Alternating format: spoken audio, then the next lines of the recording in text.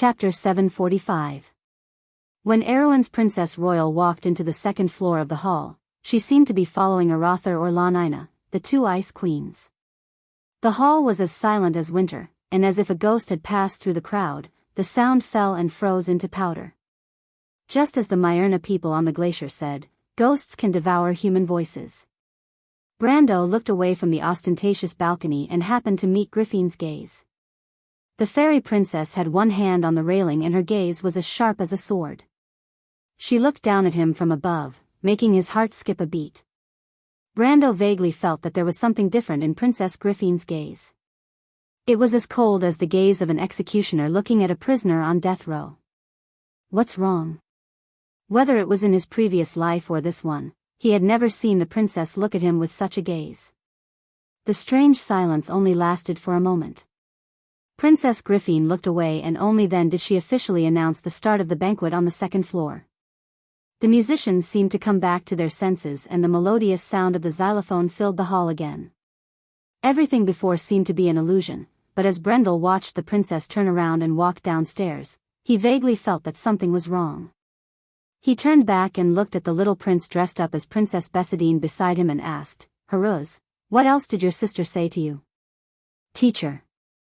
Haruz started to speak but stopped. His slender, snow-white neck glistened under the light but it was covered with fine beads of sweat. He looked nervous. At that moment, a dark voice came from behind the two of them and interrupted Haruz. "Lord Viscount." Brando turned back and saw an elderly female official standing behind him and Haruz. The female official wore a light blue ceremonial dress. Her hair was white and every wrinkle on her face seemed to be dignified.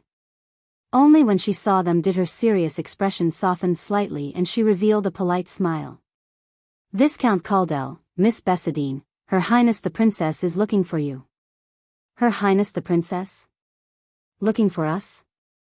"Yes, Her Highness the Princess is waiting for you and Miss Bessadine over there," replied the female official. "What business does your Highness have with us?" Brando was suspicious. He always felt that Princess Griffin's cold eyes meant something. What's more, Haruz had just left his sister's place, and Her Royal Highness had asked them to come over. Obviously, it was not for her sister.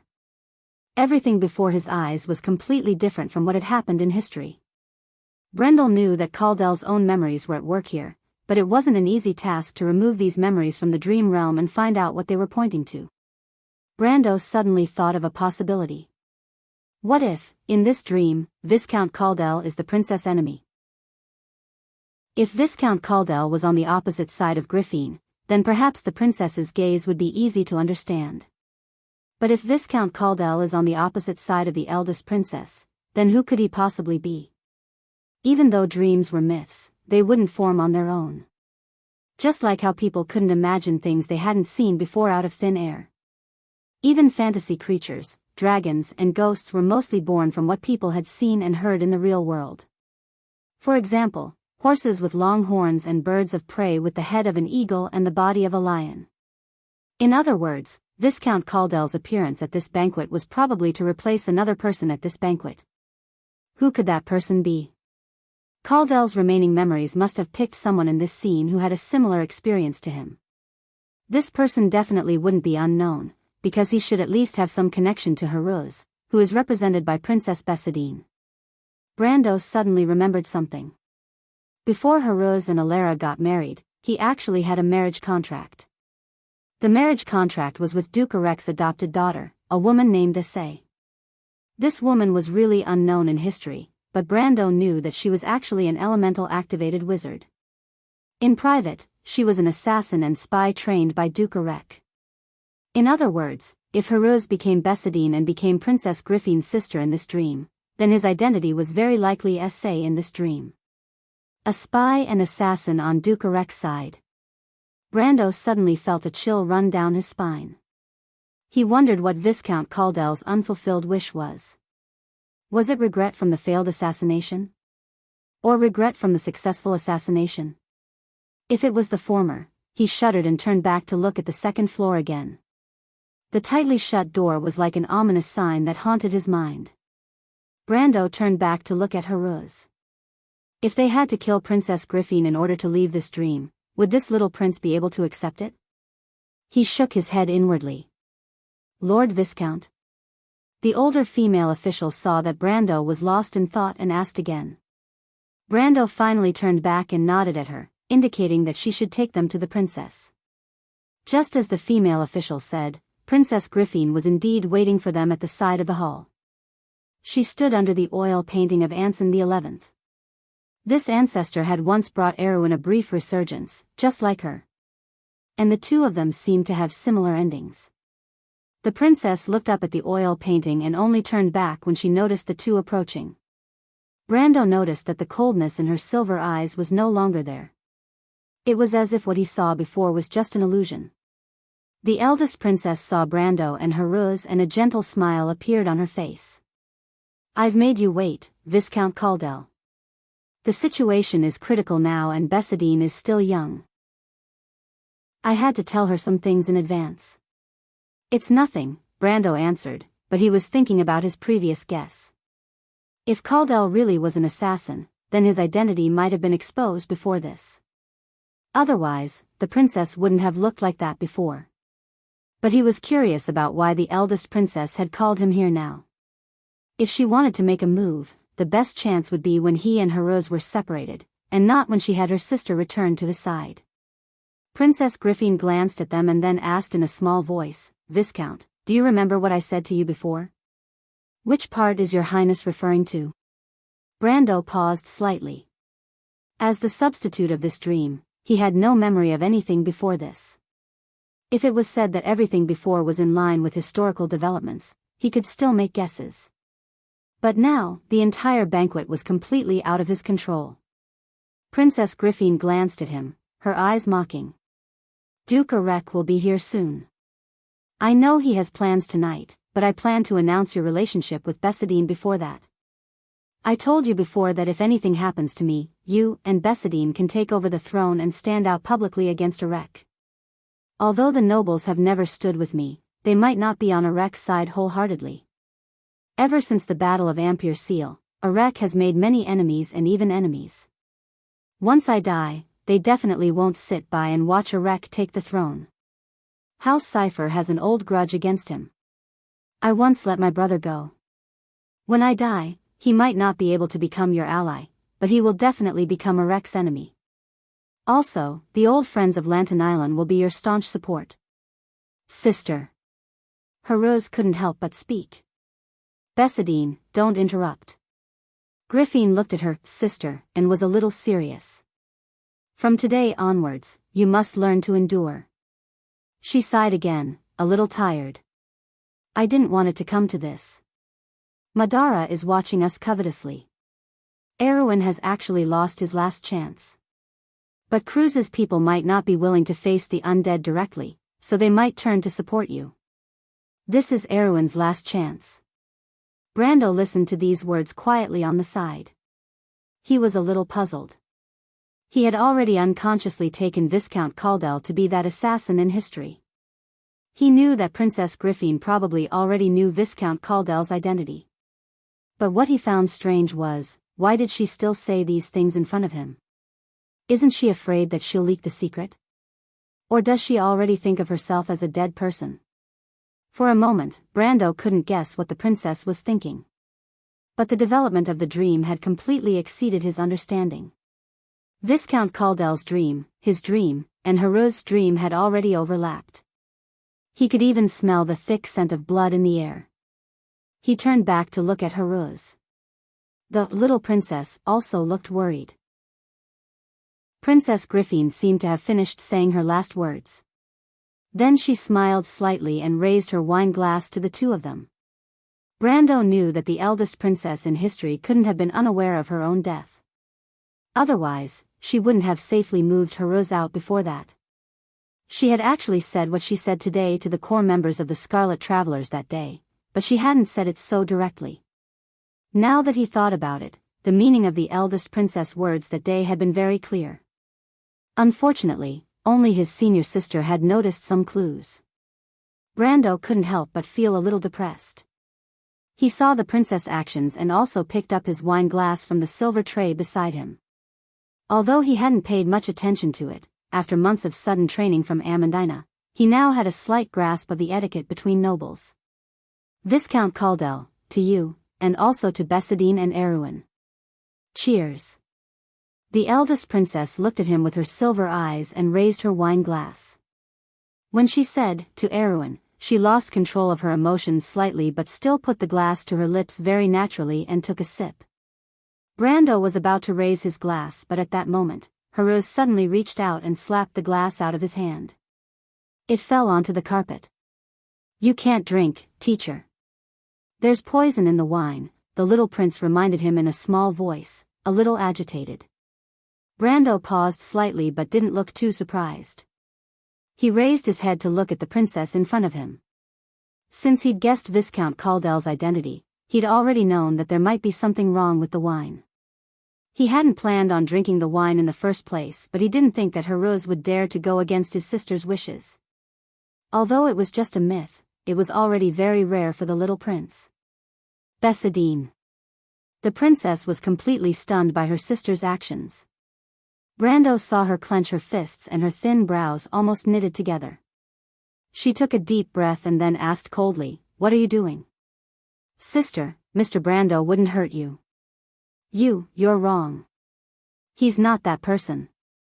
Heruz didn't dare to contradict his sister and could only lower his head and explain in a small voice. "Brando?"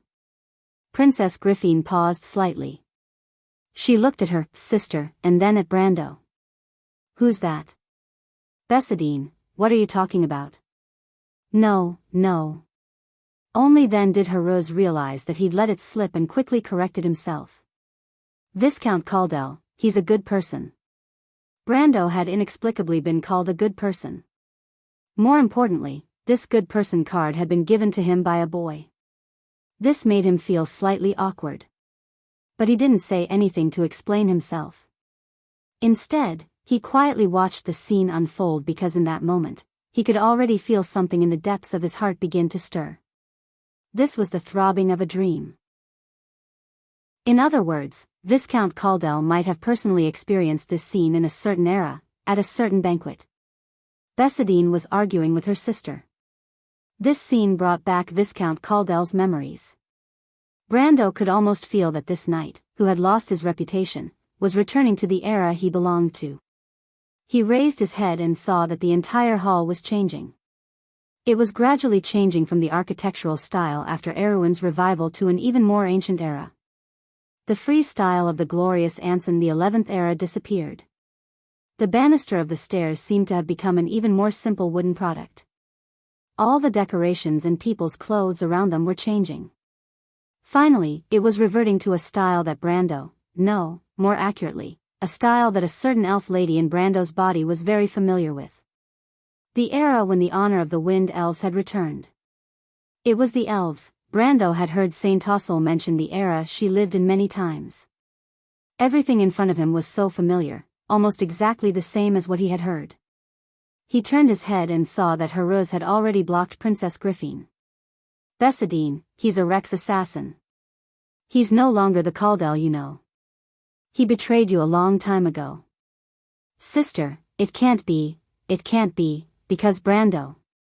"Mr. Caldel, Heruz explained in a small voice. But he suddenly thought of a terrifying possibility. His beautiful face paled instantly. He turned his head and stared at Brando with some fear. "Mr. Brando, you." At the same time, the throbbing in Brando's heart became even more obvious. He seemed to hear a voice echoing in his heart over and over again. "Kill her. Kill her. Kill them." In that moment, he already knew that it was Viscount Caldel's identity. Brando's hand rested on the scabbard of Halran Gaia. He lowered his eyes slightly. His palms were covered in cold sweat. "What do we do?" "P.S. You're back. You went out to play and caught a cold." "I'm so heartless. I'll write a chapter today. It feels pretty good. Let's see if I can recover tomorrow." I'm so sorry. Why is it so hard for me to write and make it so painful for everyone to follow me? I really want to write a bunch of chapters smoothly. To be continued. If you like this work, you are welcome to come to Chidien. Come to vote for me. Your support is my biggest motivation. Chapter 746. Brando lowered his head, the pupils in his dark brown eyes constricted. They were as still as water, but there was a flickering light in them. One of his hands was tucked under his trench coat, and his exposed left hand hung down naturally. The pale hand was slender like a sword, and the knuckles were as thin as white bones, but they contained strength and were slightly curled. This was the hand of an outstanding swordsman. He stared at Princess Griffin, who was not far away from him, with a complicated look in his eyes. Teacher? Haruz looked up with a pale face and reached out weakly, as if he wanted to grab Brando's hand that was holding the sword, but he grabbed his left wrist instead.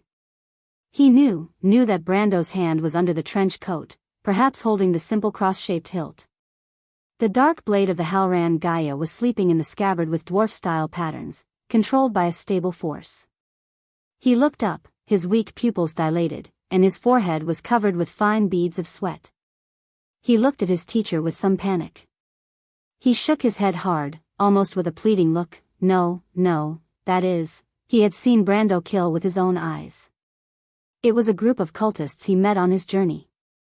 The Count he knew, his teacher, had changed his usual gentle and polite appearance, just like now, cold as a sharp sword out of its scabbard.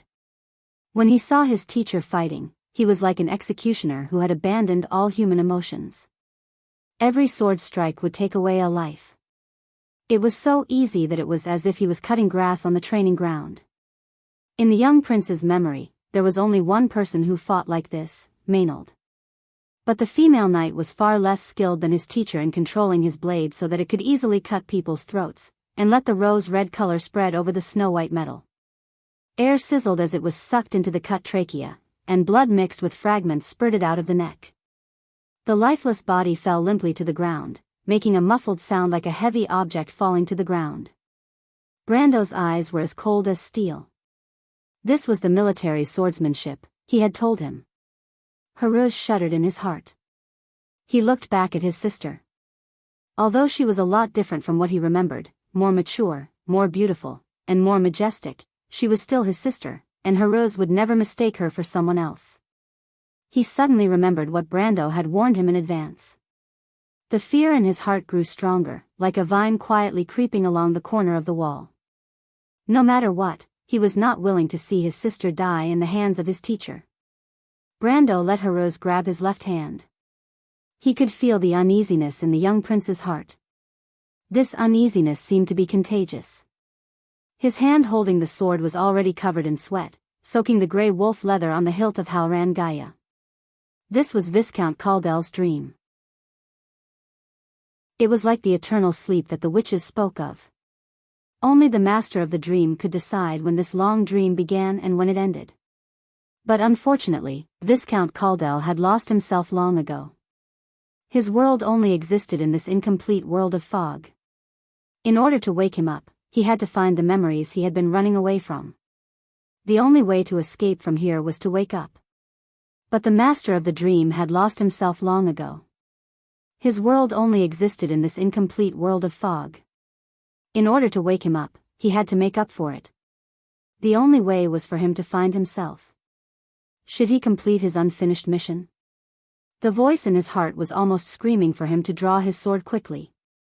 Viscount Caldel's regret had turned him into a monster filled with anger, regret, jealousy, and negative emotions. He was like a ghoul howling in Brando's heart. Kill her. Kill them. Don't regret it. Don't hesitate. Ah. Brando's hand was on the hilt of the sword. He took it down and put it on again. He knew this was a dream. In the dream, the pale spirit would cleverly manipulate people's hearts. If he hesitated, he would be forever trapped in this foggy dream. But what about the other way around? Brando still didn't move. The Princess Griffin in front of him was just an illusion. But the feelings in his heart were sincere. If he drew his sword on her here, it would be like drawing his sword on something he had always wanted to protect in his heart. Being lost in the dream would make a person's heart confused and torn apart. Don't go, Bessie. Princess Griffin saw her sister grab Brando and hurriedly stepped forward to pull her back. Then she pulled Heruz back a step. Two Knight immediately protected them. The eldest princess raised her head and looked coldly at Brando. Caldel, you know who you are. You once swore to me that you would abandon everything in the past. You should be well aware of your uncle's actions. I didn't even ask you to be his enemy, I only asked that you protect Bessadine's safety as her fiancé. But you have disappointed me too much. She took out a letter and said in a cold voice, your true face has been exposed long ago. Sister, it's not like that. Heruz wanted to explain but Brando's cold glare stopped him.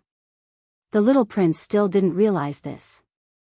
In this dream, they were Caldel and Bessie. Not Brando and Heruz. As soon as the eldest princess finished speaking, Brando suddenly heard a loud boom from above the palace. Then the entire hall shook. The ostentatious walls and pseudo-Doric columns shook as if a terrible earthquake was happening. The nobles in the hall lost their footing. Screams filled the air. The scene became chaotic. The crowd tried to escape through the various exits. Tables and chairs were knocked over and windows shattered. However, the tranquil corner of the hall was in stark contrast to it. Brando, Heruz, the princess, and the knight didn't seem to be affected by the shaking ground at all. Brando looked at the nobles who fell out of the broken windows. He knew that this wasn't an earthquake that Caldel had experienced. It was his heart shaking. The cause of all this was probably the letter in Princess Griffin's hand. Viscount Caldel must have experienced this and had a deep impression of it. The princess's words were like a sharp sword that stabbed into his heart. Brando was silent. As expected, the voice in his heart screamed, "Quick, kill everyone." But Brando's hand was on the hilt of his sword. He didn't pay attention to him. At this moment, another scream sounded outside the palace. He turned back and saw that the crowd that had just surged out was now flowing back. Countless soldiers in red and white battle robes appeared outside the Kinten Palace. These soldiers were fully armored and their faces were covered by metal masks. They held sharp swords and killed anyone they saw.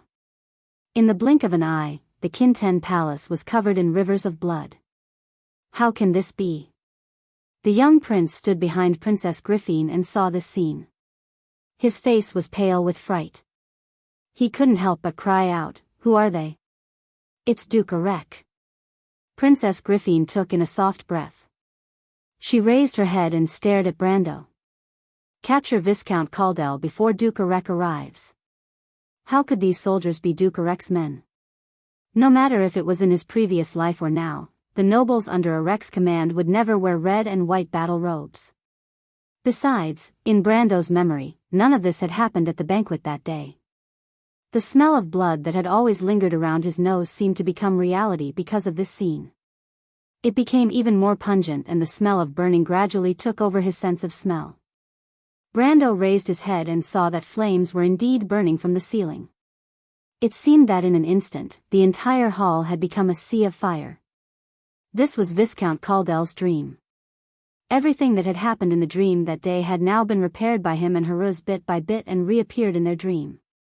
Beside Princess Griffin, two knights were lunging at him. Heruz rushed over and tried to stop one of them, but the little princess lifted her skirt and almost tripped over herself. Brando pulled out the Halran Gaia. The black longsword left its scabbard like a ray of black light. But he felt that the sword was much heavier than usual. This was because his power was less than 10% of his usual level. He was almost at the upper silver level. Fortunately, Brando had expected this. The power in the dream was determined by the owner of the dream.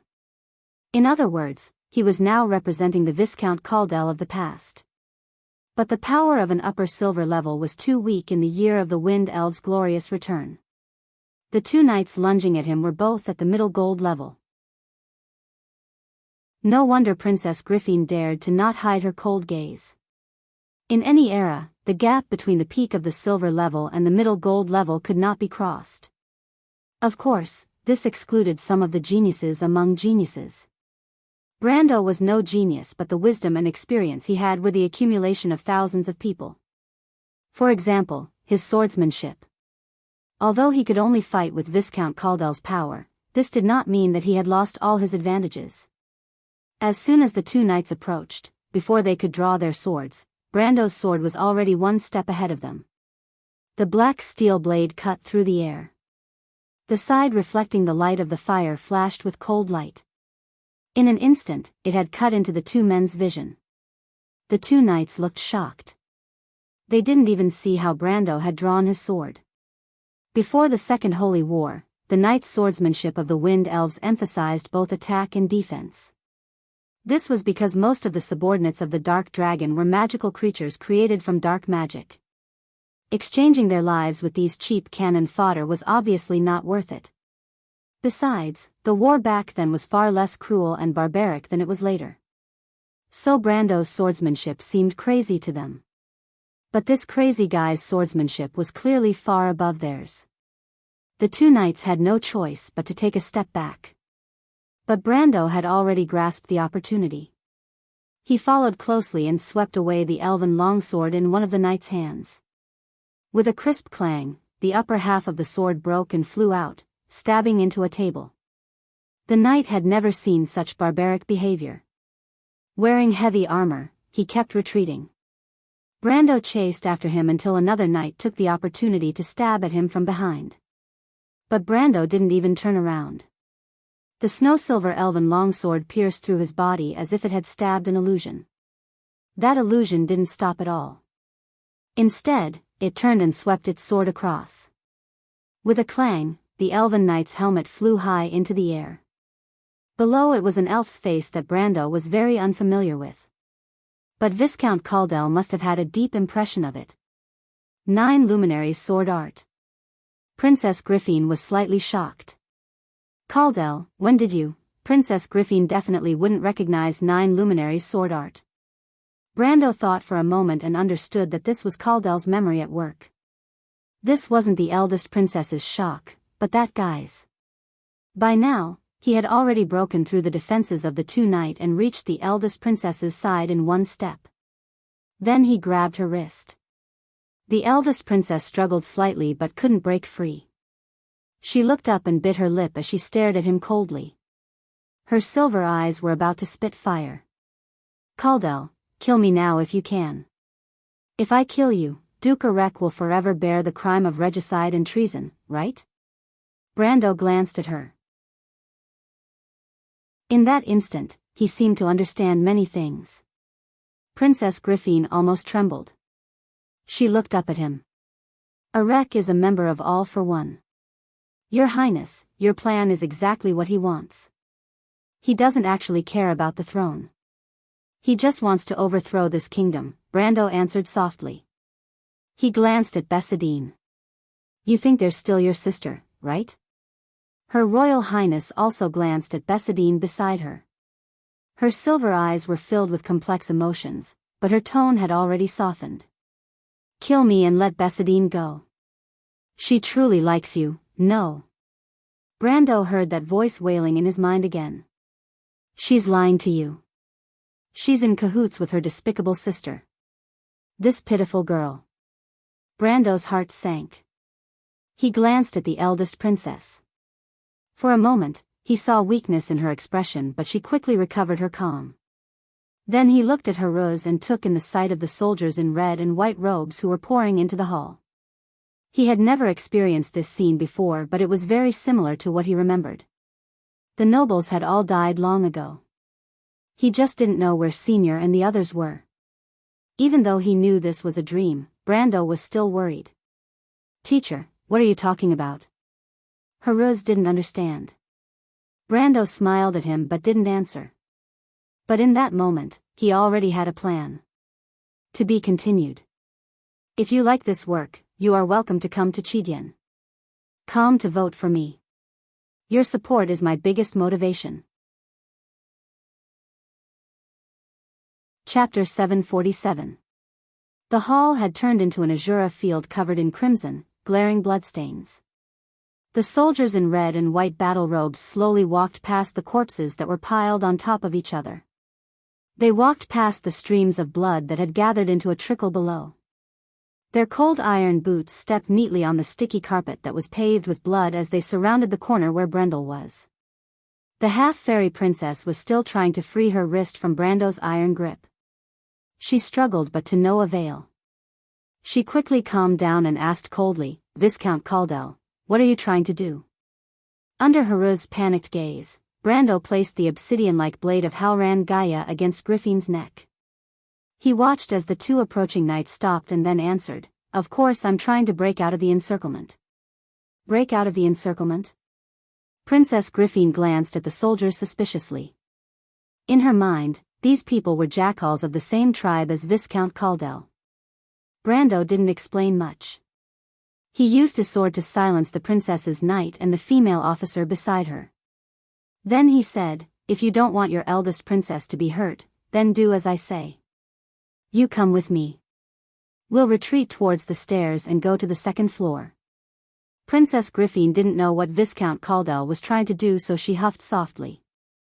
"Your Highness, if Bessadine still has a chance to live, that's what you want too, right? So I hope you can cooperate with me. I believe you're smart enough and calm enough to judge the pros and cons of the situation. Letting all of us die here has no benefit other than to your enemies, teacher." Heruz looked at him with some difficulty, but the latter glared at him. The eldest princess's expression showed that she didn't believe that Caldel would suddenly change sides. She would rather believe that there was a conspiracy behind this. However, Brando was right about one thing. Ever since Princess Griffin left the Kinten Palace for the first time at the age of 16, she had always had the qualities of an outstanding politician. She could calmly analyze the situation and accept as long as it was not the worst choice. Her personal feelings had always been a luxury that she could not attain. Sometimes, her rationality was like a precise machine. She was stubborn and indifferent to herself, but at the same time, she held on to the hope in her heart. She had sacrificed everything she had, and that was how she became the Princess Royal, who was pitted and resonated with all Erewhon players in history. Therefore, she didn't reject Brando's suggestion, but she didn't agree either. That was enough. Brando knew that Princess Griffin had not given up her vigilance against him, but he also knew that she would not deliberately go against him. Next, he needed to kill his way out. He didn't want to have someone behind him who was always ready to trip him up. He immediately brought Princess Griffin towards the stairs. As expected, the eldest princess didn't resist. However, when she saw the two battered knights protecting Bessadine, she sighed in relief. For the eldest princess, as long as Bessadine could leave this place, then everything else didn't matter. In her plan, Enrich would become the greatest threat to the nobles because he had lost the royal family.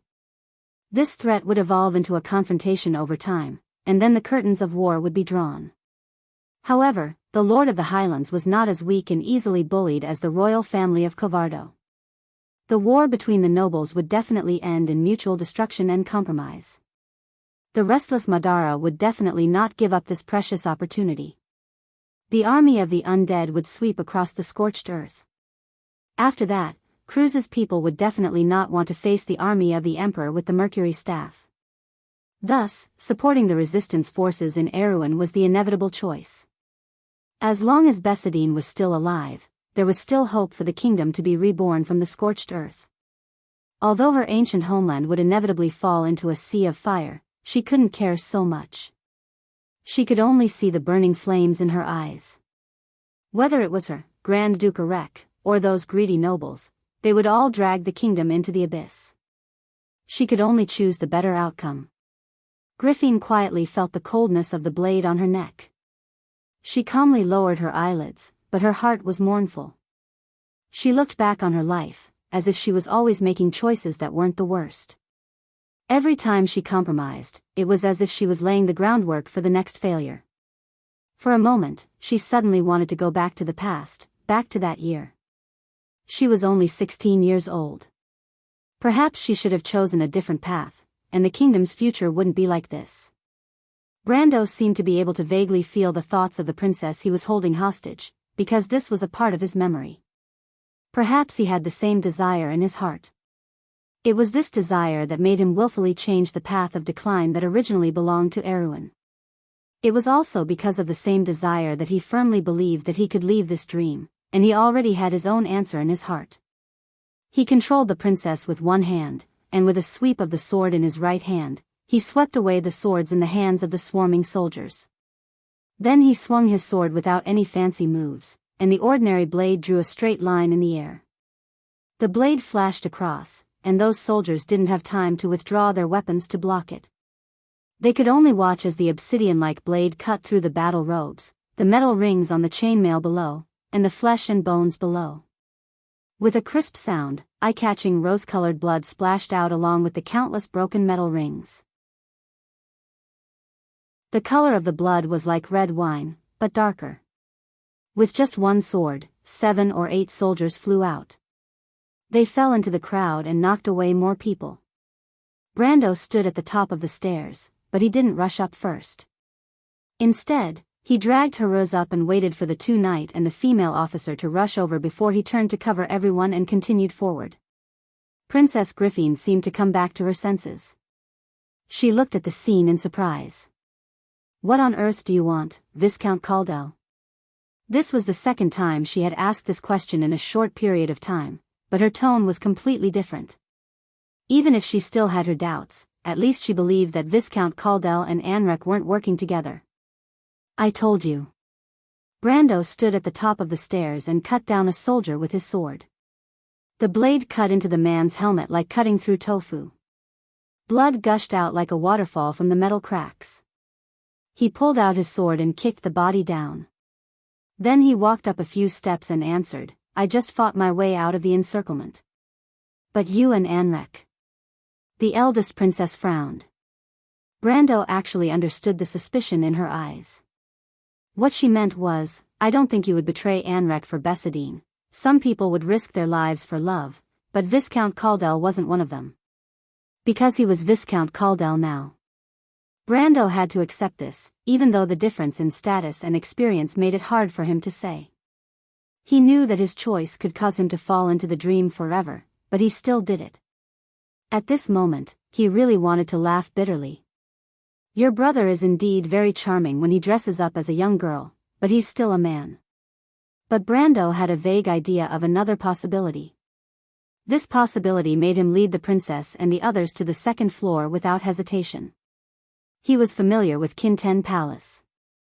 The second floor of the hall led to the manor in the back. There was a secret passage that led to the forest outside. That forest, if he guessed correctly, should be the forest where Viscount Caldell had been assassinated. It was also the forest where they had found the horse carriage. Even though the location didn't match at all, the dream was just that strange. So the result of the entire dream should appear there. As for life or death, Brando didn't care that much anymore. Sometimes, when faced with the confusion in your heart, you had to take a gamble. And his confusion, Viscount Caldell's confusion, and Heruz's confusion had long been tangled together. Brando still didn't have a clear answer in his heart. No matter what, he would see the result if he went down. 2 Knight kicked open the tightly shut wooden door on the second floor with a bang. The quality of the door made of black wood was surprisingly good. Even after being kicked open by 2 gold ranks, it still maintained its original appearance. Brando sent the young prince in, then the 2 Knight and the older female official protecting him. Brando hesitated and finally decided not to hold Princess Griffin hostage. He let go of the eldest princess of Erewhon and let her walk in on her own. Princess Griffin started slightly and looked up at him in disbelief. "Viscount Caldell? If you have something to say, say it later." Brando turned around. He raised his right hand and used the Wind Empress ring on his index finger to aim at the stairs in the hall where the soldiers were swarming up. Then he opened his mouth and said, "OSS." A burst of wind shot out from the ring and hit the curved staircase. The wooden planks that made up the staircase first caved in, and then the entire staircase broke down from the middle. A huge hole was blasted open, and the wooden planks slowly turned into wood shavings that fluttered down. But at the same time, it seemed like there was a rain of blood in the hall.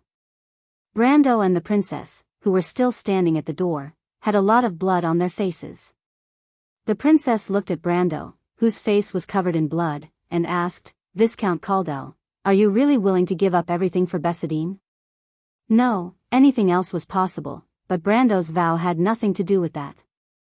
He turned around and saw Heruz, whose face was red to the tips of his ears because of his sister's words.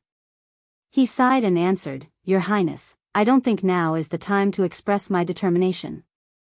If possible, of course I will help you take care of Her Highness, but our first priority is to leave this place." But Princess Griffin looked at him and shook her head. "You don't understand. I'm already a dead knot. If I don't die, the conflict between the nobles and Enrich will never rise to the surface. This kingdom will only decline day by day until it falls into the abyss of fire. I tied this knot and I will untie it.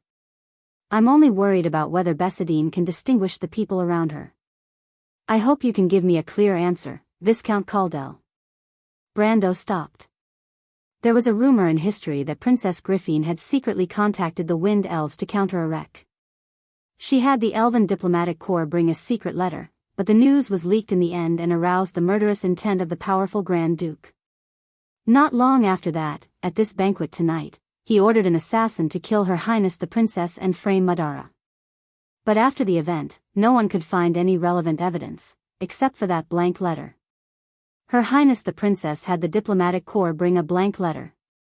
Some people suspected that it was Cruz's people who framed her, and in fact, later on, some people did find out that Cruz's people were behind the assassination.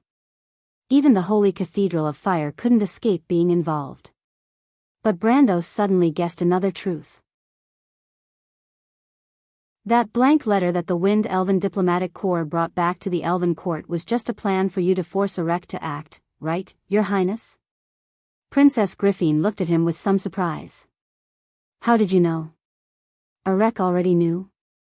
No, if he knew, he wouldn't have chosen to do it." Brando didn't say a word. Enrich had been set up. In the end, the Princess Regent used her own life to set a trap for the old fox. Everything that happened after that was just as she thought. Erewhon's civil war, the Third War of the Black Roses, Heruz and Alara's marriage, and the establishment of the Erewhon resistance. But he didn't feel relaxed at all. Instead, he felt angry. Her Highness the Princess not only set up Enrich, but also deceived all the players who supported her. He would never forget the night when the city of Mangsteros fell into a sea of fire. He also couldn't forget the lonely look on his senior sister's face when she left. He stared at the princess, unable to confirm whether what she said was true or false, because this was actually his own memory. But Brando calmly suppressed the unhappiness in his heart, because the negative emotions in the dream were confusion, and the pale spirits lurking in the dark manipulated people's hearts in order to make people lose control of their emotions. No one knew this more deeply than Brando.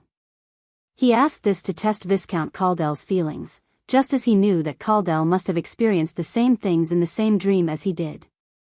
In other words, the Lord Viscount must have had the same confusion in his heart as he did. The information on the strategy was useless now. Brando tossed it aside. Not having a strategy didn't mean he couldn't move forward.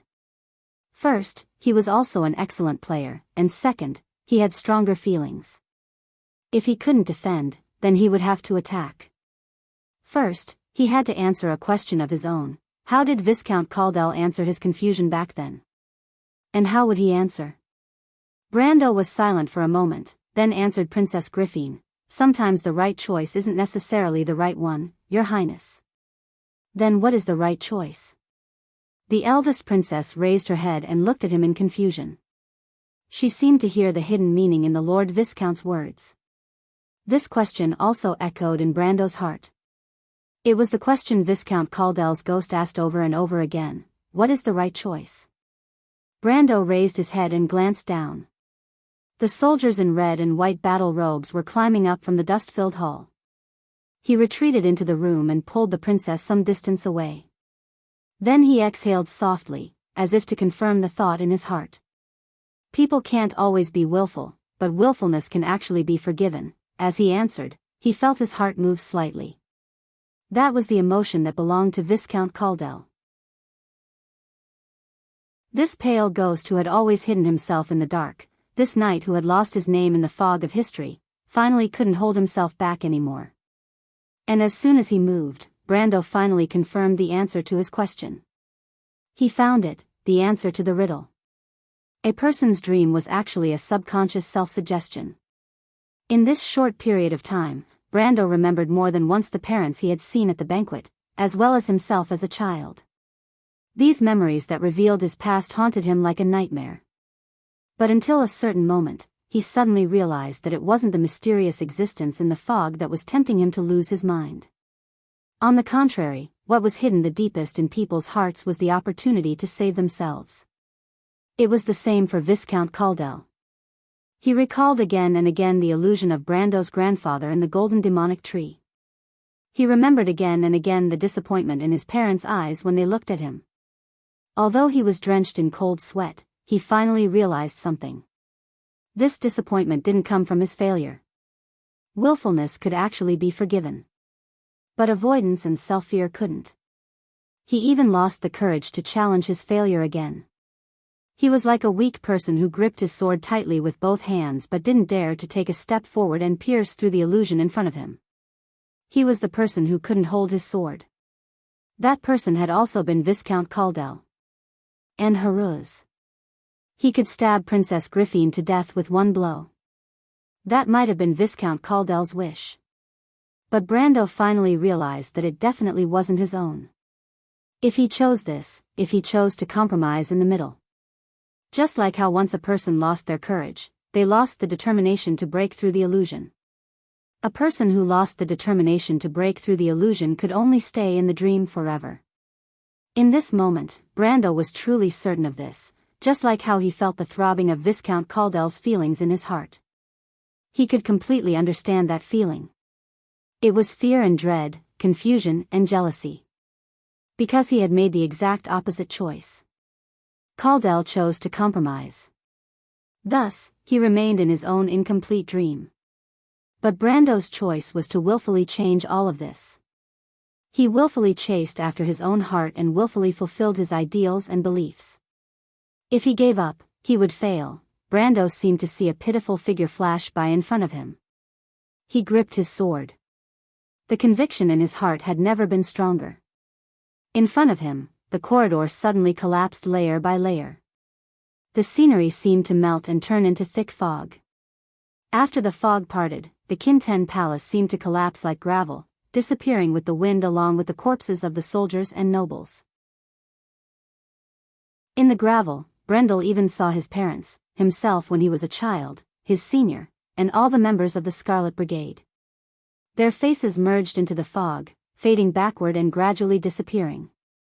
But that last glimpse was forever imprinted in his memory. Only Princess Griffine, Haruz, the two knight and the older female official were left beside him. The princess seemed to be unaware of the changes around her. She grabbed Haruz's hand and walked forward resolutely. The little prince now completely understood what his sister was thinking. Although he still didn't understand the meaning behind the sacrifice, the history of what had happened in the dream was like a heavy nightmare to him. Haruz bit his lip. His eyes were moist but he didn't cry. Many years ago, he still remembered the stars in the summer night of Kinten Palace. At that time, his father was still alive. He remembered his sister telling him that a man shouldn't cry.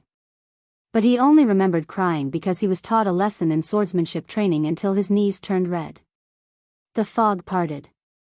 Behind it was a forest. The sky was full of stars. The pine trees rustled, the water gurgled, and the fire in the distance swayed gently like a dream. Brando remembered his childhood. The air was so fresh after the summer night. He took a deep breath and raised his head. Then, he saw the carriage that was quietly parked in the forest. The door was open, and a corner of a silver dress could be seen. A beautiful girl lay in the carriage with a black dagger in her chest. She was beautiful. Her pointed ears showed her identity. But she was different from Haruz. She was a real elf. Brando didn't speak. But he already knew the other party's identity. Besadine Ramona Ueba. P.S. Today's second update, 10,000 words. I've always wanted to talk about the bottleneck I've encountered recently. Actually, it's not appropriate to call it a bottleneck. It's better to call it a misunderstanding. I've encountered this problem for more than a day or two. Starting from the second half of Canaan, I've been troubled by similar problems. Because the more I write, the more I worry about my gains and losses. I'm always afraid that I'll deviate from my original intention and the burden will become heavier. So every once in a while, I have to stop and reconsider my original intention. Even Canaan was broken because of this. After writing so many words, I still haven't found the root of the problem.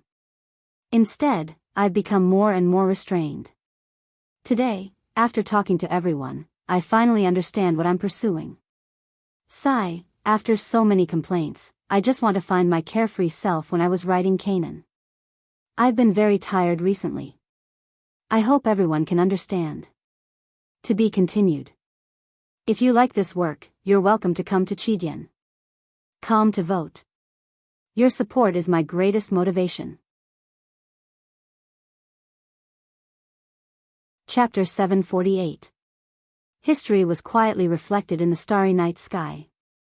Those dazzling new stars were said to be the heroes of the past. They looked down on the earth from the heavens, using the eyes of history to observe the world of today. The wind above the pine forest never stopped, but it wasn't strong. Instead, it gently moved the needles with an invisible hand, causing them to sway neatly and rustle softly. It was like a dream, narrating the forest's past. The edge of the world collapsed as the dream progressed. The forest seemed to be swallowed by endless fog, but only this small world was left in the void. The mountain wind blew through the forest, the meadow, the carriage, the assassinated elven girl, and Brando's group formed this still picture. Moonlight spread over the mountains. Time flowed quietly with the stars. The bright moon was like a hook, rising in the west and setting in the east. To everyone, this was the end of the dream, but it wasn't a line. Brando looked up at the entire forest. His gaze passed through the layers of tree trunks and landed on the dark carriage. He shouted, "Caldel, I know you're here. Come out and let me see your tricks." There was a moment of silence, so quiet that you could hear a pin drop. A pale figure appeared in the carriage. The figure swayed slightly like a ghost, glowing as if it was shrouded in a pale phosphorescent fire. He was dressed in neat noble clothing and had an elven longsword at his waist. However, he had no face. Only a pair of sparkling eyes remained on his flat face, like a slate. Without a mouth, they couldn't communicate. The Myrna said that language was the bridge between people, but the Nameless had long escaped into their own dreams and were forever lost. Therefore, other than using their eyes to suspect, they didn't need ears or mouths.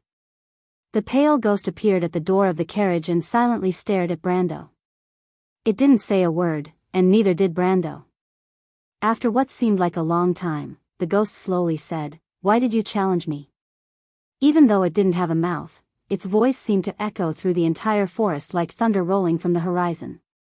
Haruz's little face was pale with fright, and he could not help but shrink behind his sister. But the princess and her entourage did not seem to hear him. They looked blankly in the direction of Brando's conversation, as if there was nothing there. "You should know what you have to do, and what you have to protect here is just an illusion that doesn't exist. You should return to the world that belongs to you, and not waste time here. Otherwise, you will be lost in a dreamlike dream and never wake up," Viscount Caldel said slowly. "But you came here and let me see your weak choice. You chose to stay here forever and wallow in the illusion of the past." Since he couldn't threaten him, he decided to guide him patiently. Brando sneered, drew his sword, and pointed at the pale shadow. "What is weaker than weakness? You're just an incomplete personality.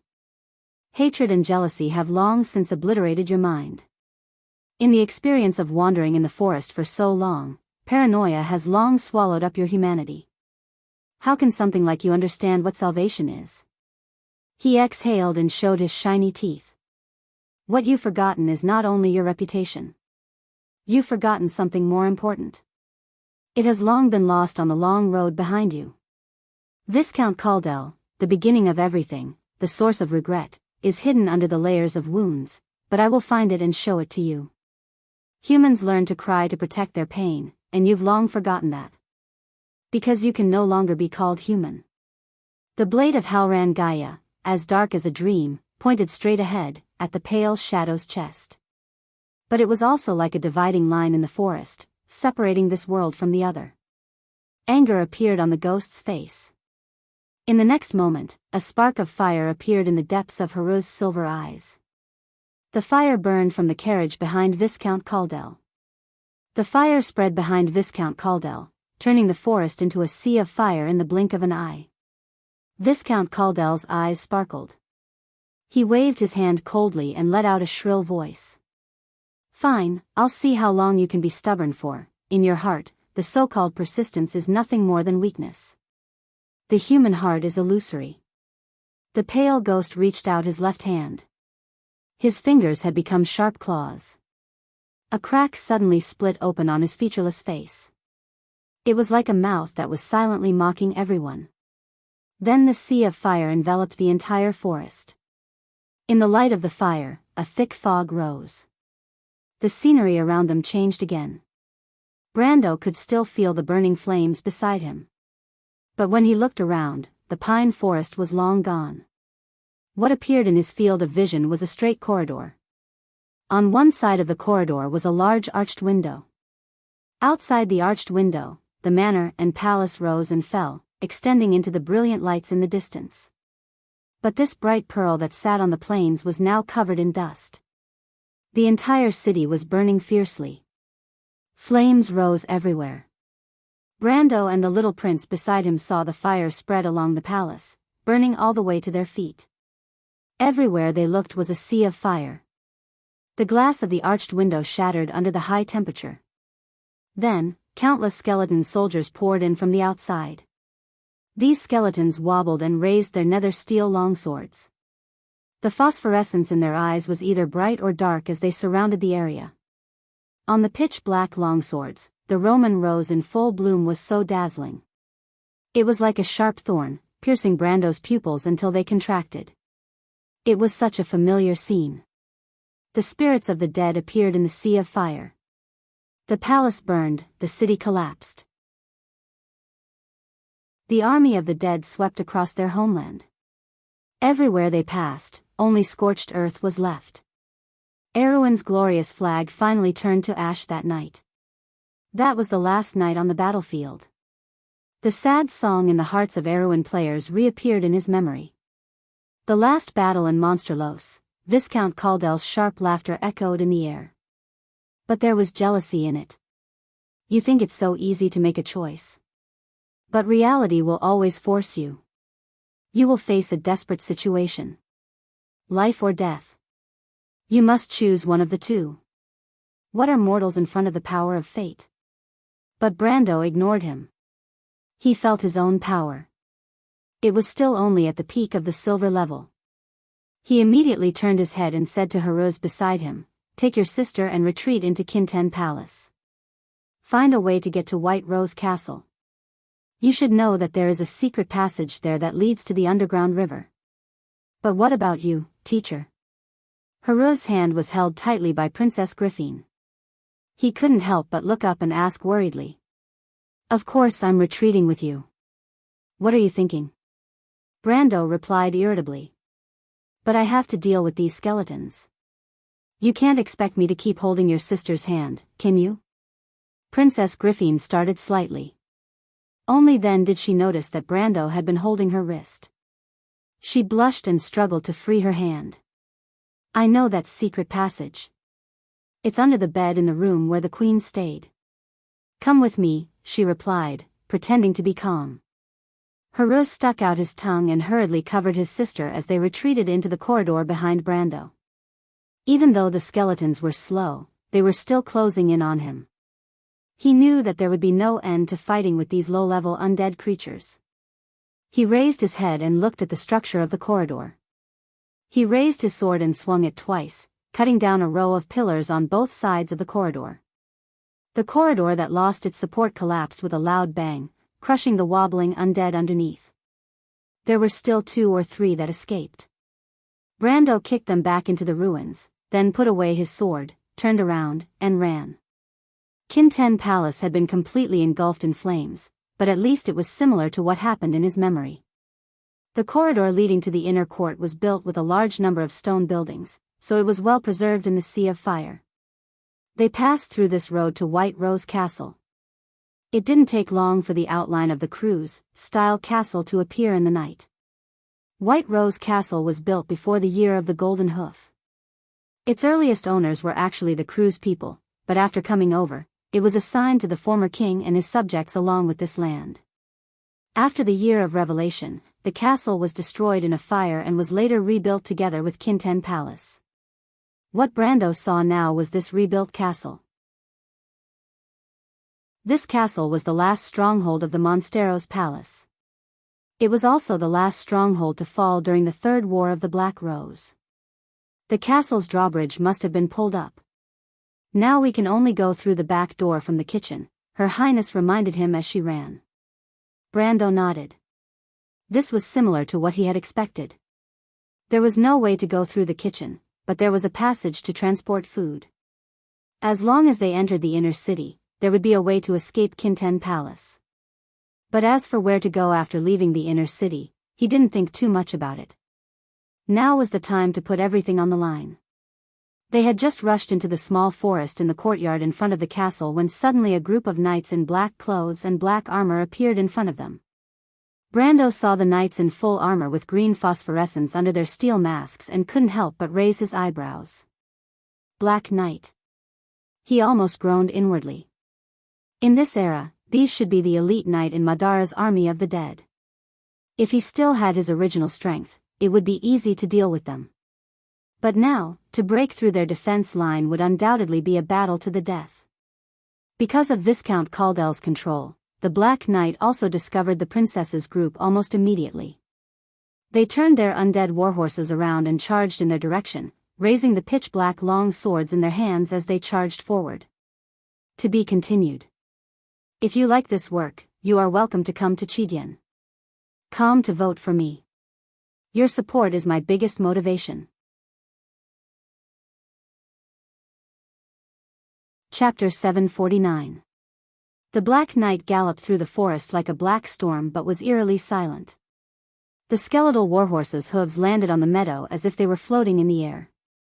All that was left was the green soulfire that floated up and down with their bodies. Brando stared at the blades in their hands. You can't escape.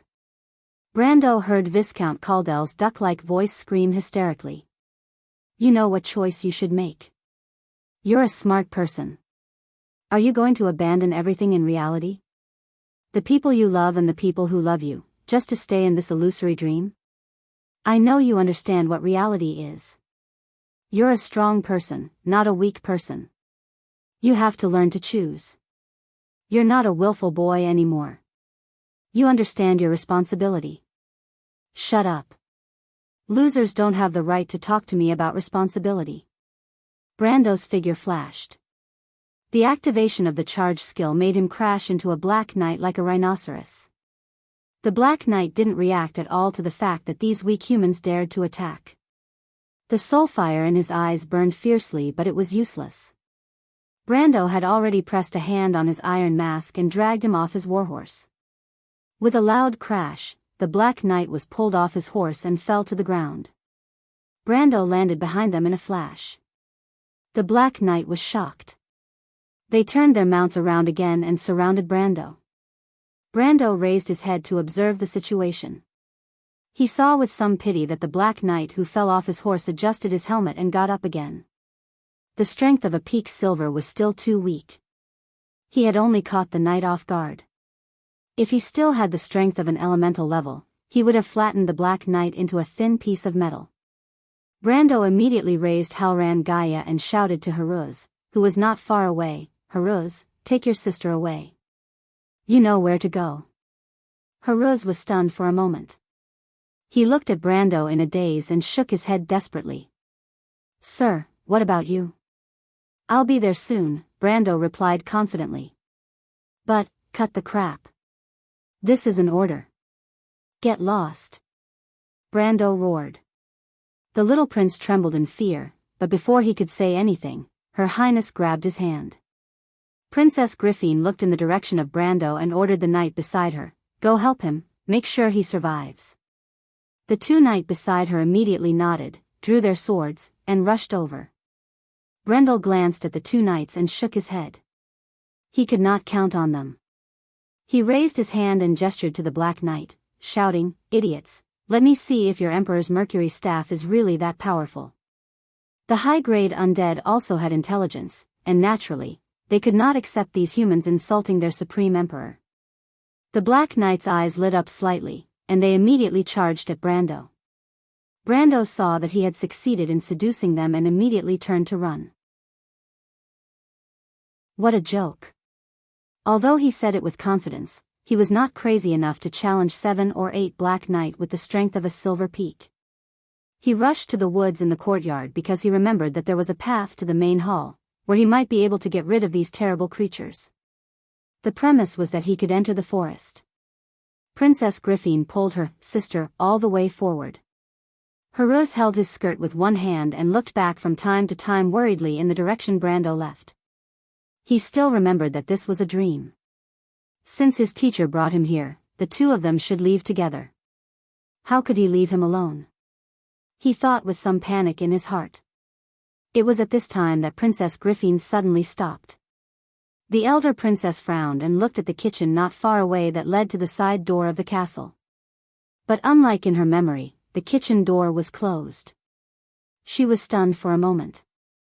Then, she pulled out a dagger from under her skirt and slashed the lock twice.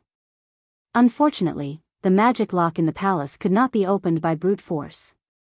Other than leaving 2 shallow scratches, her efforts were in vain. "Sister, let me try." Only then did Heruz notice his sister's actions.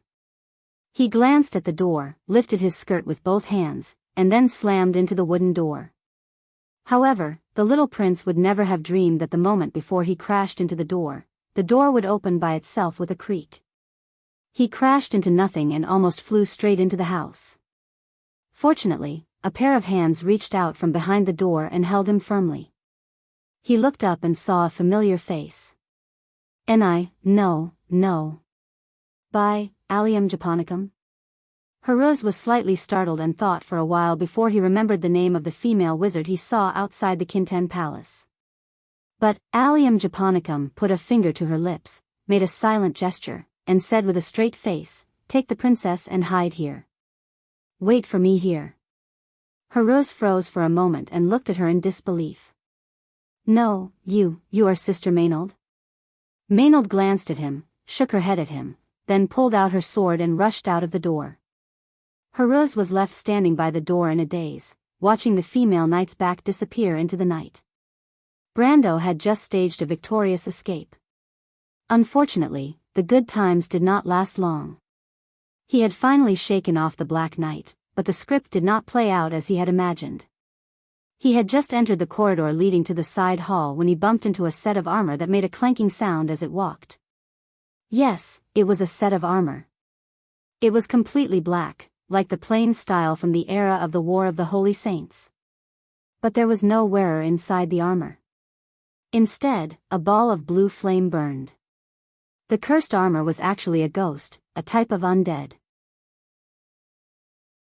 This kind of terrifying undead had only appeared on the battlefield during the Second War of the Black Rose, and it was only natural that they would appear in this dream.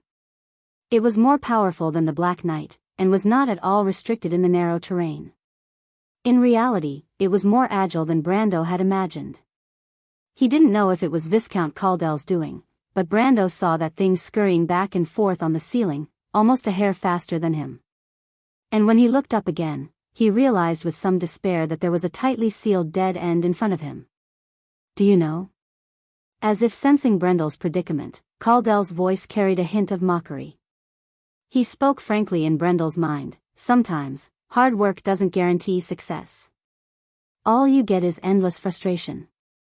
People like you always think that problems can be easily solved. How can you use a simple choice to deny other people's hard work? I tried before, but all I got was failure." "And you, too, Caldel," Brando answered. The sound of the cursed armor running behind them was getting closer and closer. He could almost smell the unique rancid smell of soul essence. This has nothing to do with success or failure, then what does it have to do with? Your power can't change anything? No, there is something I have that you don't. What is that? Viscount Caldell paused slightly.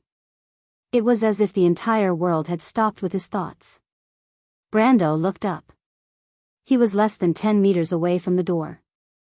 Courage. Brando raised Halran Gaia and slammed it against the wooden door.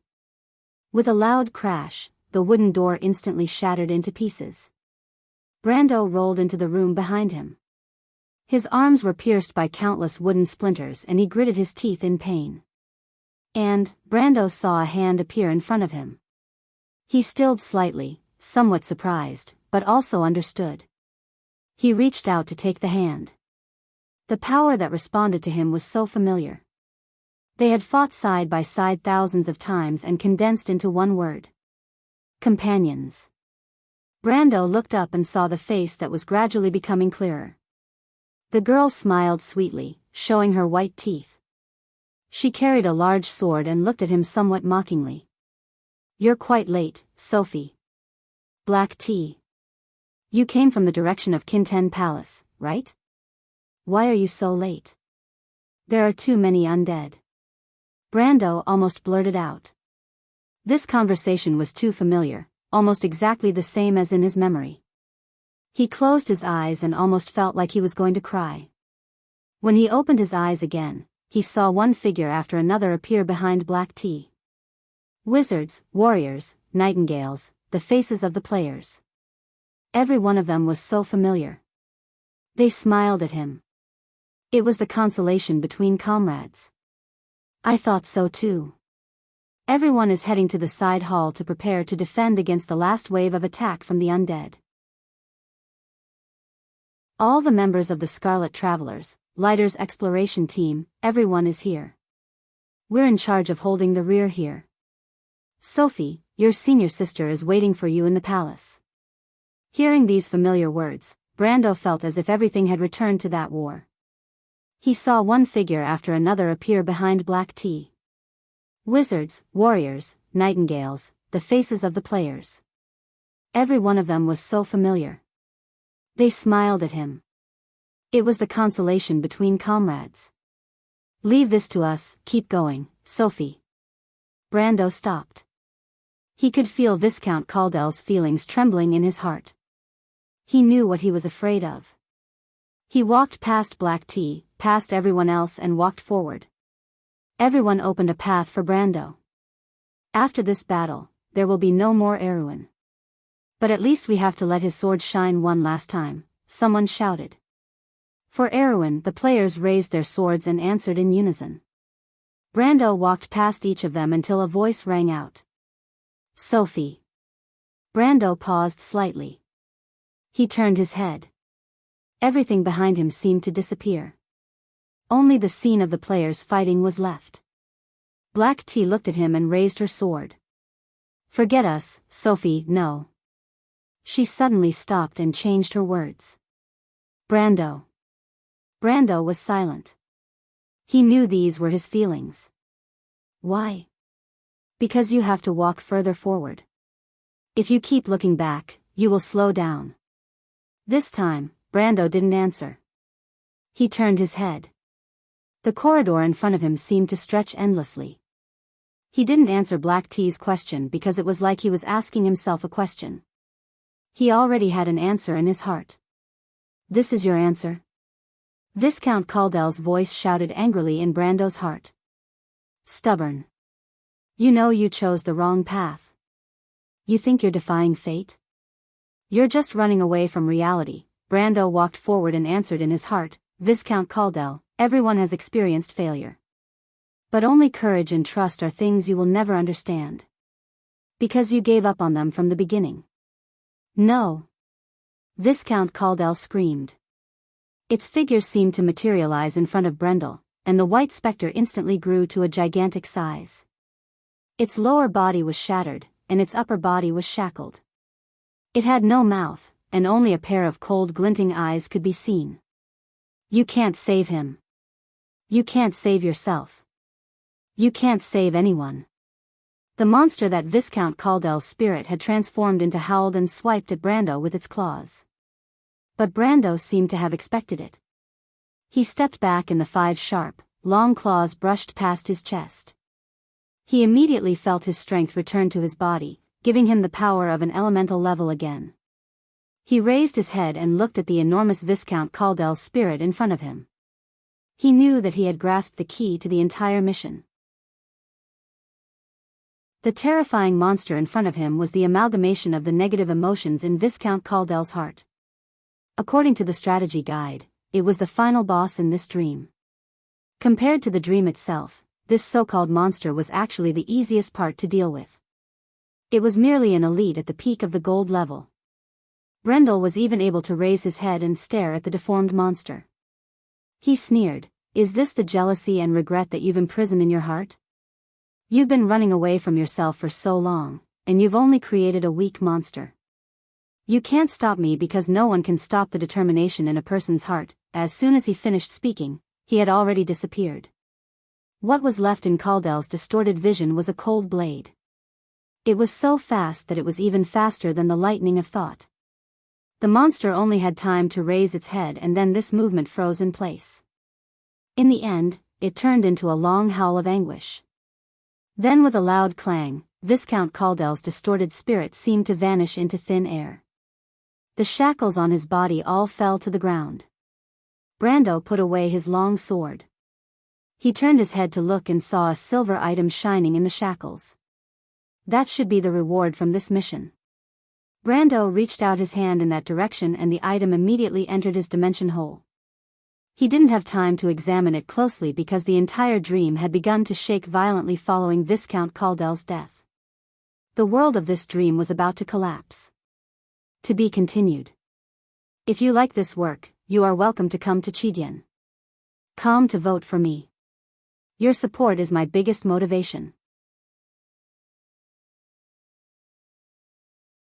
Chapter 750. The world of dreams was collapsing layer by layer, but Brando knew there was still one last stretch of road to walk. He put away his things and turned off the experience notifications. He looked up and saw a long corridor appear in front of him. This deep walkway seemed to extend forward in a ring-shaped space, and the surrounding fog was filled with flickering fragments of the past. He knew that this was no longer Viscount Caldel's dream, but a dream that truly belonged to him. Self-redemption was often the opportunity hidden in the deepest part of a person's heart. Brando walked forward slowly. He passed through the darkness and then light came from all directions, spilling over him. Finally, he saw a door. That door was immersed in darkness and silence. The pattern on the door was a bronze key and a silver crescent moon. This memory was as fresh as yesterday. Brando didn't stop. Instead, he walked forward and pushed the door open. The heavy wooden door opened with a creak. Behind the door was the center of the palace. Kinten Palace, Hall of the Wise. A dim light shone down from the dome. The hall was silent. The throne was in the center of the palace. A silver crown rested on the scarlet throne. The crown had a slender elven style. It was painted with the mountains of the south and the clouds of the north. Brando remembered that many people had worn this crown because it had once been the symbol of Erewhon. An unknown craftsman had made this laurel crown. King Eric had worn it to be crowned king at Grey Wind Stronghold. In the long years that followed, dozens of kings had sat on this honor, but they had all turned to dust. After the pages of history had been turned, it welcomed its last owner. It was a beautiful half-elven girl. Brando saw the faint silver light refracting from the crown. It was almost the same color as Princess Griffin's silver hair. But after the light faded, it seemed so dull. Did it know where its former owner was now? Had it watched the beautiful princess sleep forever in this palace? Perhaps it didn't care about the blood on it because it was a dead object to begin with. It had only been entrusted with the greed of mortals. Brando walked to the center of the hall. There was no one in the palace. He knew that there had been a time when many kings had sat here, and even Her Royal Highness the eldest princess had walked gracefully along the red carpet that led to the main hall, where the knights bowed before her. In another time period, he and his senior sister were standing together in the same dilapidated hall. The dim light and the sound of wind and fire mixed together outside, and the sounds of fighting could be heard from far and near. That was the dying Erewhon's final cry, as if it symbolized the groan before the palace collapsed. But now, he was the only one left. Everything was the same as before. Brando saw the flames burning in from outside the palace. In the blink of an eye, the palace had turned into a blazing hell. The pillars collapsed, and the beautiful artwork turned to dust. He stood alone in the middle of the flames. "Why aren't you afraid of failure?" a weak voice asked. It was Viscount Caldel's voice. "I'm afraid of failure." Brando saw the pale figure emerge from the flames. He picked up the crown, put it aside, and then sat on the throne. He answered, "But I'm more afraid of not being able to see my heart clearly. Death isn't scary. What's scary is losing yourself." Viscount Caldel didn't say a word. He stood silently across from Brando. After a long time, he finally sighed. Brando saw him turn and walk towards the sea of flames. His back disappeared into the flames. He heard that faint sigh. "I'm sorry, Bessadine. I'm sorry, Lord Saint Tassel." Brando closed his eyes. It was as if he had another long dream in the dream. In the dream, Viscount Caldel wasn't called Viscount Caldel. He had another identity. People called him the King of the Sun, Caldel Fred. He once had a fiancée, a woman named Bessadine Ramona Moonleaf. Only such a noble name could bear the surname of the Wind Elf royal family. But the Viscount Caldel in his memory had already died in that forest with his fiancée. Brando opened his eyes. The fire had reached the bottom of the throne, but he still hadn't woken from the dream. He sat on the throne. He didn't know if it was right or wrong, but this was indeed his choice. A loud crash came from the flames. Brando thought that a pillar on the side of the hall had collapsed. But a figure suddenly rushed out of the flames and grabbed his hand. "Come with me." Brando paused. He looked up and saw the familiar figure moving forward in the flames. Her fluttering black hair was especially dazzling in the hot air. "Senior?" The figure didn't answer. She just pulled him through the sea of flames. The palace collapsed beside them. It was almost impossible to tell which direction was which in the thick smoke. The temperature seemed to be getting hotter and hotter. The rolling fog gradually covered all sight. After a moment, Brando felt that he was walking completely in the black fog. He couldn't tell if he was still in the Kinten Palace under his feet. But the fog suddenly parted to the left and right. The cold moonlight seemed to fall from above and sprinkle on him. Brendel paused for a moment and raised his head. There was no longer any palace or sea of flames around him. There was only the flickering shadows of the cedar forest. Only then did he notice that the cold light from before wasn't moonlight at all. It was a light blue arc on the horizon. It was the tide of magic. The moving shadows of the clouds reflected this light on Brando's face. The female knight in front of him pulled him forward a few more steps. Then she let go and turned back. Both of them were sweating profusely. Brando looked at the female knight's pale face and paused. Then he blurted out, "Maynard?" The female knight didn't answer. She turned and walked into the forest. Brando saw Haruz curled up under a tree. He was sleeping soundly with a shiny line at the corner of his mouth. This guy was actually drooling in his dreams. Brando thought of the little prince in his dreams. It was hard to imagine. Maynard didn't wake him up. Instead, she walked to His Royal Highness, took the cloak off her body, and then put it on him. Brando saw the way she took care of someone and thought of his senior sister Allium Japonicum more than once. "Are you hiding something from me, Lady Maynard?" he suddenly asked. "Don't ask, thank you." Maynard turned back and replied softly, "Just this once, give me a little time." Brando was slightly startled. He just looked at Maynard, and the two were speechless for a moment. But soon, a soft sound came from the woods. Brando turned back and saw Lorena and Philas walking out of the bushes hand in hand. The female knight from the Cruz Empire also gave Brando and Maynard a strange look when she saw them together. "Ha, Count, I didn't expect you to be faster than us." Philas was much more direct. He shouted, "I just had a weird dream. It really pissed me off." "What happened?" It wasn't beyond Brando's expectations that the lucky couple would be the first to come out of the dream, but he was curious about what could make this guy so angry. Before Lorena could stop him, Philas had already blurted out, "I dreamed that His Royal Highness the Crown Prince wanted to marry Lorena." "Humph, it was wishful thinking. So how did you solve it?" Brando saw the female knight blushing at Philas' words and knew that the dream must have been very exciting. He calmed himself down and continued to ask curiously. "Nonsense, of course I killed him," Philas replied bitterly. Brando was sweating profusely as he listened, thinking that this guy was a little too tough. The Crown Prince of the Cruz Empire, wouldn't he be the first in line to the throne? He actually killed him just like that. After all, the dream was so real that maybe Philas didn't even consider whether he was in a dream or reality when he did it. But he glanced at this guy and suddenly realized that only such a person would never be confused by the fog in his heart. "You're very lucky, Miss Lorena," Brando said. The female knight blushed slightly and punched Philas hard. "This guy doesn't think before he does things. He scared me to death." Philas chuckled, and Brando smiled as well. He felt lucky for Philas and Lorena. Not everything in this world could go according to one's wishes, but few people had the essence of perseverance in adversity. He looked up. There was no moonlight in the sky. The surging clouds had just spread over the forest, and the demonic wave had reached its most intense moment. A few hours seemed to have passed in a flash, and Freya and Scarlet walked out of the dream one after the other. Medisha, the Shire, and Hippamra themselves were no longer dreaming.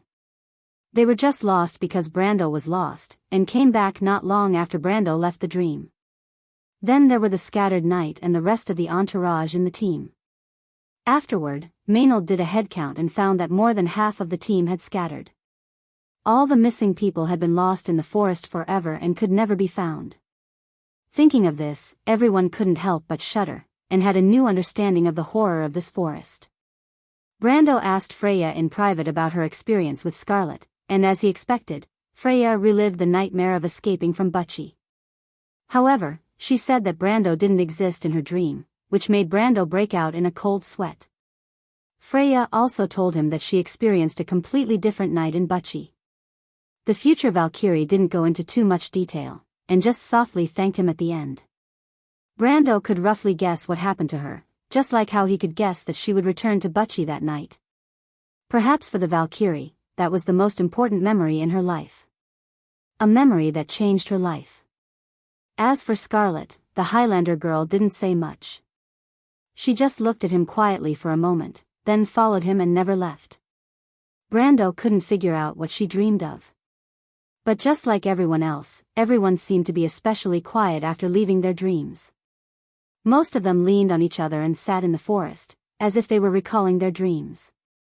The morning that could never be seen in the Evernight forest brought a new day to everyone in the sense of time. P.S. The next day at 3 p.m., your champion baboon has been resurrected. Please vote. Please vote. Please vote. To be continued. If you like this work, you are welcome to come to Chidyan. Come to vote for me. Your support is my biggest motivation.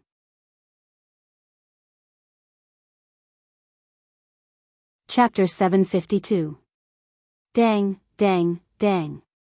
Bells rang rapidly in the Lion Palace, and the monks of the Holy Church swarmed out, stepping barefoot on the white marble, and came to the Ironheart Square.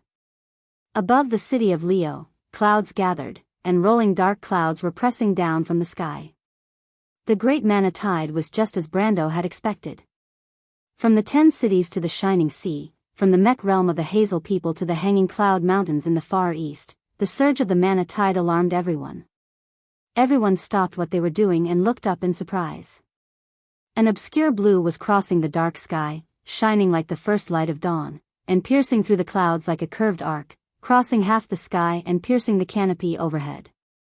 The astrologers of Wonde were terrified at this moment. The sea of manna was roaring violently, and every saint who hid in the prayer room and prayed devoutly to their God could not calm the turmoil in their hearts. Dark clouds covered the light of the stars and the moon, and darkness passed over the mountains, plains, shining lakes, and rolling forests. From west to east, the pillars of order in every holy church on the vast land of Wonde lit up one by one. Martha's law of Tiamat issued a warning to everyone, heralding the coming of an era of chaos. On the Ironheart Square, the lofty bishops looked up at the dramatic changes in the sky with an indescribable expression on their faces.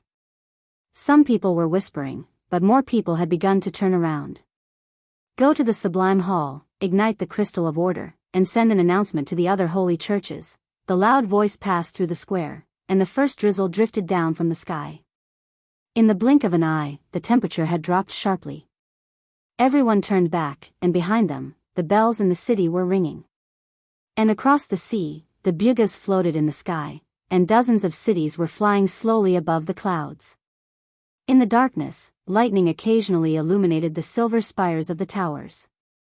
In Onais, the astrologers walked out of their white tower one by one. Those archmages in white robes and holding long scrolls, even if they could not see, could still feel the changes in the world's order. The huge magic circle of Tiamat was changing its orbit. The entire world rumbled. In the distant heavenly realm, in the depths of the sea of clouds, lightning would occasionally fall, like a winding flame that lit up the pitch-black sea. The pale electric light passed through the attic window with a strong foreign style, casting the shadow of the craftsmanship patterns on his thin and long cheeks. William held the wizard's chess piece and seemed to be in deep thought. His face was pale. He sat upon the throne of the 12 protector kings, the throne behind him like an elongated shadow. The pointed back of the throne, which symbolized supreme knowledge, extended infinitely toward the vault in this environment, brimming with mysterious majesty. The old mage remained motionless like a statue. His deep gaze was fixated on the arched hall that towered like the vault of heaven below the handrail. The depths of his eyes were like the restless sea of magic at this moment, containing an endless fog. The great wizards in silver robes passed through the empty corridor one after another. They passed through the heavy curtains hanging from the arched beams, passed through the hall, and came under the gaze of 320 pairs of eyes. They raised their heads. Above them, the members of the Silver Union were no longer sleepy like they usually were. Instead, they were all frowning. There were no whispers, no whispers. The air was filled with an ominous aura. Citizens of Buga, great wizards, salute knowledge, salute the truth. A voice reverberated in the hall, echoing repeatedly, but then roaring angrily. A wizard in a white robe held a parchment scroll in his hand. He raised his head like a lion and questioned everyone. Today, who foresaw all of this and concealed the truth? We demand an answer. Is this the sign of a destruction and new life, in the prophecy, or is it the sea of magic showing its anger once every few decades? The borders of Tiamat have long been unable to suppress the rising and violent power. The archivists and the Silver Candle Association have sensed the arrival of a great change from every subtle sign on the 1,400 nodes. But what about our Senate? The senators are still sleepy. Where is the eye of the Revelator? Where are the scepters of the 10th realm? The wizard waved his fist powerfully, like a challenge. Since the War of the Holy Saints, the reaction of the Bugas of the Silver Folk has been slow day after day, like those arrogant reptiles. This alliance is aging, and only a new spirit can reinvigorate it. Change is coming. Are we going to miss the opportunity again?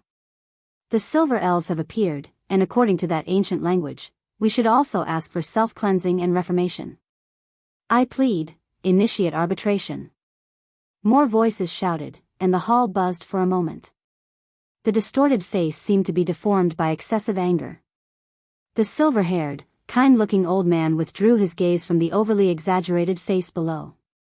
He glanced at the members who were looking at each other and could not help but throw the queen in his hand onto the chessboard. With a clang, the chessboard seemed to come alive.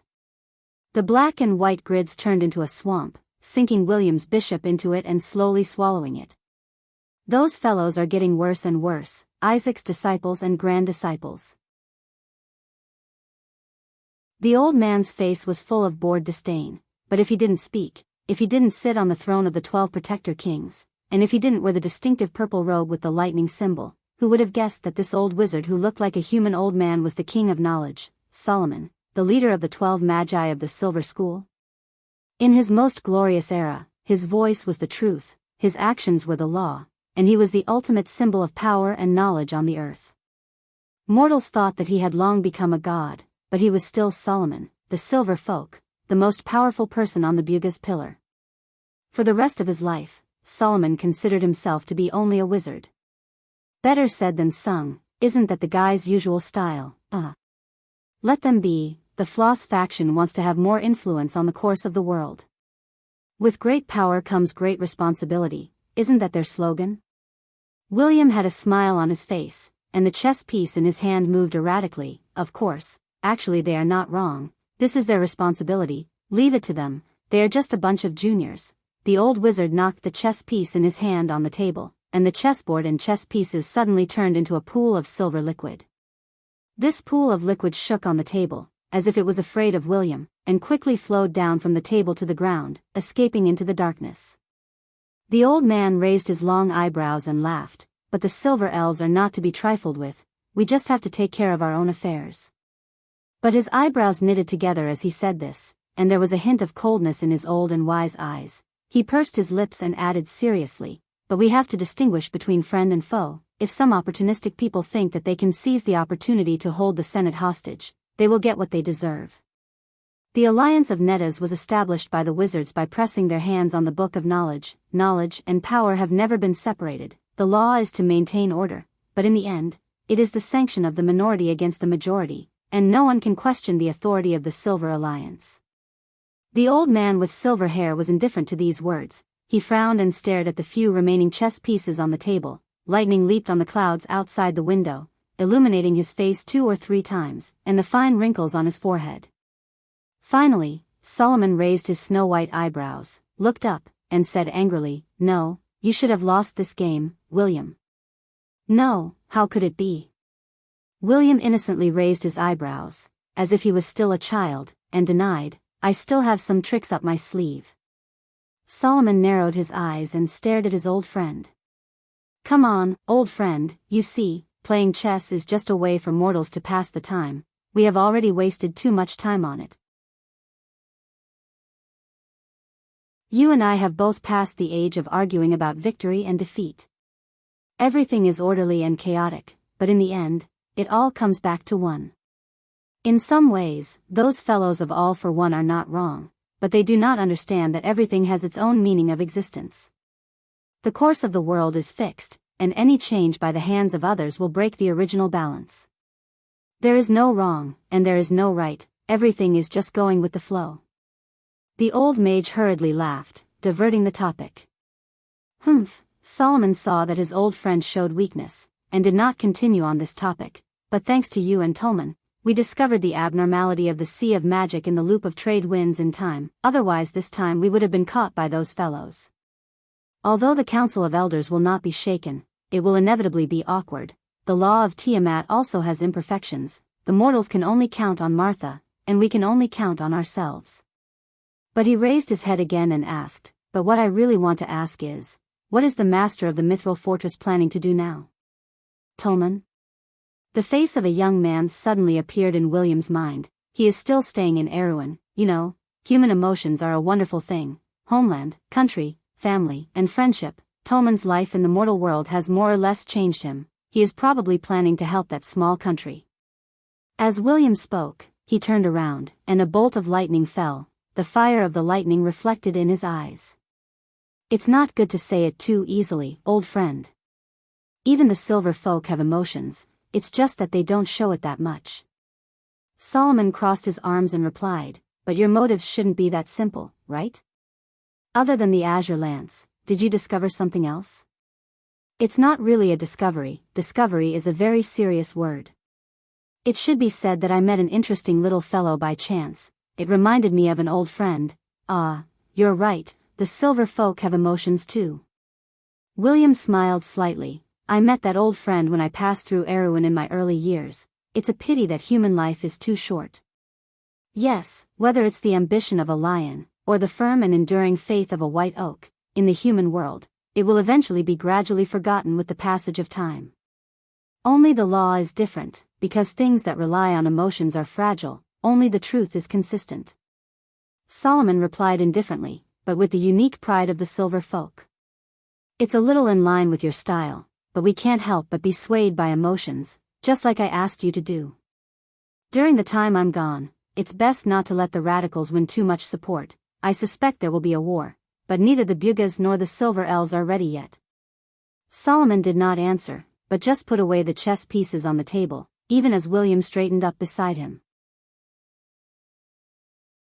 In the storm outside the window, in the midst of lightning and thunder, William stretched out his hand, and the staff immediately flew from the corner and landed firmly in his hand.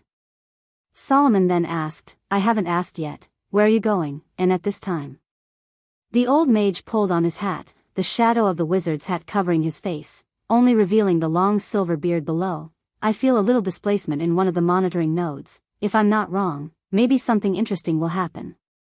Ah, I see. Solomon raised an eyebrow.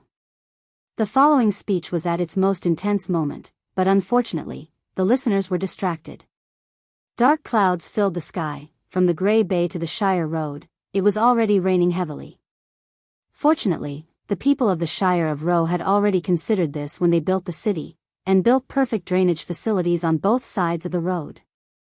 Every year after midsummer, the rain clouds would come from the Sea of Eternal Death, and would be blocked by the hanging cloud mountains, gathering into rain and slowly falling. But this year, the rain was especially plentiful, and the mountain torrents had already destroyed many bridges. A group of knights rushed out of the rain, and moved forward on the muddy path in the mountains with difficulty. In the heavy rain, the men and horses were all draped in sky-blue battle robes. The emblem on the battle robes was the pattern of a 9-headed snake, and most of the knights were also wearing elf-style battle armor. Under the pointed helmets, pointed ears and light green hair were exposed, proving their identity. Lord Marquis, it's just in front. A loud voice shouted, but it was almost drowned out by the sound of the rain. Did any of you see clearly what it was? The only tall elf in the group turned around on the back of his horse, his elven chainmail rattling, but he did not care about these details, and only used a serious tone to ask. The style of his armor was very exquisite, and light green magic seemed to be flowing on the surface of the armor, preventing the rainwater from entering. The tall elf turned his head and looked at his followers. His face was solemn, but he was very handsome, and his sky-blue eyes contained uneasiness and worry. A ball of fire, Lord. That was Sarah's tear. The knights stood in the rain, looking at each other. They did not know what this lord from the central province was worried about. Wasn't it just a meteorite? The mortals on the ground thought that meteorites and shooting stars were the tears of the dragons in the sky, and only a few witches thought that it was an omen of misfortune.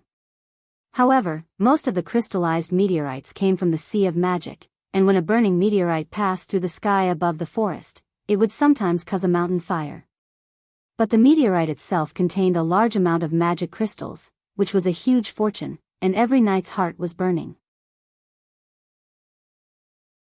But the tall elf did not answer. The world paid attention to these minor details, but few people noticed that since the year of flowers and summer leaves, the number of Sarah's tear had increased. In the county of Roe alone, there were more than 30 sightings. He remembered the data displayed in the file. Those numbers were meaningless in the eyes of an ordinary person, but in the eyes of a person of his status, they were like sharp blades inserted into the map, shining with a frightening cold light. The law of Tiamat was weakening. But how could this be? Marquis Stoffen turned his head and stared at the surging magic tide in the sky. The blue sky was like an arc of light reflected in his eyelids, but the light seemed a little deep. The knight around him did not know his true identity at all. The country people only thought that nobles like him from the central province were greedy and afraid of death, but they did not know that he was the Night Song Knight of the Holy Cathedral of Wind Empress. It was ridiculous. The border of Saint Tossel was becoming more and more unstable.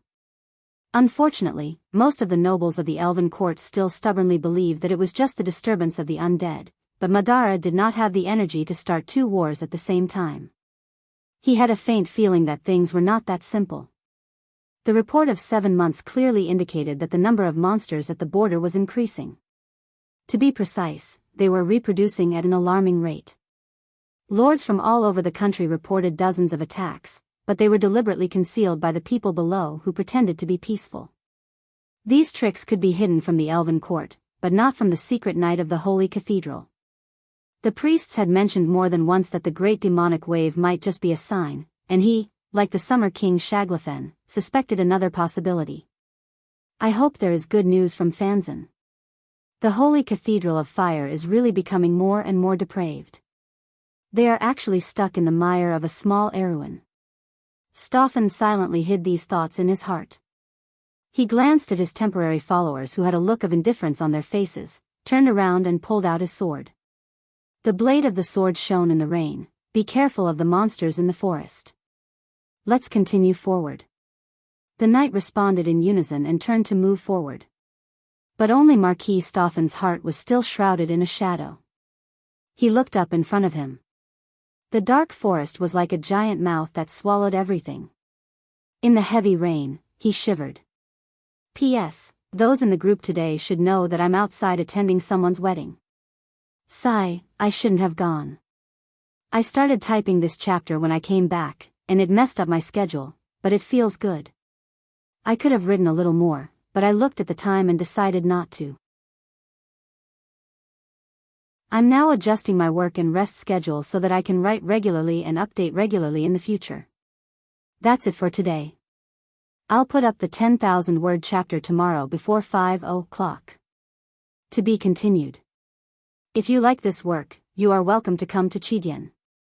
Come to vote for me. Your support is my biggest motivation.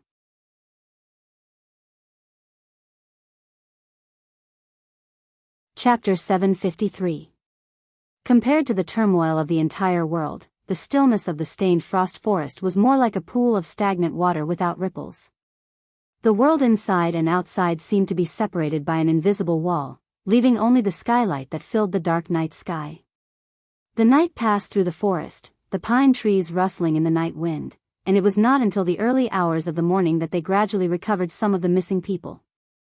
But what surprised Brando the most was that Freya and Lorena found the sleeping huntress in a small forest.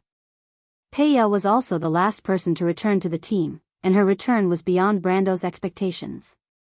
The more confusion there was in the dream, the greater the power of seduction.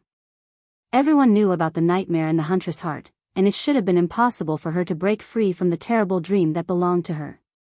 But she succeeded, and when she was found, she was sleeping quietly in a mossy field. The look on her face was like that of a sleeping princess, without the usual wildness of a hunter, but there were traces of tears on her face. Brando asked Maynel to check on the other person's condition, and after confirming that there was no major problem, he told the others not to disturb her. Peya's dream had reached the final stage, and all that was left was to wait quietly for her to wake up. As long as she appeared outside the world of fog, it meant that she would wake up. There was no need to worry too much about the rest. The knight scattered among the woodland for a short rest according to Brando's orders.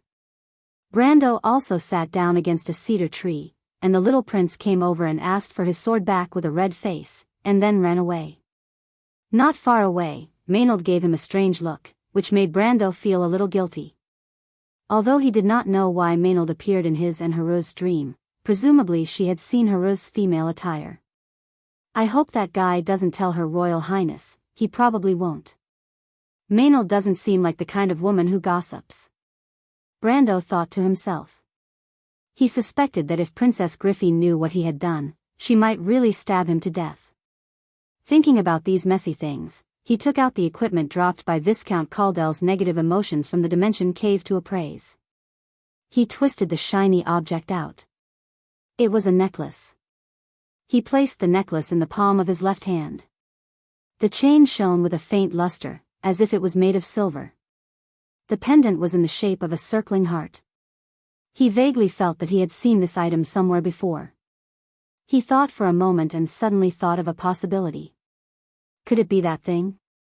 Brando's heart flashed with joy and he hurriedly opened his status panel.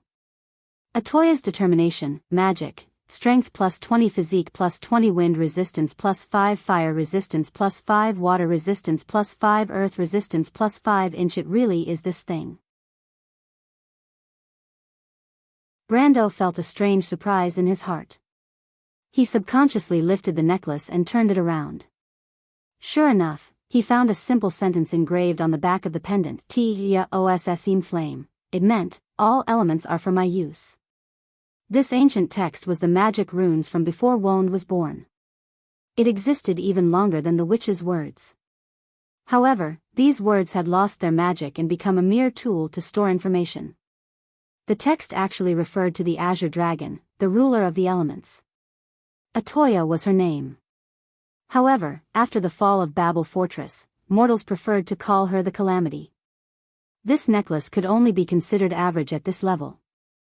However, it had a special meaning to Brando because, like the Ring of the Wind Empress, it was actually a quest item. The beginning and end of the Calamity, the jewel of the Dragonborn crown. This legendary item was the final reward of this series of quests. It could expand the pool of the 4 elements at the same time. It was one of the divine necklaces of the elementalists. It was also something that Brando was now determined to get. Originally, Brando planned to find a way to buy this quest necklace, but he did not expect to get it so easily. However, Atoya's determination itself was not a rare thing. The difficulty of this quest lay in the process, not the means to trigger it. Brando took off the star of flame from his neck. This necklace had been with him since the Eversong Forest, but the ruby on the pendant had long been shattered and destroyed in the last war in Ampere Seal. He put the star of flame beside him and took Atoya's determination with him. Although Atoya's determination was not the best, it was always better than nothing. Then Brando took another look at the dimension hole that was divided into 2 lines. In the dimension hole, there was a large pile of spoils from the loop of trade winds. Brando had never thought of organizing them. Among these messy things, there was a cylindrical object about the length of an arm that flickered with a dim light. He was slightly startled, and then remembered that it was a spoil from the battle with the demons. At first, Amandina had this thing, and then she passed it to him. He still had not figured out what it was used for. However, there was really nothing to understand about demon items. They were not things that could be controlled by mortals. Most of them had side effects of one kind or another, and the consequences of using them without authorization were generally not good. For example, Countess Dilferi was still unable to get out of bed and walk for a long time. The priests of the Holy Cathedral also said that her body had a hidden disease, and Brando had always felt guilty about it. However, this was still considered to be relatively light. It was not uncommon for people to lose their lives or even have their souls imprisoned forever because of using demon items. Brando thought of Dilferi and lost interest in the thing. Although the witches in the Cynthia area were good at inspecting demon items, he did not need to go there specifically. After inspecting the thing in his hand, his heart inexplicably calmed down along with the forest. The morning breeze began to blow through the canopy, making a soft sound that almost made people want to fall asleep. But no one could sleep, because as soon as they closed their eyes, they would think of the nightmare from before. Brando felt someone sitting beside him. It was Scarlet. She did not even need to ask for the permission of her lord to sit beside Brando. She looked back and watched Brando's movements quietly with her beautiful amber eyes. "What's the matter?" Brando asked. Scarlet took out a ring and handed it to Brando. Brando saw the ring in her hand. The ring looked very strange on the surface, a bit like someone had polished it with pebbles, very smooth and plain. But he froze for a moment before realizing that it was a magic ring. "Is this your lute?" Scarlet nodded. That was the relic of the lost one. It seemed that Scarlet's luck was not bad. He took the ring. The stone ring was very smooth to the touch, and the surface seemed to be satin, but he could not tell what it was. But Brando was not in a hurry to guess its attributes. This kind of stone artifact was very rare in Wand, and some even witnessed the beginning of the whole world.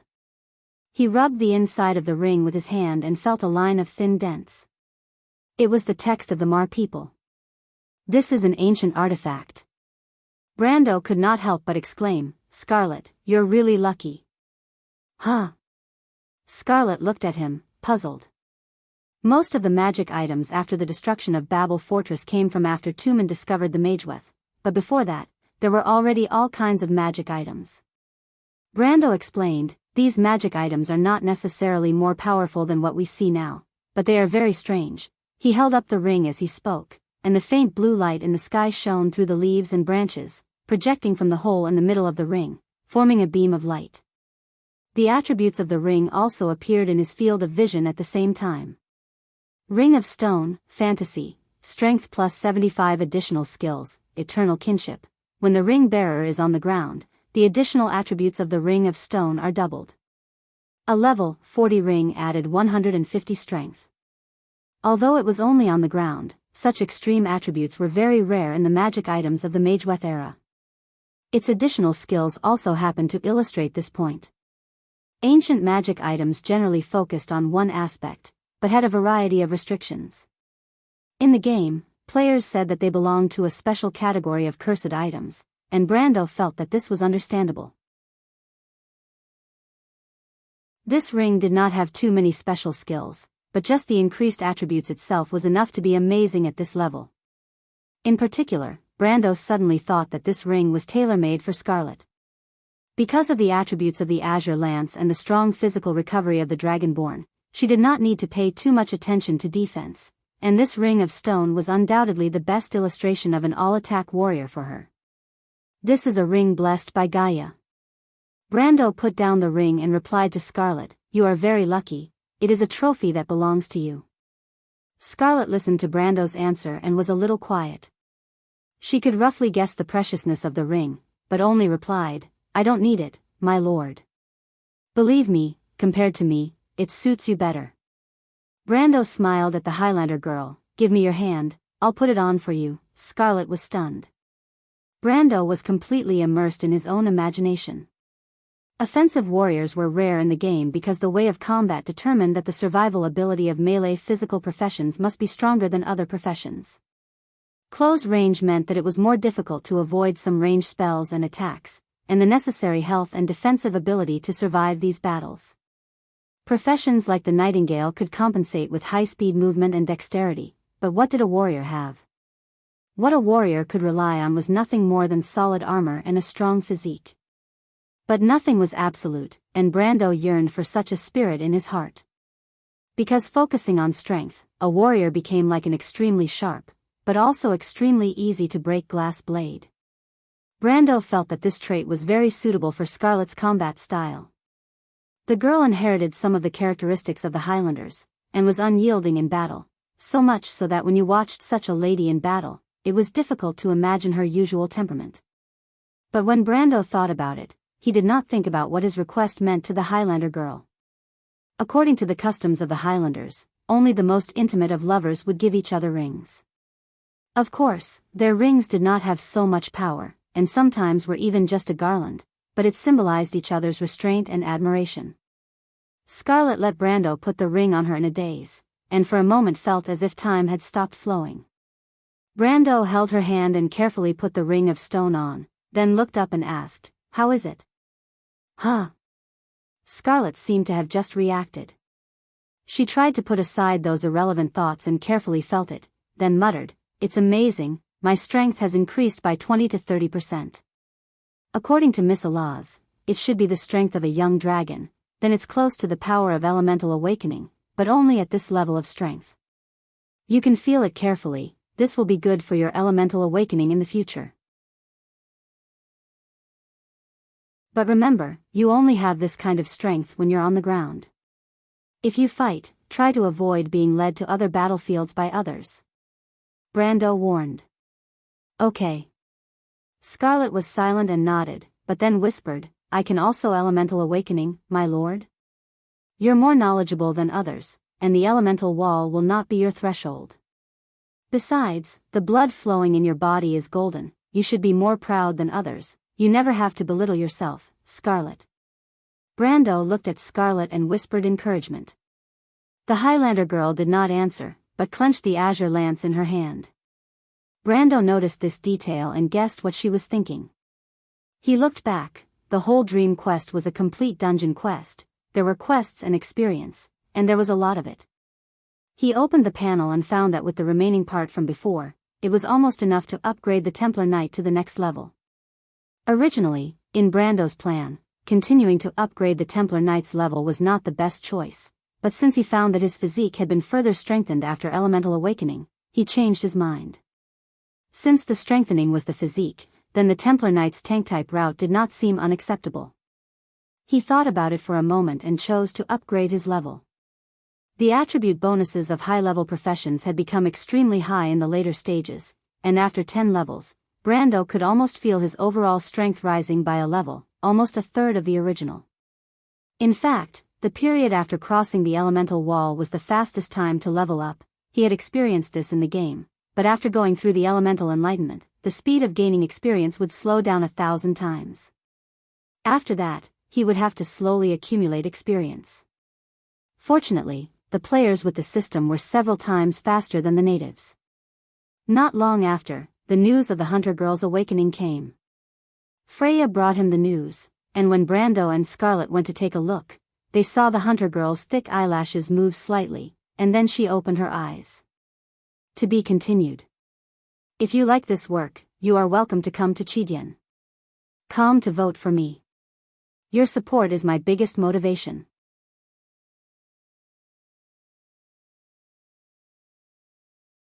Chapter 754. At this time, almost half an hour had passed since she was discovered, and Brando saw Peya, who had just woken up, look at her surroundings blankly. There seemed to be a trace of confusion in her eyes, and the confusion in her dark eyes turned into a strong sense of vigilance. She suddenly turned over and bounced up from the ground like a female beast, and her hand subconsciously reached for the short bough behind her back. But she was destined to catch nothing. Then Peya woke up, and when she saw Brando, she seemed to be stunned. I'm sorry, Sir Knight. I thought, but Peya's words suddenly stopped. Brando saw a look of horror on her face, and she turned around and glanced at the surrounding forest as if she had seen a ghost. How could, it's exactly the same. Peya suddenly took a few steps back, ignoring everyone around her. She observed the surrounding forest as she retreating faster and faster, and then ran wildly, disappearing into the forest in the blink of an eye. Peya's actions stunned everyone, and Brando was also slightly startled, and then noticed that the direction the Hunter Maiden had disappeared in was the exit to Milo's breath. Brando? Freya asked from the side, "What's wrong with Peya? Should we go after her?" Everyone looked at each other, not knowing what had happened, and Brando himself was also confused. Peya's previous behavior was not that of a reckless person. On the contrary, she could be called an excellent hunter. And most of the best hunters had one trait in common: calm and collected. Brando only hesitated for a moment before saying, "Follow her." Faint starlight began to appear in the forest, indicating that they were leaving the range of the Evernight forest. In the dim light, Brando saw the Hunter Maiden in front of him shuttling through the forest like a vigorous female leopard. She was not stubbornly going deep into the forest, but instead seemed to be scouting the way, occasionally stopping to wait for them. This made Brando feel a little more at ease. What he hated the most in a group operation was to leave one's post without permission and put others in danger. Such an action was selfish and stupid. But it seemed that Peya had not lost her mind, and Brando occasionally saw her stop and look around with a puzzled look on her face. This confirmed his conjecture that the Hunter Maiden must have discovered something in the dream. Sometimes dreams would reveal the future, and such a chance was extremely small, but if Peya's and her brother's dreams were entangled, it was not impossible. Brando realized that Peya might have seen the direction in which Grand Duke Erek and the others were heading in. This was the only possibility that could make the young hunter girl lose her composure. However, this at least meant that her brother was not dead. At least, he was not dead when they passed through this forest. In this way, the team moved forward for about 2 or 3 hours under Peya's leadership. During this time, the huntress never deviated from the direction leading to the glacier, which further showed that Brando's hunch was correct. If Enrich and the others had also passed through here, they would not have easily left the correct route. And it was at this time that the hunter maiden finally stopped. Brando parted the bushes with a crash and caught up with her from behind with everyone. He saw Peya standing blankly under a cedar tree. Brando walked over to take a look and saw that Peya was holding a dagger in her hand. This dagger definitely did not belong to the hunter maiden, because her dagger was still clipped to her boots. Other than that, Peya should not be armed with any weapons. "Is this your brother's thing?" Brando glanced at the dagger, which was just a very ordinary animal skin knife. Nobles would not use such a vulgar thing, and only hunters in this area would use it. The hunter maiden turned her head, and Brando was surprised to see her red eyes. Peya rubbed the corners of her eyes, took a breath to calm down, and replied, "Can the dream be real, my lord?" "What's wrong?" "I don't know, I was alone in the dream, and I dreamed of everything that happened that day. I dreamed that I was dead, frozen to death in the river, but my soul was muddled, and I seemed to hear a voice calling me. I saw the pale night, and I followed them in a daze. I saw my brother, and I saw those people that day. They passed through this forest and moved forward slowly, and I saw my brother following them, behind a taller figure. I saw him pass by here and fall. I called him, but he didn't answer me, and I saw his dagger fall here." Peya lowered her head and looked at the dagger in her hand with some fear. "It's here." "What else did you see?" Brando immediately realized that this should be her brother's dream, and her brother should have also experienced the dream of the lost names, and then left part of his memory here. But he was a little curious. Her brother's dream was so incomplete, and it seemed that he had passed through here, which was incredible, and he could not help but continue to ask. "I saw them walk into an ice field, the wind and snow covered their figures, and I stayed there forever." The huntress looked up, her eyes flashing with a strange panic, and she shuddered. "Am I dead, Sir Knight?" She looked at Brando blankly and asked, almost trembling. Am I a ghost now?" Brando felt that the huntress's question was a little absurd, but he could probably understand the panic in Peya's heart. Not everyone knew the mysterious legends like he did, and most of the country people would attribute incomprehensible things to ghosts and gods. He coughed to wake Peya up. "You're not dead, the dream is absurd, but part of what you saw may be true. Your younger brother might have survived as well. Just like what you saw, that part is actually the memory he left behind here." Peya heard this and trembled all over. "Really?" "Of course, you understand, I don't have to lie to you," Brando replied. Peya clenched her hands into fists with excitement, her chest rose and fell rapidly. She turned around and thought for a moment, then turned back and said to Brando with some embarrassment, "I'm sorry, Sir Knight, I was a little too reckless before." Brando sighed. What else could he say? You can ask a soldier to abide by military discipline, but Peya was certainly not a soldier, nor an adventurer or a mercenary, she was just a hunter.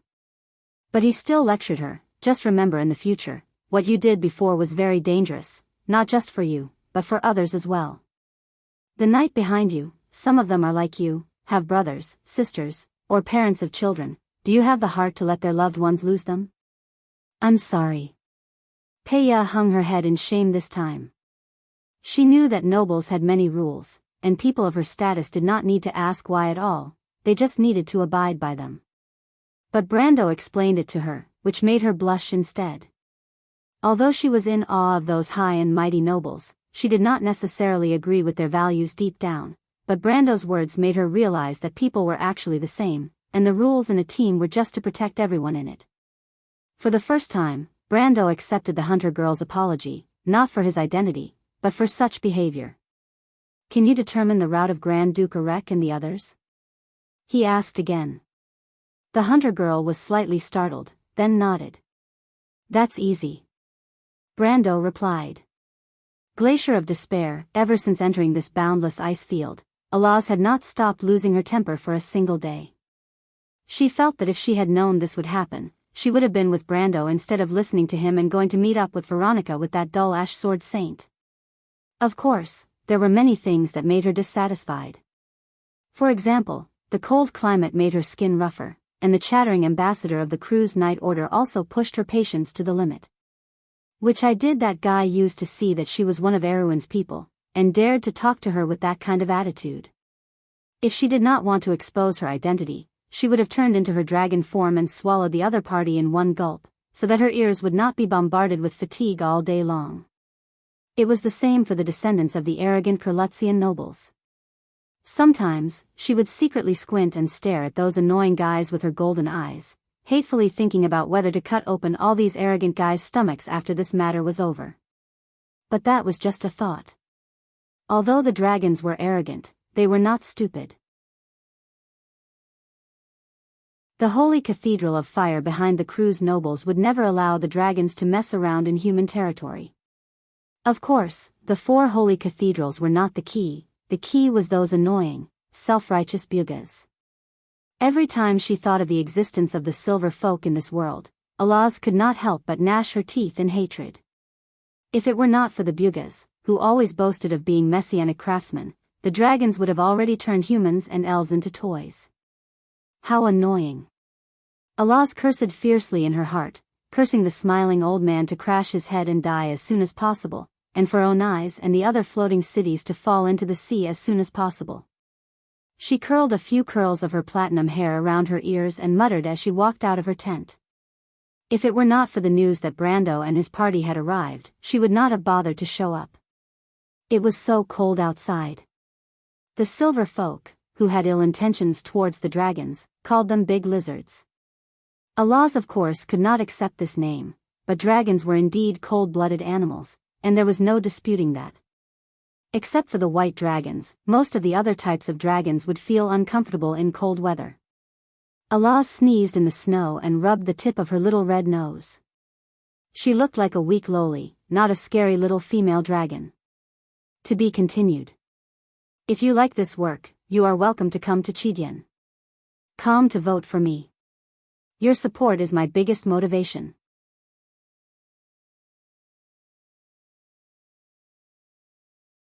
Chapter 755. If Allah's curse were to come true, it would be enough to destroy the entire Buga's wizard craftsmen and their floating city 10 times over, and there would be nothing left of them. Even Brando would be implicated. For example, our little female dragon lady cursed Brando at least 20 times to make him lose the ability to reproduce. Fortunately, Brando was unaware of these vicious curses at the moment. He and Veronica agreed to meet in the valley near the Breath of Despair. Cruz's people were indeed one step ahead of them. Veronica and the Ash Sword Saint were both long-established powerhouses, and the Forest of Tears in front of them was unlikely to stop their progress. Even if Alaz was lazy and did not contribute, a small level 50 dungeon would not cause any trouble for Cruz's people.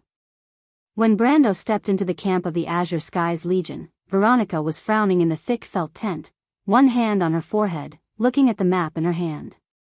This map was actually provided by Duke Vero, whom Eek had persuaded.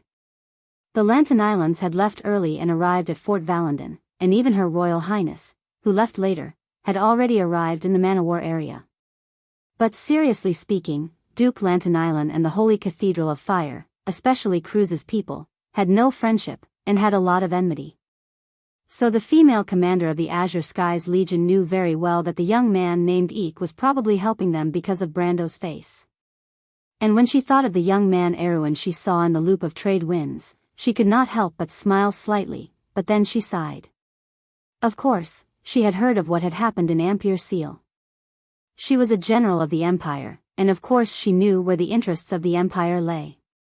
She knew that the young man might become a difficult opponent for the Empire, but she did not expect this day to come so soon. She looked up and glanced at Mephisto, who was not far away with his arms crossed and looking straight ahead. The Ash Sword Saint did not have a good impression of the Cruz people, so he rarely went anywhere other than to discuss matters with Veronica. In fact, even if he was willing to go, Veronica might not feel at ease. For the people of Cruz, he was a big devil. That good student of yours is here. Aren't you going to do something? She asked. Mephistopheles looked back at her and didn't answer. He had nothing to say to Cruz. If Veronica hadn't promised to help him restore his country, he probably wouldn't even be in the mood to appear here. However, when Veronica mentioned Brando, the Ash Blade Master could not help but feel proud. This time, Brando had taught Cruz a lesson in Ampere Seal. Even the Ash Blade Master himself had never done such a thing. The key was the use of the relationship between the Bugas and the Silver Elves to force the Cruz people to suffer in silence. This move was simply played beautifully. Mephistopheles couldn't help but be satisfied. However, if he could make Cruz bleed more, he might be even more satisfied. Veronica didn't mind seeing him like this. She was already used to it.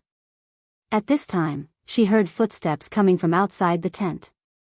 She couldn't help but raise her eyebrows, and her eyes moved slightly. She had already recognized the voices of Brando and his party, but to her surprise, Brando's footsteps were steadier than before.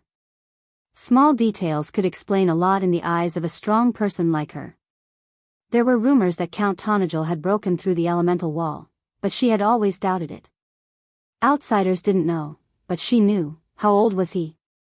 But at this moment, Veronica couldn't help but look up in surprise and murmur, Erwin actually has another temple knight who has elemental activation.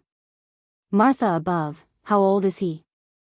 Hearing Veronica's sigh, Mephistopheles couldn't help but smile. The world knew him as the Ash Sword Saint. His reputation was not only in the Cruz Empire, but also in the wider world. He challenged the descendant of one of the four sages with one sword. A huge empire, even the eagle that spread its wings and made everyone tremble, was like an ordinary thing in front of him. But after all, the empire was not something a mortal like him could compare to. Cruz would live forever, and sooner or later he would turn into dust. People often said that dynasties rose and fell, but the cycle of dynasties was ultimately longer than a person's life. After he died, who would still remember the name of the Ash Sword Saint? But now he had a student, and this student was destined to achieve greater things than him. A 20-year-old temple knight who had elemental activation, the chosen one, was nothing more than that. But Brando was not the kind of person who was destined to be Martha's favorite at birth. In the eyes of others, his fate was controlled by him. The young man came from Bucci, and was just a descendant of a Highland knight. The protection of his ancestors had no impact on his life. If there was an ancient noble in Aween who used his own sword to plow his own land, then there was no one else in Aween. Then it must be Brando. The late King Eric, the Flame King Gretel, was nothing more than that. Some people's names were destined to shine in history, and Mephistopheles knew that his student was such a person. Maybe Cruz people could still be high and mighty now, but what about in a few decades? History always gave heroes space, and even Brendel himself did not realize it. But someone like the Ash Sword Saint, who had seen many things in his life, had already seen the cause and effect of this. He had always been arrogant, but he had to admit that the best decision he had made in his life was to choose Brando as his student. With such a student, the teacher would also be proud of it. The snow and wind whistled outside the tent. The sky had been dark ever since the beginning of the demonic wave. In any era, this was a sign of the beginning of chaos. Heroes were born, and even Mephistopheles couldn't help but sigh. Brando had already opened the tent and walked in, followed by Freya, Scarlet, Medisha, and the Shire. He saw Mephistopheles first, and quickly nodded to the Ash Sword Saint. He was already the lord of a territory, but the Ash Sword Saint was still his teacher in name, and he had taught him a lot. Brando now only had respect for the Ash Sword Saint. Only then did his gaze fall upon Veronica. In fact, he had long noticed that the female Azure Skies Legion's gaze had also long since fallen upon him. Legion Commander, I didn't expect to meet you again so soon. Brando smiled and greeted her. I should have captured you and Andesha back to the Empire. I didn't expect you to cause so much trouble for me so quickly. Veronica glared at Brando and snorted in anger, look at what you've done, brat. You probably don't know, but the Empire's noble senate is about to turn upside down. Brando naturally knew, but he took off his cloak and handed it to the knight behind him. He then raised his head and looked at the Azure Skies Legion commander with bright eyes. Lady Veronica, you also know that you won't get any benefits from pushing all the blame on me. I'm different from the lame nobles like Erwin, and you're also different from the arrogant nobles like Cruz. There's no need to point out anything, right? Also, I helped you capture Andesha, but His Majesty didn't give me any rewards. Brando added. Veronica couldn't help but look at this brat with amusement and anger. Lame Erwin nobles was a proverb used by Cruz to mock the people of Erwin. It meant that the nobles of Erwin would bow down to the people of Cruz. An even worse usage was lame dog. But Brando felt that lame dog was not enough to describe certain people. In his opinion, the nobles of this era of Erwin nobles were a derogatory term. At least compared to the nobles of ancient times, the nobles of today were just wriggling parasites. You still want a reward? Do you know who you've killed? That's Williams. Don't tell me he really relied on his own ability to become one of the 7 deputy commanders of the Holy Cathedral Knight. The nobles of the Empire don't have a huge family behind them. Do you know how much trouble you've caused? Veronica replied angrily. Brando spread out his hands. Anyway, I'm not going to the Empire. They can't come to Erwin to trouble me. As long as Ripasson or Duke Baishin don't send troops to Erwin's border, do you think I'm afraid they'll find someone to assassinate me? That's not impossible. Veronica put on a straight face, but she was relieved when Brando mentioned Ripasson and Duke Baishin. She admired this young man and was really afraid that he would kill Williams because he was young and impetuous. But since he knew what kind of strength was behind that guy, it meant that he must have been prepared. She took a closer look at Brando and sighed. It's easy for you to say. In that case, why are you still here to help me? Brando was not embarrassed that Veronica saw through his intentions. After all, to be able to become the commander of the Empire's Legion, the other party was naturally not a simple person. Besides, the family behind Veronica had nothing to do with Duke Baishin. As long as there was no intersection between big families, there must be conflicts. Brando felt that this was a win-win cooperation. He needed Veronica to help him maintain at least his reputation in the Empire, at least not to be called a heretic. Veronica also needed his help now, and in the future, Brando believed that the relationship between the two would only be closer. As long as he started to develop the Black Forest. However, he didn't intend to say these plans out loud. He just smiled and thanked Veronica sincerely. Thank you. Although Brando maintained the arrogance of a soul from the modern era, he actually knew that Veronica's position was not on the same level as his. One could almost say that she was the Empire's Grand Duchess, and he was only half a count in Erwin, because Tonajal was never a count's territory.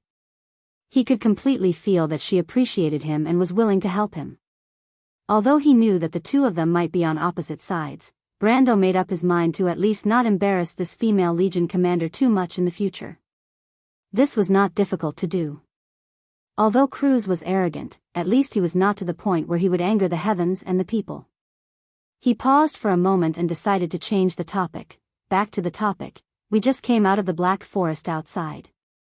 Legion Commander, you must have been waiting here for a while, right?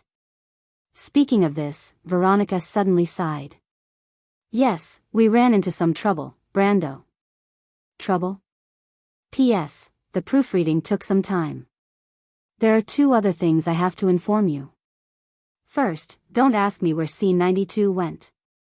Second, because many people want me to respond to a lot of questions about the setting and the era, it is impossible for me to answer them one by one. I thought about it. From today onwards, if you have any questions about the setting, you can raise them in the book review section. I will be free from 9 to 9:30 every night, and I will come to the book review section to answer these questions one by one. If you have any questions you want to ask in person, you can wait until then. However, I will try my best to avoid answering questions related to the plot and character creation. Generally speaking, only the setting is involved. I know that there are some contradictions in my setting. After all, the time is too long, so let's discuss and fix it together. To be continued. If you like this work, you are welcome to come to Chidian.com to vote for me. Your support is my biggest motivation.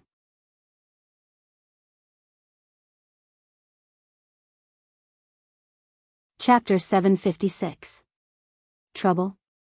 Veronica tightened the fur coat on her body, revealing the graceful curves of the female legion under the coat. It was the same color as the light brown background of Curlut's winter military uniform, the same color as Curlut's famous brown rock.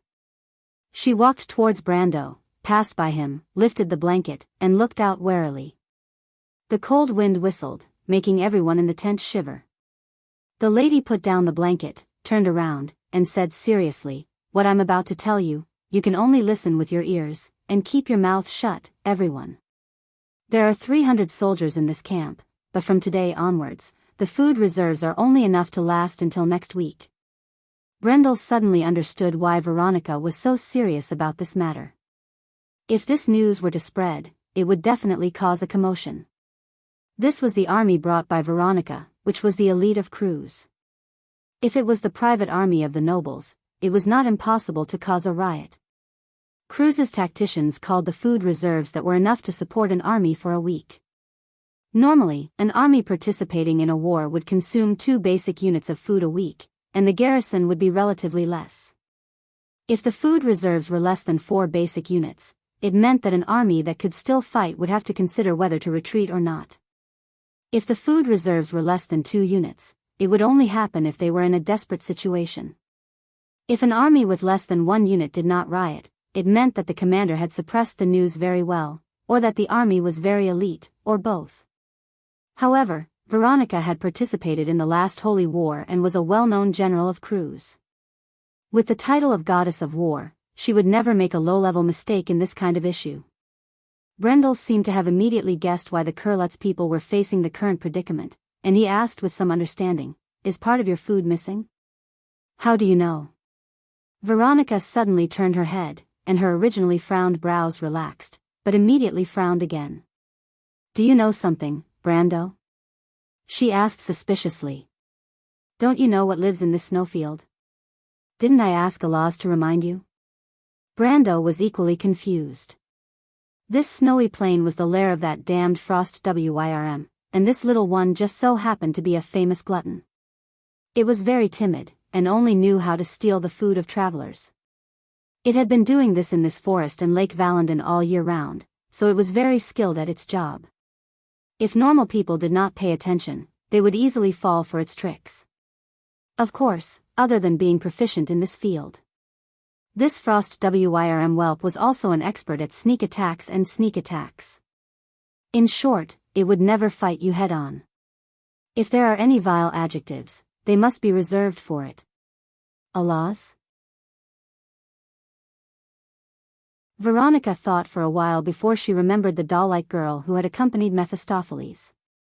But the only impression she had was that she always had a sour expression on her face.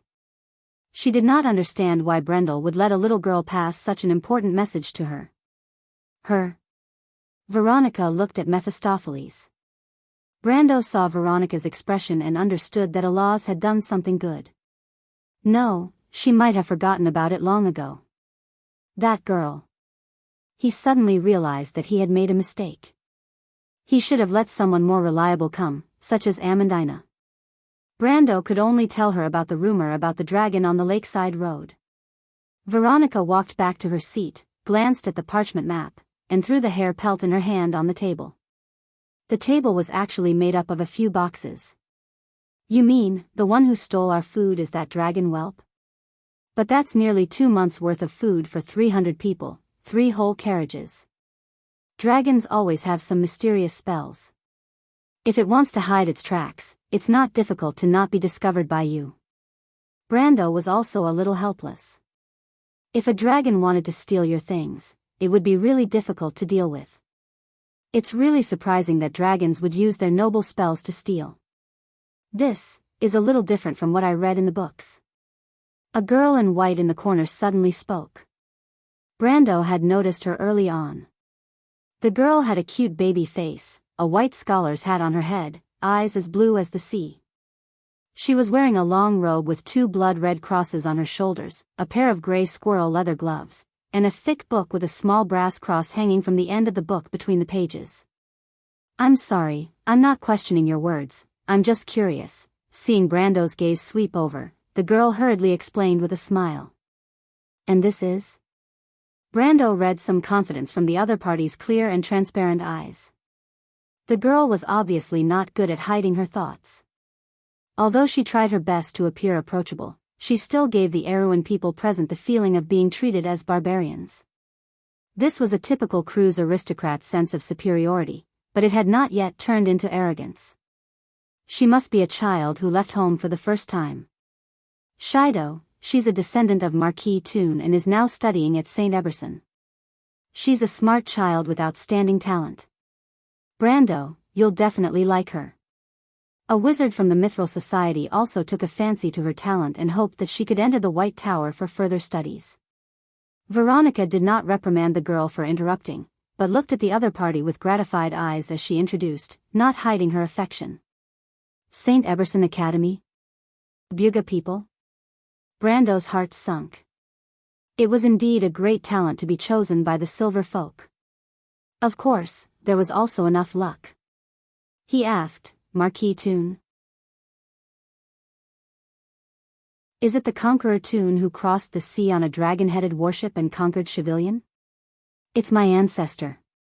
The girl's eyes lit up slightly. She probably did not expect that there would be someone in Erewhon who could tell the origin of her family, especially the legend of her ancestor conquering the Chevilian area. She had always yearned for it and was also the pride of her family. You're treating Erewhon as an uncivilized area. Brando saw the look in Shido's eyes and knew what she was thinking. He glanced at the other party's attire. The cross on the white shirt was a typical Blood Cross emblem. The Blood Cross was a prestigious scholars' organization in Cruz. Its status was a bit similar to Erewhon's Royal School of Geography, but the Blood Cross did not have such a young member. He must be an honorary apprentice in name. Then who is this? Brando looked at the corner of the tent. He had already noticed the man who had been quiet and had not spoken.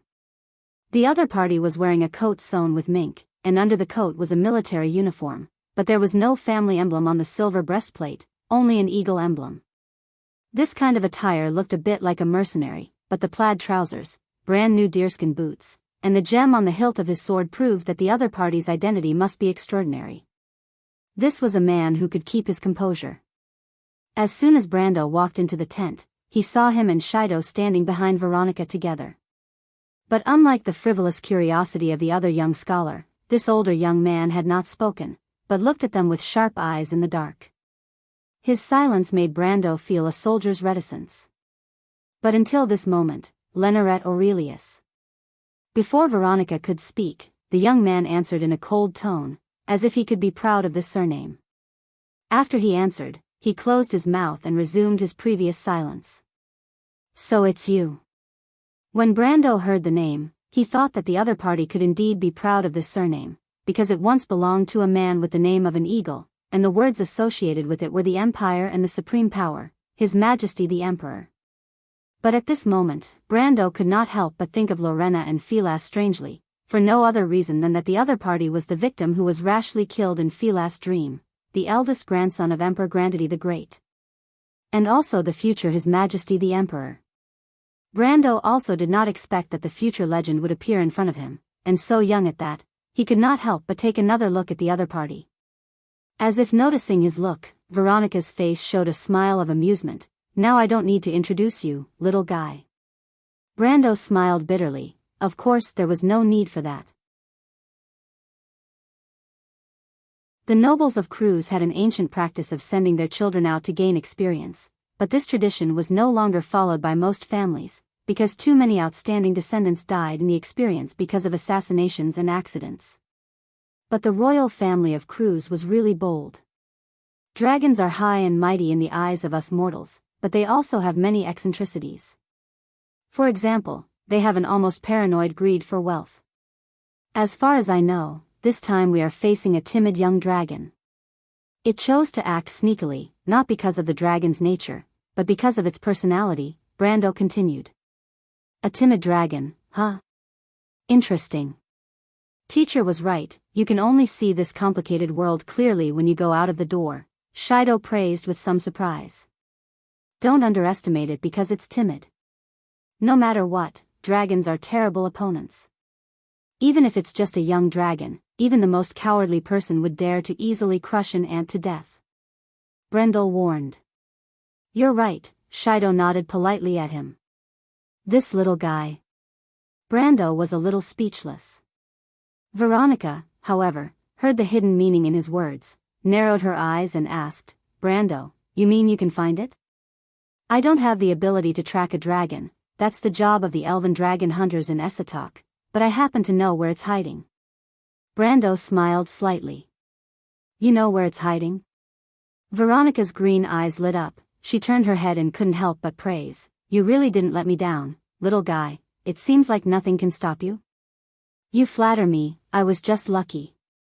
Don't forget, I'm on good terms with Duke Anthony, and Duke Vero isn't against forming an alliance with me. They're the real masters of this place. This young dragon has been living in this area for quite some time, and the locals can't be ignorant of it, Brendel replied humbly. However, Veronica seemed to be really troubled by this matter. She still looked at Brando with appreciation. Brando, you make me regret, I mean at your age, sigh, if only you were willing to join the Cruz Empire, how great would that be? Aren't I standing with the army commander now? The army commander's hospitality was a little overwhelming for Brando, but he couldn't choose to become a Cruz noble anyway. He chuckled and cleverly changed the topic. Humph, Veronica snorted softly, expressing her dissatisfaction with Brando's perfunctory answer.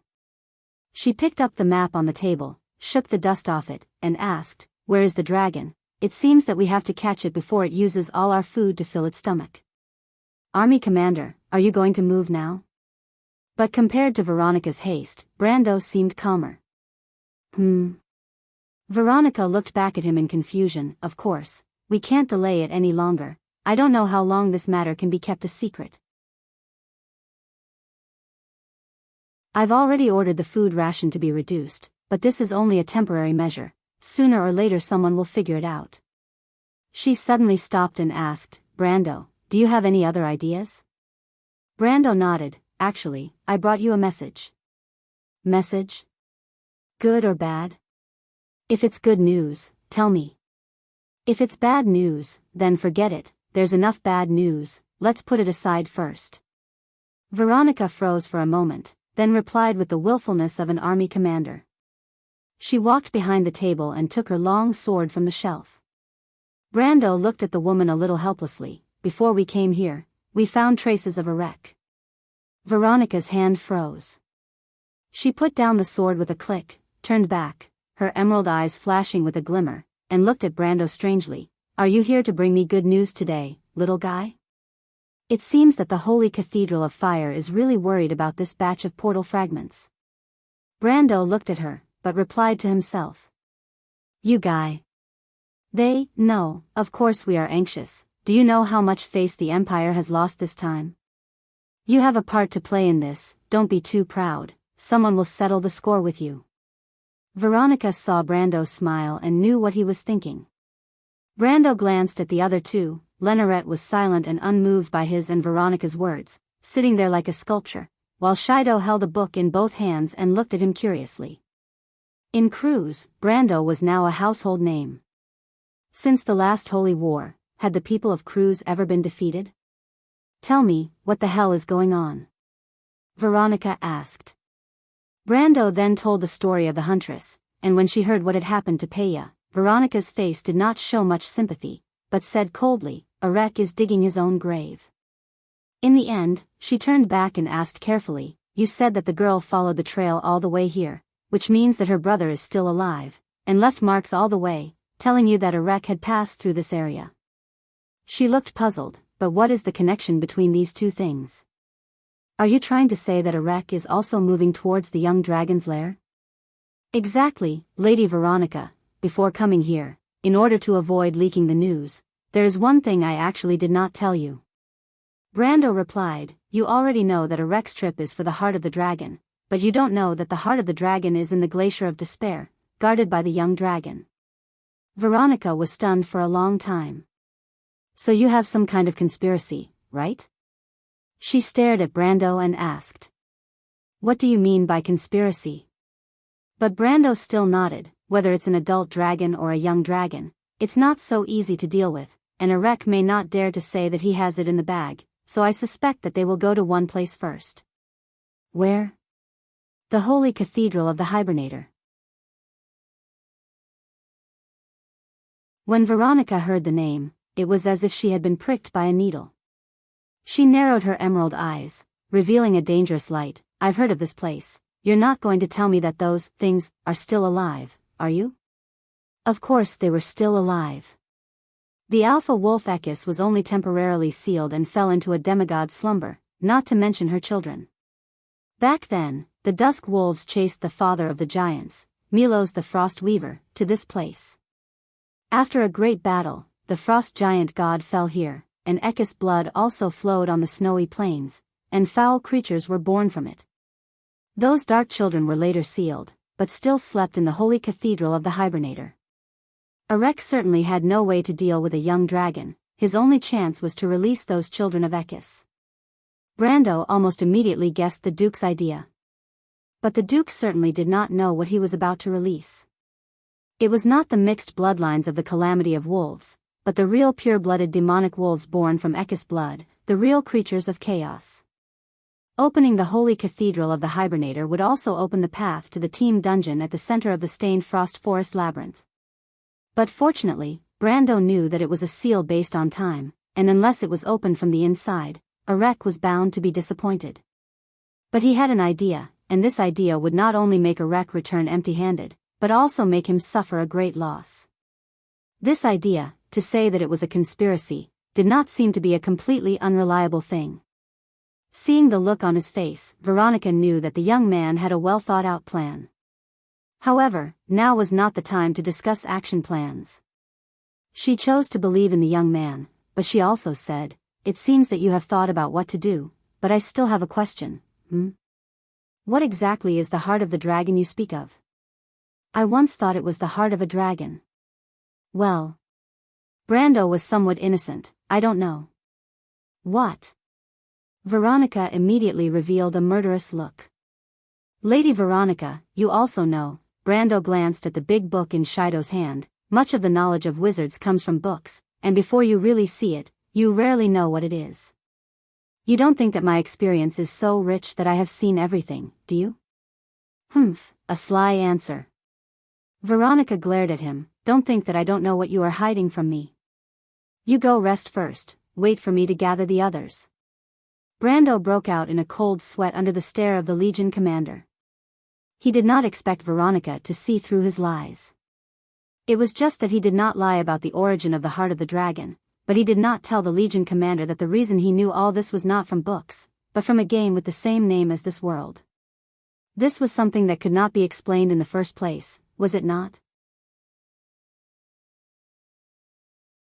Brando did not intend to be entangled in this issue. He simply bowed to the female Legion commander, turned around, and prepared to leave with the others. But at this time, Shido followed closely behind. Before Brando lifted the felt of the tent, she shouted, "Mr. Brando." Brando turned around. "What? I was just a little curious." "Mr. Brando, you are the most knowledgeable Erewhon person I have ever met. Do you really know the habits of the dragon race?" Shido asked curiously in a low voice. But Brando always felt that there was a hint of suspicion in her pure and innocent eyes. "No, I don't know." He simply shook his head. There were some things that could never be explained to such a prejudiced little girl, especially when the other party was a stubborn scholar, a female scholar. "I've only heard rumors. I also heard that dragons especially like human girls, and would snatch beautiful girls back to their lairs." "Did you know that?" Shido's eyes widened. Her blue eyes were like sapphires. She looked at Brando with sparkling eyes. "Mr. Brando, you really know how to joke." I have never heard of this. How smart." Brando thought. The girl hesitated for a moment before asking, "Mr. Brando, I heard that you are a descendant of the Highland Knight. I heard that the people of Cartier still maintain their tradition of marrying stepmothers and daughters-in-law as wives. I heard that after your death, your souls are not purified in flames, but collected and stored in jars and buried on both sides of the road. Is this all true?" Brando looked at this girl strangely. He was stunned for a moment before answering with a straight face, yes. Not only that, we also maintain the habit of drinking raw meat and drinking blood. If there is a disagreement, we will draw our swords and kill. Where we come from, women can have many men, and men can have many women. How is it, are you scared? Shido was stunned. Her face was full of disbelief. The girl just stared at Brando with her mouth open. Sorry, Brando looked at her and added, what I said before was a lie. P.S. That's all for today. 6K words. I have to go out in a while. I will come back later to look at the book reviews section and answer any questions from yesterday. To be continued. If you like this work, you are welcome to come to Chidien. Come to vote for me. Your support is my biggest motivation.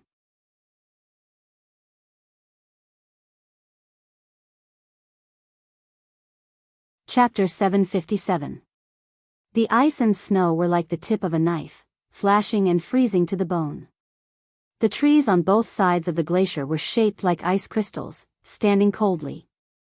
The cold wind passed through the woodland, bringing with it the sound of subtle breathing. Freya clasped her hands together and stared at the vast expanse of white glaciers below. There were sparse black dots scattered on the glaciers, and a team of about a few hundred people was moving forward with great difficulty. The scene in her field of vision was faintly discernible, occasionally obscured by the wind and snow. The future goddess of war frowned, her eyebrows covered in snow. She was wearing a thick cloak, which almost completely covered the fur-inlaid armor underneath. She looked like a hunter hiding in the forest. Her field of vision extended outwards. Hundreds of soldiers in the same silver cloak were hiding in the bushes, motionless. From a distance, they were almost the same color as the snow. Maynard looked at the time. The pocket watch was almost creaking due to the low temperature, but the needle was not wrong. She handed the pocket watch to Freya. Is it them? It's them. Freya nodded in confirmation. Seeing that those people were almost the same as what Brando had said to her, and there should not be a third force here. We're lucky that their half-baked lord guessed it right. Not far behind Freya, a few Kurlutz nobles were squatting together and discussing in whispers. Under the white cloak was a pale blonde youth who seemed to have overindulged in sex. He was only 21 or 22 years old, but the emblem on his collar proved that he was an official knight. He said so with a mixed expression of disapproval and amusement, which caused a burst of low laughter. Another person laughed and said, but Lady Veronica actually listened to that guy's slanderous words and gave the little girl full command. It's unbelievable. The others shrugged as well. Just watch. She doesn't know how to command at all. How can we launch a charge at this distance? This is a glacier terrain, not hills or plains. The blonde youth shook his head. Broad, I heard that they graduated from the Erewhon Royal Knight Academy. I see. Browder raised his eyebrows. This distance was consistent with the distance specified in the drill, but Erewhon soldiers must lack experience in fighting on the snowy plains. Tactics should be adapted to local conditions. In his opinion, this woman was a rigid dogmatist. Let's wait and see. He glanced in that direction. They were all excellent soldiers, so they wouldn't disobey orders. However, he was certain that the other party would fail, so he couldn't help but look in that direction disapprovingly. Get everyone ready, the enemy might discover us first. They're just some private soldiers of Aween's nobles, they're just chickens and dogs. That bumpkin lord's judgment is somewhat reasonable. It's very likely that the ones below are just cannon fodder. We shouldn't encounter any trouble. He probably wants to train his commander so that we're out of luck. Behind Browder, a tall female knight with overly thin cheeks judged. He also wants us to pretend to be a dragon, oh, one of them teased, putting his hands to his cheeks and imitating a dragon's roar. Ha ha ha. It caused a burst of low laughter all around. The low laughter finally caught Freya's attention. She took a light breath and looked back with some dissatisfaction, but she turned back with a frown. Don't worry about them. Maynard glanced at her and reminded her. I know. Freya nodded. This was the first battle that she had commanded in the truest sense, and she would never take it lightly. She raised her head, and her light brown eyes once again reflected the traces of the noble's private soldiers through the wind and snow.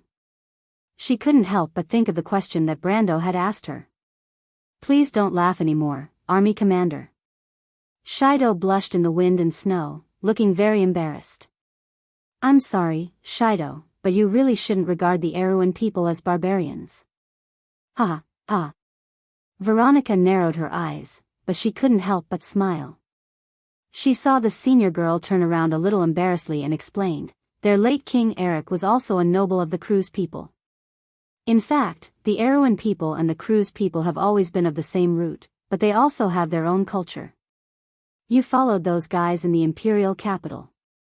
The things you learned were really biased. So only when you walk out of the door can you see the real world. Shido held the book, standing in the pure snow, and glanced in the direction of Brando. Will the Count be angry? No, he's not that petty. Let's go and have a look. He's probably the only one who would recognize that thing in front. Answered Veronica, clasping the furs round her neck, and clasping the hilt of her sword in one hand, she approached with a creak. Even you don't recognize it, Army Commander? Shido was a little surprised. Don't be curious, that little guy is a strange person. He said he learned these things from the files of the Black Tower wizards. Humph, I talked to William, it seems that there are some things that even he doesn't understand. This little guy must have some secrets on him. Veronica replied. The scholar was slightly startled and couldn't help but look in that direction curiously. Brando creaked over a thick glacier. He looked up and saw something in the distance that seemed to be standing on the edge of the sky. That thing naturally attracted people's attention, like the corner of a huge structure, as black as ink, obliquely inserted into the glacier. Only a very small part of it was exposed. The whole corner exuded a metallic luster, and the surface of the metal was covered with light blue textures, sparkling, in a regular geometric pattern hanging from the top of the corner, densely covering the whole body of this thing. From a distance, it looked more like a temple sunk into the ground, but as he got closer, Brando felt a very familiar feeling, a bit like the creation of the Hazel people, full of a structure and an industrial style. He looked up, and could almost imagine the scene of that thing flying over here. It fell from mid-air and crashed into the ground. The energy that erupted instantly tore the earth apart, leaving deep marks on the ground. Then, it continued to slide into the distance until it lost all of its kinetic energy. Only then did it slowly stop. What followed was 1,000 years of ice, until today when they discovered it again. He slowly walked through the ravine-like valleys, which were formed thousands of years ago in this collision. The father of the frost giants, Milos, was buried here, and the ice and snow of thousands of years could prove it. He was a little lost, Mr. Brando. Until a voice sounded behind him, he turned around and saw Shido with a serious face. Do you know what this is? She looked up and looked at this great creation with some amazement. You mean that thing? Brando was a little distracted.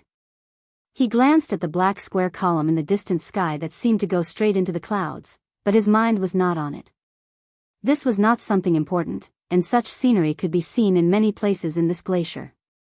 It was like a background to the players, and there was no meaning in its existence. But it was indeed majestic. Brando looked up at the black column and said, That's the body of Milos. What? Shido was stunned and stopped. That's the body of a god? Inevitably, the scholar showed a look of suspicion. She was well aware of her beauty, and some people often pretended to be knowledgeable in order to get close to her. She knew when she was in the academy that many of the legends she heard were actually fabricated. She now felt that this count was the same, because she felt that he could not look like a scholar, and even if he was, he might not dare to say such a thing. She looked at the huge ruins, and her heart could not accept such an explanation. You think I'm lying? Brando looked back and glanced at her, a little amused. At least this scholar had always been interesting to him. No. Shido hurriedly shook her head. But as a scholar, I must be responsible for my words. Have you really confirmed your words, my lord? This is still suspicion, Brando thought to himself. He replied, this is actually not my words. The witch's dark prophecy recorded that in this battle, Milos disintegrated in mid-air, and the wreckage was scattered across the earth. Most of it fell into this glacier, but there was still one that fell into the sea of the dead moon. The Bugis built a city on it called Onais. You should have heard of it, right? The ruins on the sea of the dead moon are. Shido stared at the black building in the sky. Almost, and in fact, both the Bugis and the Black Tower mages have confirmed this. These things we see now are the remains of Milos. In the future, you may have the opportunity to enter the White Tower to study the files of the Silver Mages, and you will come into contact with this precious knowledge, Miss Shido. When Brando said so himself, he also glanced at the Black Tower in the sky. Thank you, Shido replied softly. I'm sorry, I shouldn't have doubted your words. No need to apologize. There is a saying among scholars, doubt is the door to the truth. You should have heard of it, right? You know, Mr. Brando, are you really a scholar? Shido asked in surprise, holding the book. Ahem. I've just read the literature in this area. In fact, I'm not really a scholar. That's a pity. But Brando was a little absent-minded at this moment, thinking about the action on the other side. He heard creaking footsteps coming from behind, and by the sound, he knew it was Veronica. How about it, are you confident, little one? She had obviously heard the conversation between Brando and Shido, but at the moment, like Brando, her attention could not be focused on these legends and myths. Brando did not look back, but just nodded. Don't worry. Why are you so sure that Enrich will really act according to this plan? Veronica frowned, but it was not that she did not believe in Brando. If she did not believe in Brando, she would not have agreed to Brando's plan. It's very simple. Brando replied. He looked back. P.S. I was discussing the plot with my book friends in the group tonight, so I'm going to update this chapter first. I'll make up for it tomorrow.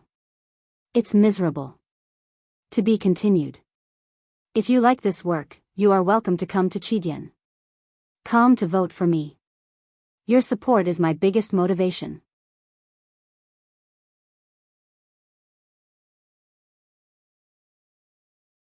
Chapter 758. Frost Wyrm Shida is the gatekeeper of the Holy Cathedral of the Hibernator. I think Enrich is also aware of this.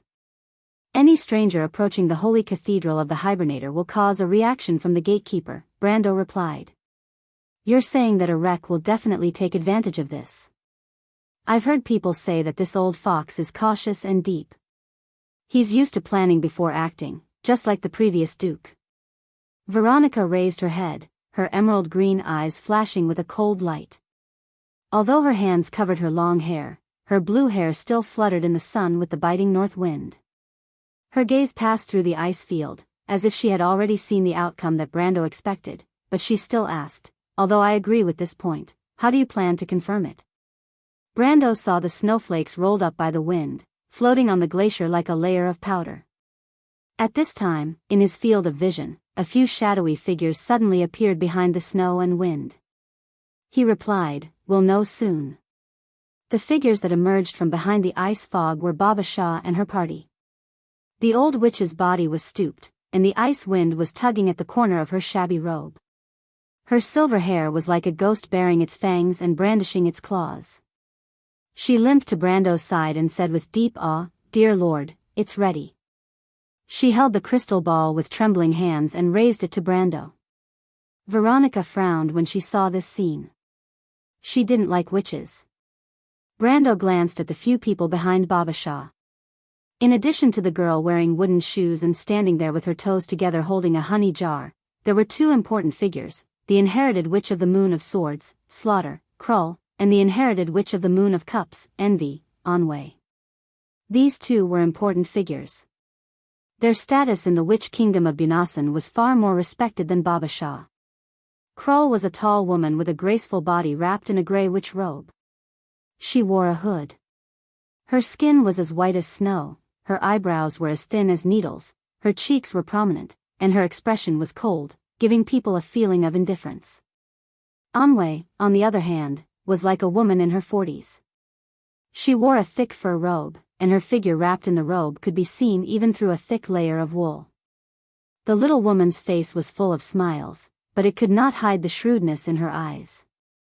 They said that they had come to seek refuge with Brando, but the latter realized that the attitude of the two was far less respectful than Baba Shah.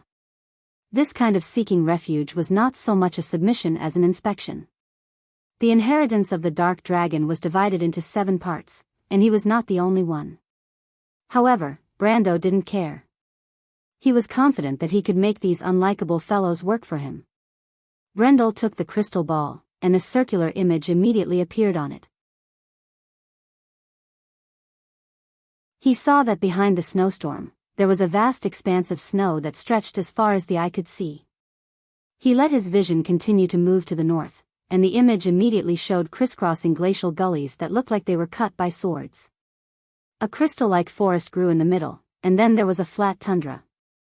The wind blew across the ice, and the snow formed ribbons that rolled forward. Shido and Veronica, as well as a few Kurlutzian nobles who followed from behind, watched this scene attentively. Detection spells were the witches' specialty, and even the astrologers who were proficient in prophecy spells could not compare to them. This power came from the blind girl Elaine, and everything in the past and future of the mortal world was reflected on the surface of the abyss lake. It was also said that the powerful witches could indeed detect a part of the cause and effect of the future. The spell of the crystal ball was controlled by Anwei. When Brando carefully observed the scene on the crystal ball, he also noticed the young woman. The other party was frowning slightly, but did not show any signs of exhaustion. The vision on the crystal ball was already a few miles away, which could only mean that the other party's strength was already at the peak of the gold level. Suddenly the picture flashed, and a group of people and horses trekking on the snowfield appeared in the icy wind. This group of people and horses were all wearing thick bearskin coats, holding a variety of weapons in their hands, and some of them were leading a dwarf horse. Brando looked at their attire and recognized that these were the Inhal people of the Erech Plateau. The Lantan Islands called them big-footed dwarves, but they were actually not dwarves, but halflings or pygmies. It was said that Erech had a group of loyal Inhal dwarves in his hands, and it seemed that this should be the group in front of them. Halfling cavalry, they are Erech's people, Veronica also recognized at a glance. Brando, it seems that you guessed right again. This is not luck. Brando replied in a bad mood, but he is willing to use his own elites as cannon fodder. This guy Erech is really not an ordinary person. At this time, a series of footsteps came from the snow behind the 3 of them. Shido glanced back and found that it was their military officer group. Lady Veronica, I wonder if Brund and the others have arrived? Before the military officer group approached, the leading noble asked first. This guy was called Gerd, a core member of the Silver Leaf Arbitration Group from Cruz's Council of Elders. His identity to the outside world was that of an envoy, but in fact, his existence was to check and balance Veronica's power. This man was not a soldier, but he had the back of a tiger and the waist of a bear. He looked more like a ruffian than the knight around him. He wore a gray deerskin coat and a hat on one side, with 3 white feathers on the edge of the hat to indicate his status as a marquis. However, he did not look like an elegant noble, but more like a butcher. The one in charge here is not me, Gerd. If you have any questions, you can ask the count next to me. Veronica narrowed her eyes at this guy and replied coldly. Her tone was very stiff, but this commander was actually not at odds with this repulsive guy in front of her. It was a tradition for soldiers not to associate with the nobles of the Senate. However, she did not expect Gerd to push his luck and replied arrogantly, I'm sorry, Lady Veronica, but I don't trust these Erewhon people. Veronica's face immediately turned cold. Brando also snorted coldly, you really don't know what's good for you. What did you say? I said you are a complete idiot. Brando did not have a good impression of the people of Cruz. Veronica was probably an exception, but he had never been a nice guy to others. He directly reprimanded, when Freya arrives at the scheduled attack location, when to launch the attack, it is only related to me here. From now on, I am the Supreme Commander here, not Lady Veronica, and not you.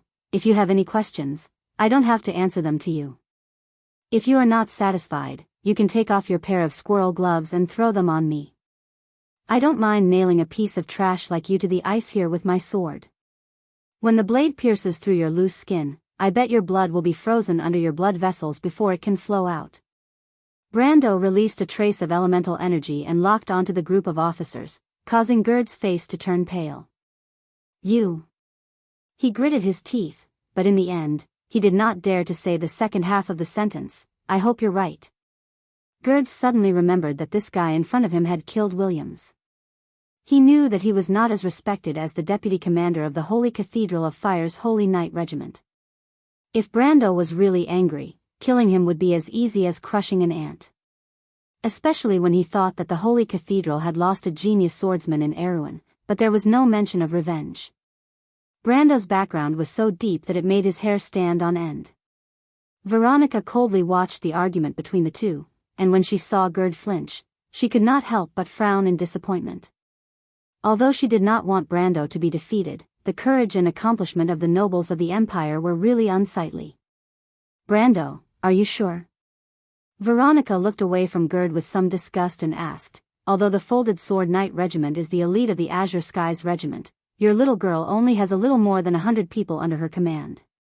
Look at these halfling cavalry, their number is at least a column, Cruz's establishment, 500 people, it's really difficult to destroy them all. In response to such a question, Brando only smiled. Don't worry, leave it to me. He turned back. Previously he had asked the Shire to find Alaz, and it had been a long time, so it should be about time. As expected, the crowd was in a commotion. Cruz's people seemed to be separated by an invisible force, automatically making a path, and the Shire appeared in everyone's sight with Alaz. The little female dragon looked impatient, looking at the people around her with her golden eyes, like a beast. Brando, you're looking for me?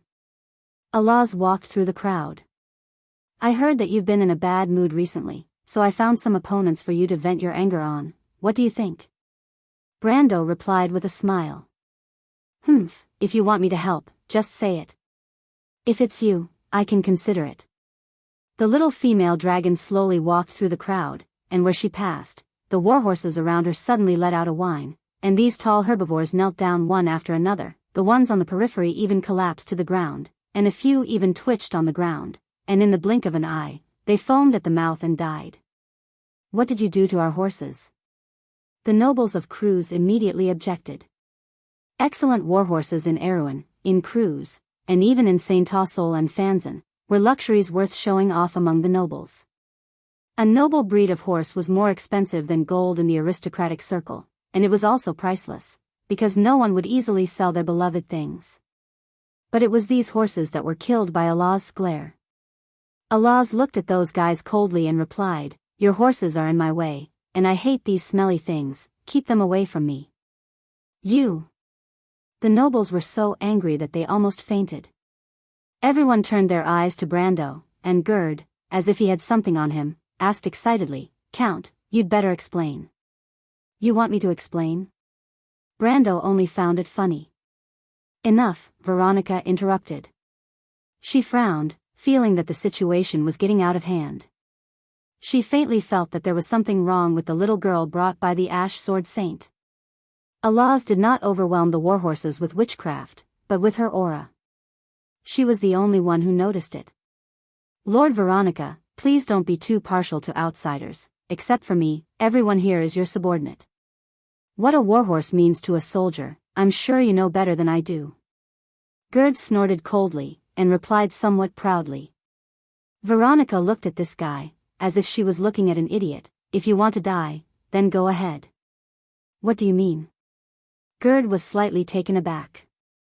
In his impression, this Legion commander of Azure Skies wasn't someone who liked to joke around. He suddenly felt a little uneasy, but it was a little too late. He suddenly heard a voice say, it means, an idiot like you really shouldn't live in this world. The voice had just sounded, and it was already in his ears. Be careful. He heard the sound of the knight unsheathing their swords, and could not help but turn around in horror, but it was a little too late. A tail as thick as a bucket stretched out from nowhere, and slammed heavily on him. Gerd screamed, and suddenly spat out blood as he was sent flying, and fell across the ice, leaving a conspicuous trail of blood. Ah! This is... Veronica and Shido looked at the sudden change in surprise. They could not help but be surprised, because what appeared under the sun was an elegant creature with shining scales, a slender neck, and a pair of wings covering the body. To be exact, it was a dragon. A golden dragon. Alaz was entrenched on the ice field, looking down at everyone from above. Her huge body was almost the size of a 3-story building, and her slender neck was slightly bent, supporting a head with 4 horns. Platinum scales as smooth as mirrors replaced her clothes, one next to the other, plated with a layer of light purple metallic brilliance, which was a special color that only gradually maturing dragons would have. Alaz lowered her head, the flames in her golden eyes were burning. She looked at everyone present, and everyone was shouting in their hearts, "Martha above, a dragon! We have lived with a dragon for so long." And Gerd, who was struggling to get up from the ground, was even more desperate. Now he finally understood what Veronica's words meant. He felt that he was really an idiot, hopelessly stupid. He wanted to beg for mercy, but a terrible psychological shock had spread in everyone's hearts. For a moment, most of the people present felt as if they had fallen into a boundless, pitch-black world. There was no sense of touch, smell, or even time or direction in this world. The only thing that could be heard was a terrifying scream from the horizon that was approaching from afar, shaking their eardrums. Gerd had just gotten up from the ground, but his legs were weak, and he fell to his knees. Only Veronica could hold on a little. She supported Shido with one hand. The scholar's face was pale. Brando and the Shire were completely unaffected, but even so, they saw the reaction of the others and understood what it was. This was the power that dragons were born with. Draconic aura. For your arrogance, I should have gouged out your eyes and eaten your heart, to warn other humble creatures to maintain the necessary respect for dragons. But your luck is pretty good. I really don't want to scratch your dirty maggot-like body, so I'll spare your life this time. You'd better not appear in front of me again, or I can't guarantee that I'll burn you to ashes with a single breath of fire. A majestic voice sounded in everyone's hearts, completely different from Alaz's tender and childish voice, as if it was a queen who ruled the world, and only a little of the little female dragon scent could be vaguely heard.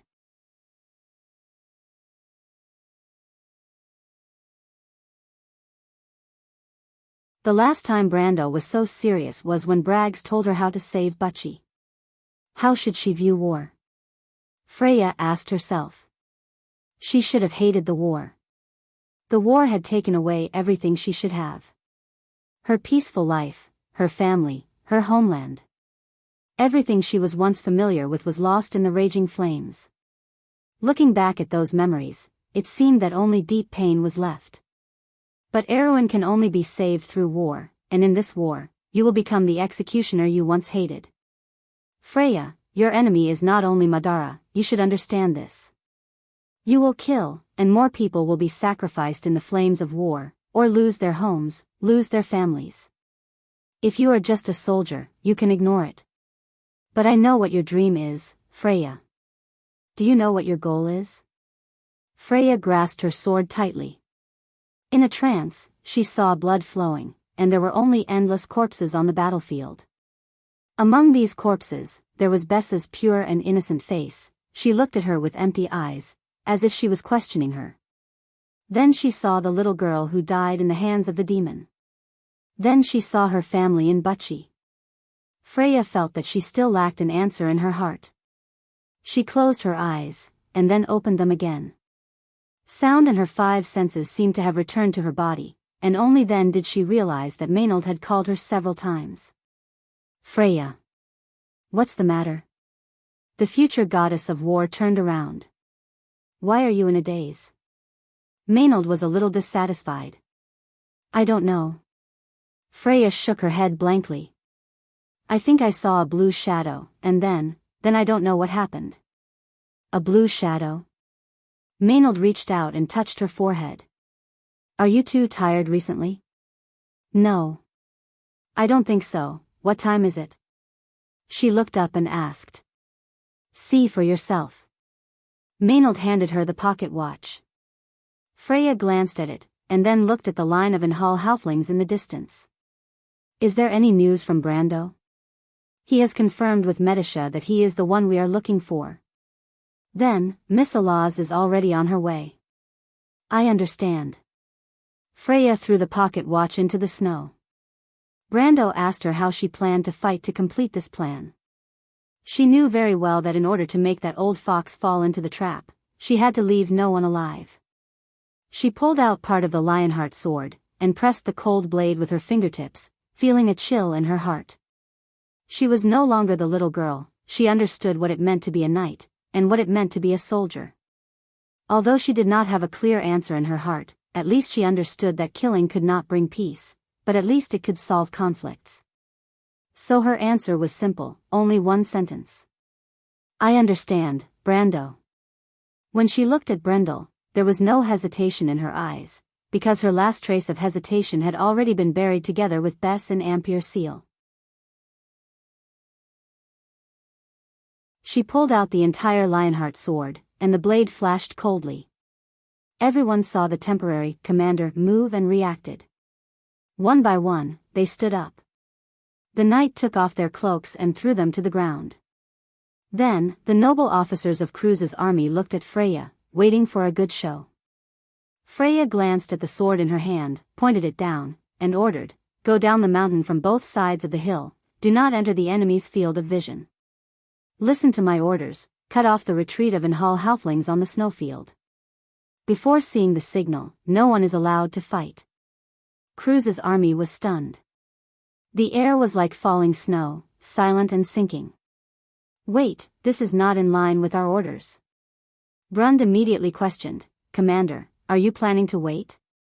If those halfling cavalry enter the holy cathedral of the Hibernator, it will really attract that damn thief. Commander, please allow me to doubt your motives. I can understand your doubts. Freya glanced at Maynard beside her. She calmed her breathing in her heart and replied, But we are not the main attackers. Not us? Then who could it be? Freya looked up at the sky. Her gaze crossed the crystal-like treetops of the pine forest. The quiet Cruz officers noticed her behavior and also raised their heads. The clouds in the sky seemed to have a slight movement. The forest, which was full of all kinds of sounds before, quieted down for a moment, as if an invisible hand was strangling their throats. Then the clouds suddenly gathered together and separated, and a huge shadow roared out from the clouds. Brun stared at the scene with his mouth wide open, and seemed to feel that his throat was making a hissing sound. The Cruz knights stood in the forest as if they had grown roots under their feet, like a group of stone statues. Their souls were experiencing a tsunami. This was not an illusion. The draconic aura descended from mid-air, and a terrible scream sounded from everyone's souls. Only Freya had seen such a scene before. On the battlefield of Ampere Seal, dark clouds covered the sun that day, and a ray of gold descended from above the clouds, bringing the final victory of the war. She turned her head, Medisha. Sister Freya, I'm here. The silver fairy princess lifted her cloak and asked loudly, Do you want to summon? Freya turned her head. The halflings on the ice field had already discovered the dragon in the sky. Men and horses panicked together and fell into a ball. Those who were a little smarter had already begun to flee. Freya turned her head again and nodded to Medisha. Knight of Fran, listen to my horn. Medisha intertwined silver threads in her hand, weaving a silver horn. She immediately blew the horn and chanted loudly, The sky-blue flag of the plains of Malald flutters like the sea. The spears of the Fran people gleam coldly. Knight, listen to the long sound of my horn. The ancient spirits are summoning the courage in your hearts. Knight, mount with me and get ready. The voice of the silver elf was melodious like a song from ancient times. The Cruz knights heard the spell and looked at each other. They did not know what Medisha was summoning, but Brund was the first to react. Oh my god, this is the Silver King's Knight Legion. As soon as he finished speaking, Medisha had already puffed up her cheeks and blew the horn for the second time. The horn sounded melodiously, and a laws also swept over the forest at this moment. The wind pressure swept over the canopy and swooped over the distant ice field. But when the knight looked back, they were extremely surprised to see a glowing white light and heavily armored warhorses in the forest. These warhorses that seemed to come from the heavens converged into a silver tide and came to their side in the blink of an eye. A unicorn came to Medisha's side and affectionately rubbed the little princess' cheeks. Medisha touched its long horn and mounted the horse. Freya was the second to mount her horse. Her warhorse was taller than the others, and its hooves were burning with silver flames.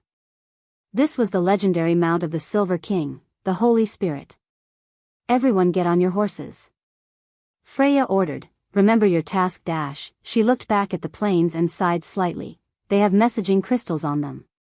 Don't give them any chance. Don't leave any prisoners. Kill everyone. When this order was given, Maynard looked back at the girl from the countryside of Bucci. Freya frowned, but her eyes were still firm. Kuwu used to be Erek's most trusted confidant. The halfling, with his small head and large ears, knew very well how he earned Erek's trust. It was not because of his outstanding abilities, but because of his loyalty. His father, an equally proud halfling, also served the previous Duke Erek. Their family had such a tradition of loyalty, and this was what Kuwu was most proud of. But this time he knew that he could get through the previous difficulties, but this time, it might be his last time on the battlefield. He tightened his bearskin robe, still thinking about the task given to him by the Duke, to challenge a dragon. Warriors were supposed to die on the battlefield, and this was a rare honor for Kuwu. The Onhor people were the most tenacious people in the highlands, and they were the most valiant warriors. Today, they challenged a dragon, and their courage would be engraved on the stone pedestals of their hometown. But the cold wind was so cold that it almost lifted their robes. The cold cut their bodies like knives, and these halflings, who were used to the dry and cold climate of the highlands, could not bear it. Kuwu had a bad premonition since this morning. The elders of his family often said that if the day did not start well, then everything would not go well. He broke his own water bottle in the morning, which was an extremely unsettling bad omen. The team moved forward with difficulty on the ice field, and for the whole morning, they had not traveled more than a few miles. Kuwu frowned. He was the most experienced warrior in his family, and he had been listening to the sound transmitted by the wind. Suddenly, he heard a strange sound. It was like thunder passing through the clouds, but it was not so obvious, but it was still rumbling. This low-frequency rumbling soon became clear. Kuwu turned his head and stared at the sky with some fanaticism. He finally recognized that this was the sound of something flying in the sky, and it must be a huge monster. If they really attracted the dragon, then they would die here, and their blood would be honorable. In just a moment, the huge shadow that they were looking forward to appeared on the horizon. It split the clouds, tore the sky, and jumped into Kuwu's field of vision in an instant. At that moment, all the Onhor halflings discovered the enemy and screamed. Among them, the timid ones were already scared out of their wits and began to flee in panic. But Kuwu could forgive them. After all, when he first heard about this task, he was also stunned like them. He remembered how he was at that time and felt a little embarrassed. How could he be considered a qualified warrior? He took out Gao Yuan's strong liquor from his bosom, tilted his head back, and poured it down his throat. There was a burning sensation, and then he wiped his mouth and revealed a fanatical smile. It was enough. He never expected his men to deal with a dragon. That was an impossible task. But at least they had completed their mission, and that was enough. That stupid dragon had been attracted to the ice field, so Sir Lord's plan could be realized. Kuwu almost laughed out loud, but before he could laugh out loud, a trace of haze flashed across his mind. He saw the dragon's shining golden scales. It was a gold dragon. This is impossible. Kuwu's eyes widened, and his face became pale. His big ears almost stood up. It was another dragon. There were 2 dragons in this ice field. No, he could not help but look around in panic. he still had a glimmer of hope in his heart. He hoped that Duke Rex's information was wrong. Perhaps it was a gold dragon that lived here, and not a frost dragon. Although this idea was very disrespectful, the halfling leader did not care so much at this moment. On the horse, an even stranger sound shattered all his delusions. It was a sound that was even more distant than a dragon's scream. It sounded as if it came from the horizon, and it lasted for a long time. In Kua's life, he had only heard such a sound once. That was when he went to the Holy War with Erech, and the Fanzan Legion's horn sounded. It's an ambush, Kuwu immediately understood what had happened. They had been set up. He trembled and took out the communication crystal, but it did not respond. No, it's a law barrier. He was almost moaning. The enemy was obviously well prepared. He immediately grabbed his weapon and screamed, "Quick, run out of this area. Spread out and spread the message." He looked up, and his green pupils reflected the gold dragon's figure that was getting bigger and bigger. The shadow seemed to represent despair. A golden flame fell from the sky.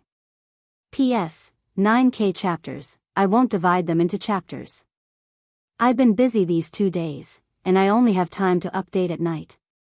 I think I'll be free tomorrow, and I'll continue to answer questions in the book review section. I'll also solve the previous problem.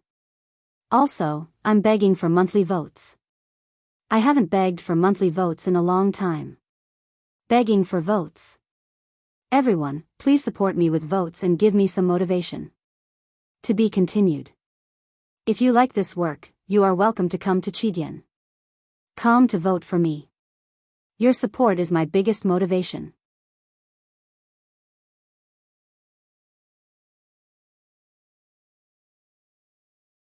Chapter 759.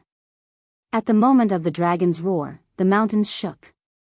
The Myrna said that the shadow of the dragon swept across the plains, and the wind brought by the wings would blow for a day and a night. Allah spread her wings and was still a few miles away, but the wind was already raging through the forest. The triangular flags on the tips of the halfling spears on the ice field whistled in the wind, but the darkness that gripped their hearts was endless fear. Dragon! Someone screamed, and the neat team scattered in all directions on the snowfield. Kua saw that he could no longer control the team, and had to escape to the northwest with his night bodyguard. In the blink of an eye, Alaz had already flown over these tiny creatures. She lowered her head, and her huge shadow shrouded the team of hundreds of people. Her golden eyes reflected the scattered halflings. Based on her interest, she first chose the small team in the south. About 20 or 30 halflings rode ponies and were fleeing to the crystal forest on the hillside, but Alaz would not give them the chance. She lowered her head and spat out a mouthful of golden flames. A large fireball fell from the sky and landed on the glacier, instantly engulfing the halflings who were still running away and turning them into ashes. The flames continued to burn on the ice, and even the ice was sizzling as it melted layer by layer, revealing the black igneous rocks below. These rocks that had melted thousands of years ago were once again turned into lava in the flames, and white steam rose up to tens of meters in the air. The scorching flames seemed to have plucked at the little female dragon's excited heartstrings. She let out a scream, flapped her wings and pulled up high. The flames from her mouth were like a golden sword plowing through the glacier, burning all the way into the forest, turning the ice forest into a blazing pillar of fire. But it was not over yet. Her golden eyes locked onto another team, but this time she did not intend to continue spitting fire. Even a dragon could not spit fire endlessly. That was just the delusion of mortals in fairy tales about dragons.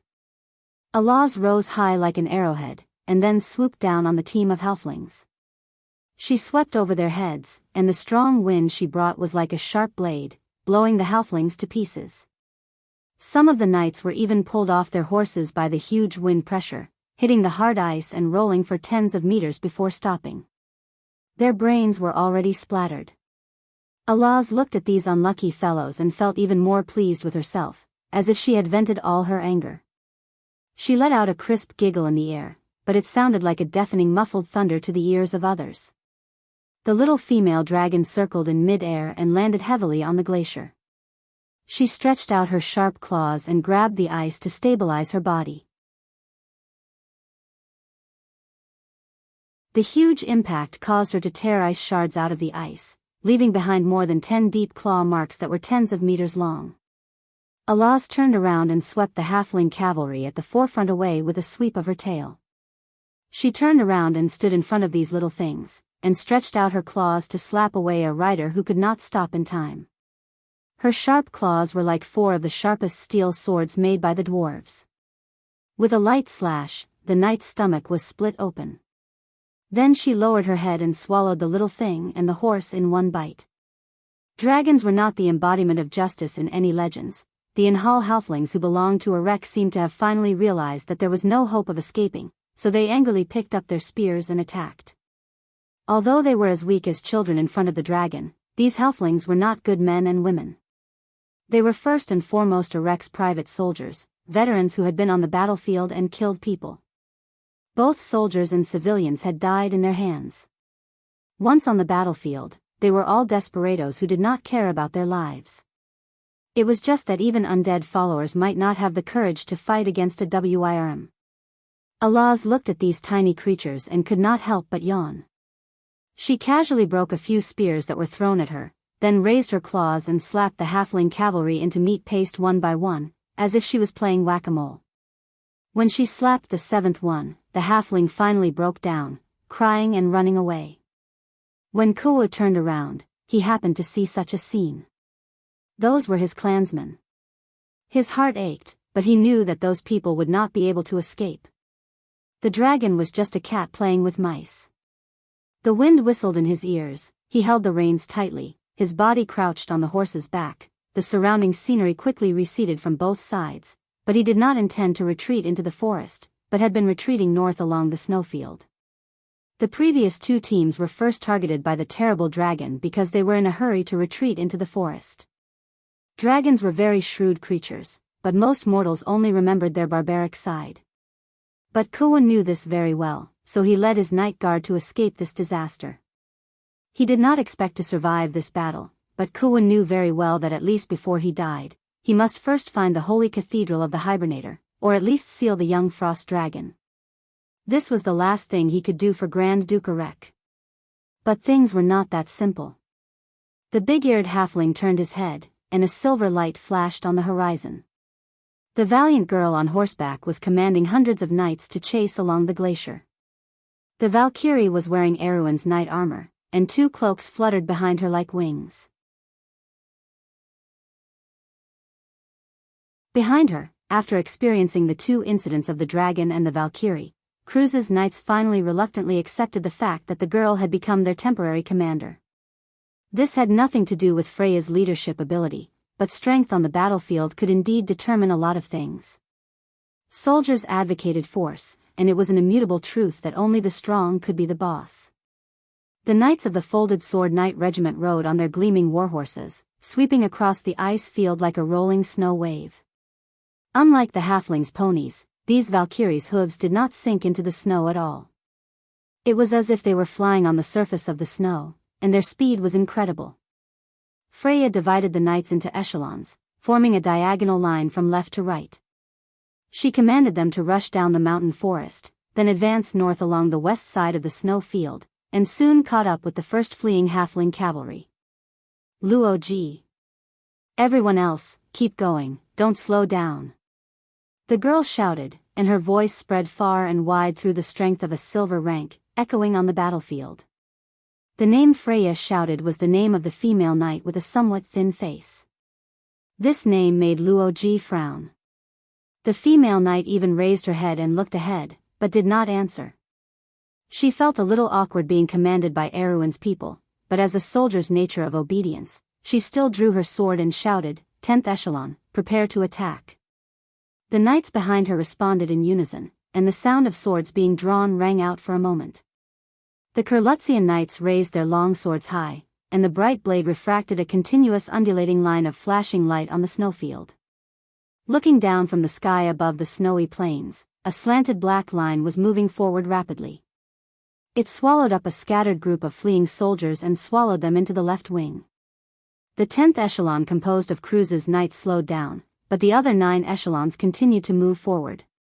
Freya leaned on the back of her horse and looked back nervously, but she was satisfied with what was happening. The Knights of the Folded Sword Knight Regiment had high tactical literacy and almost perfectly executed her tactics. Freya seemed to finally be relieved. She raised her head, and at this moment, the demeanor of the future Valkyrie seemed to finally radiate from this girl from the countryside of Bucci. Her eyes were shining, and she drew her sword and pointed to the front. She firmly ordered, the 3rd, 4th, and 5th echelons, break away to the east. The 2nd, 6th, and 7th echelons, attack freely. The 8th and 9th echelons, take care of the rear. The rest of you, follow me. Under Freya's command, the battlefield immediately changed. Cruz's knight regiments suddenly scattered like a pack of wolves, rushing towards their respective targets, faintly forming an encirclement. Although the enemy they had to encircle was several times more than them, there was a giant dragon chasing after these halflings. No one had a trace of fear in their hearts. What's more, they were the proud elites of Cruz. How could they bow down to Erwin's country bumpkins? Even if Alaz was not on the field, they could still proudly launch a charge against these halfling cavalry. Freya's tactics were almost immediately effective. The halflings under Arek's command were finally in trouble. These Cruz's knight regiment were much more purposeful than Alaz, who was more playful. They carried out the wolf pack tactics, like groups of winter wolves driving their prey forward and constantly killing those who fell behind. If a halfling cavalry tried to rush out of this net, the 8th and 9th echelon Cruz's knight regiment behind them would immediately kill all their hopes. The battlefield was littered with corpses. Some halflings saw that there was no hope of escaping and had to turn around and launch a desperate charge. They were all fierce mountain people, but unfortunately, their opponents were also the best of Cruz's academies. Even if their combat experience was slightly lacking, the average strength of a lower gold was enough to make up for any gap. Almost all of the Cruz's knight regiment had some success. From the 2nd echelon to the 10th echelon, they soon fell into a chaotic battle, but only Freya was still moving forward. She locked onto the team that fled far away at the front. She did not know that it was Kuwu and his knight regiment, but she was very clear that the other party must be an excellent commander. Freya had been paying attention to this team almost from the beginning. From the moment Alaz entered the battlefield until now, the commander's choice was almost always the best. The other party did not make a single mistake. Kuwu was fleeing north along the border of the glacier. The pony horse fully utilized its advantage in such a terrain. Wild ponies lived in the cold highlands and often had to pass through the ice gaps between the valleys to go farther to forage for food. Finding cracks in the glacier seemed to have become an instinct in their bones. On the other hand, Freya's valiant warhorse could float on the ice and move forward, but after all, it could not really fly. Sometimes a crack in the ice would kill everyone, so the future Valkyrie had to be cautious. The two sides chased and fled, and in the blink of an eye, a distance of 1 or 2 miles flashed by. Undulating ridges appeared on the ice field. Freya frowned and was a little anxious. If they moved forward, they would rush out of the interference zone that prohibited communication magic. However, she was anxious and uneasy. Kuwu was also not having a good time. In his view, the horses of the guys behind him did not seem to need physical strength, and the mounts of his and his knight regiments were already overwhelmed. The winner must be decided in a short period of time. This thought flashed through their minds almost at the same time. Freya gritted her teeth and tightened her grip on the reins, but Brund, who was beside her, could no longer hold back. Although, in all seriousness, he no longer had any prejudice against this commander, and it was difficult to talk about commanding in such a battle, but Freya had maintained the necessary decisiveness of a commander from beginning to end, and had not made any mistakes so far, which showed that she was at least calm enough and knew how to analyze, which were at least essential elements of a good commander. But like Freya, Brund also realized that if they continued to chase, their mission would probably fail. "We have to find a way to drive them to a dead end," he shouted intermittently against the wind. Freya was slightly startled, and then nodded. This was actually her own idea, but the terrain of the ice field was changeable, and how to choose the right one was a problem. Little Pero, we should go that way. Brund turned back and shouted to someone beside him. Freya knew the young man, a top student who graduated from St. Eberson. This thin young man may not be suitable to be a soldier, but it was said that this person's graduation grades were high enough to make all the people who graduated with him jealous. Freya was also an academic herself, and knew very well what this meant. But little Pero shook his head. The terrain of the snowfield is too complicated, and luck plays a big part. If you want me to tell the truth, I can only say that I can't tell. We can only bet on luck and see if Lady Martha favors us. He said so in the wind and shrugged. Everyone's hearts sank, but they also knew that this was not an excuse. Knight Maynard, Brund turned his head to the other side again. He knew that this knight was by Princess Erwin's side. Compared to Freya, Maynard was already famous as the best graduate of the first class of the Royal Knight Academy. What do you think? But Maynard's expression did not change. She did not even turn her head, standing straight in the wind and snow like a javelin, and just replied faintly, "Listen to the commander." Brund choked. But everyone's eyes had already fallen on Freya. The girl from the countryside of Bucci was slightly stunned, and subconsciously tightened her grip on the reins. She bit her lip, but did not say anything to refuse. She raised her head and glanced to the northeast. P.S. That's it for today. I'll go to the book review section to answer questions later. I'm so tired. I'll just roll around and beg for monthly votes. Tomorrow, your daily 10,000-strong baboons will be back. To be continued. If you like this work, you are welcome to come to Chidian.com to vote for recommendation and monthly votes. Your support is my biggest motivation.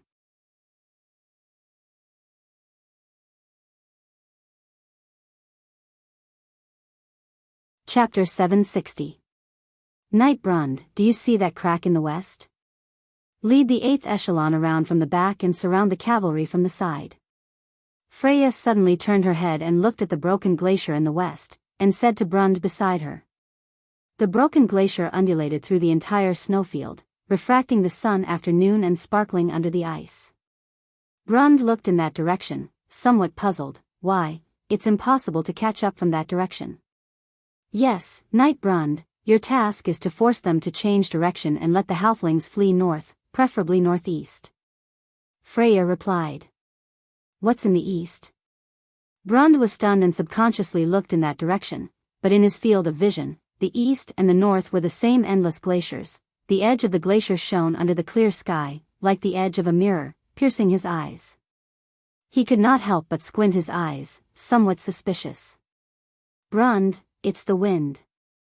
Little Pero, riding on the horse, seemed to react. The wind is blowing from the northwest. No one present was a fool, and Brund immediately understood. He looked at the ice dust raised by the wind slowly moving in their direction on the glacier, and could not help but marvel in his heart. The wind was blowing from the northwest, which meant that there might be a mountain pass in that direction, and the north and east were most likely in the direction of the colonel. These things were not learned in the nobles' tactical classes and could only be regarded as common sense, but not everyone could acutely perceive and use this to make judgments at this time. The guy in front may have been aware of this early on. I don't think the other commander chose to flee in this direction to leave his fate to Lady Martha, little Pero further analyzed. He looked at Freya with some admiration, and said intermittently in the wind, "We've blocked his retreat, the other party will not sit still." Lady Freya, you want to force them to turn back and fight us to the death, don't you? The girl was slightly startled. She did not think that far ahead, but she had a faint intuition that the other party might turn back if she did so. But as a commander, she had at least learned how to maintain her dignity and nodded gently. I understand. Brund nodded excitedly. No one was willing to listen to the command of a good-for-nothing, especially for them.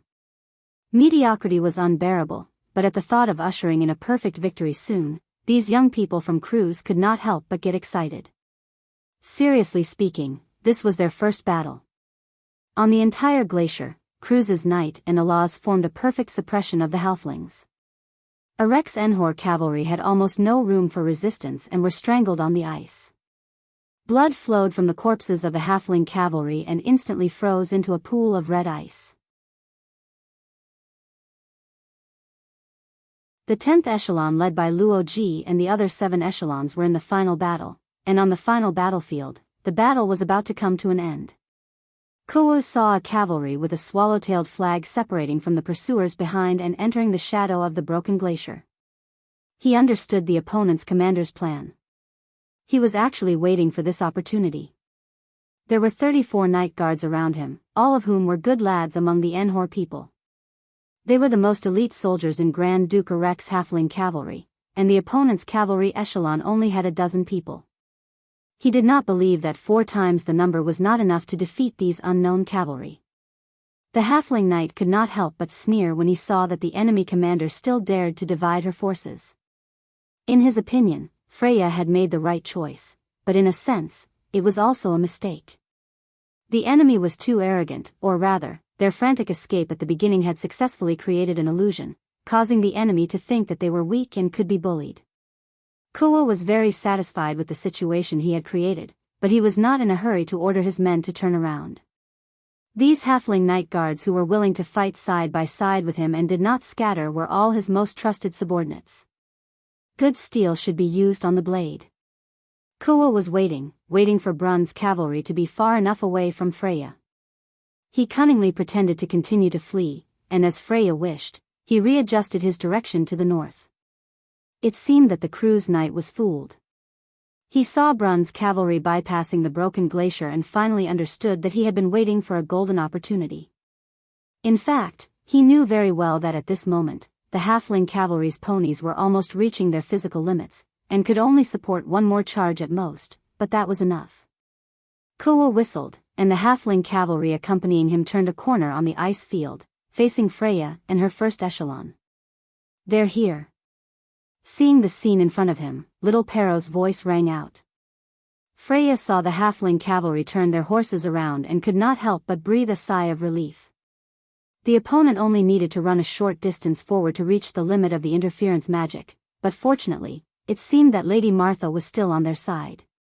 She raised her long sword high, prepare for battle.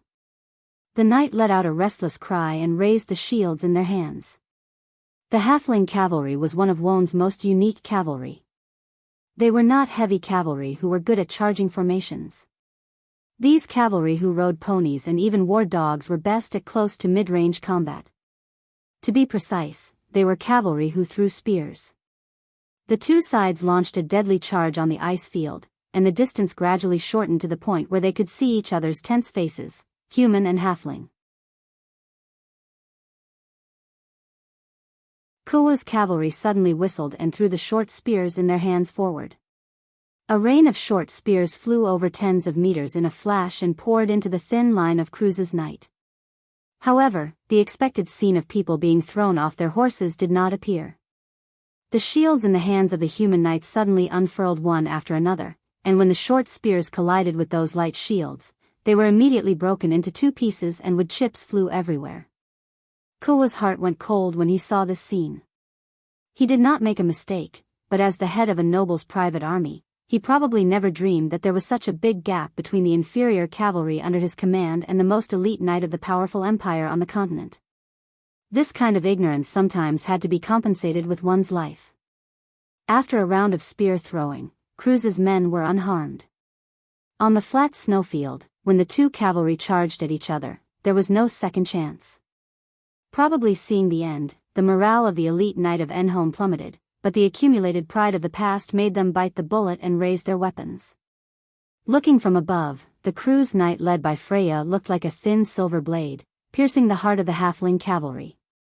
"They're dead meat." Brun saw this scene and pulled the reins to stop. The battle had just begun, but he could already see the result. The blonde knight said with some regret, "It's a pity that we can't participate in the battle in person." "Don't worry, Enrich isn't dead yet. If we clean up the battlefield quickly, we might still have a chance." A knight behind him shouted excitedly. The Flame King once said that cavalry was an indomitable force. Hot blood and fanaticism were their symbols. Just being on the battlefield in person was enough to make these young people restless. "Ha, well said." The knights were talking, but Brund turned his head. He seemed to see a flash of light on the horizon. He rubbed his eyes and almost thought he was hallucinating. The sun on the ice often causes snow blindness, and sometimes it is not impossible for the refracted light to cause hallucinations. But Brund felt a little uneasy. He turned to the others and said, "Did you see anything?" "What?" "It's in that direction." "Didn't you see it?" "It looks like a blue light." Brund asked with some doubts. "Blue light?" "No." "Could it be that you're mistaken, Brund?" Brund shrugged. "Probably." But as soon as his voice fell, someone in the team screamed, "Oh my God, look over there." Brund was slightly startled and immediately turned his head vigilantly. But the moment he turned his head, his face changed instantly. "Martha above, what the hell is this?" The silent cave was covered in ice and snow. The ice that had not melted for thousands of years formed a blue wall. The glaciers sank down, forming lines. In the dark cave, the naturally formed holes crisscrossed. However, in this uncanny workmanship of nature, there were many man-made objects piled up. If you looked carefully, you would find many boxes of goods from crews. The eagle emblem on them indicated that these boxes were once military supplies. On the other side, there were many wooden barrels piled up. These barrels came from Fort Valendon, Lanton Island, and even further away. These barrels and wooden boxes were filled with all kinds of food. If anyone came here, they would think that they had mistakenly entered the underground storage room of a frost giant. But this was a bona fide dragon's lair. Although here, you could not see glittering gold coins, jewelry, priceless artwork, gold and silver utensils, or even the dazzling gemstones that dragons loved the most, there was only food. Pickled beef, sausages, frozen fish, yogurt, bread, fruit, and jars of honey and candy piled up together. But this cave that looked like a witch's candy house was indeed the hiding place of Sheeta the frost dragon whelp. To be continued. If you like this work, you are welcome to come to Chidien.com to vote for recommendation and monthly votes. Your support is my greatest motivation.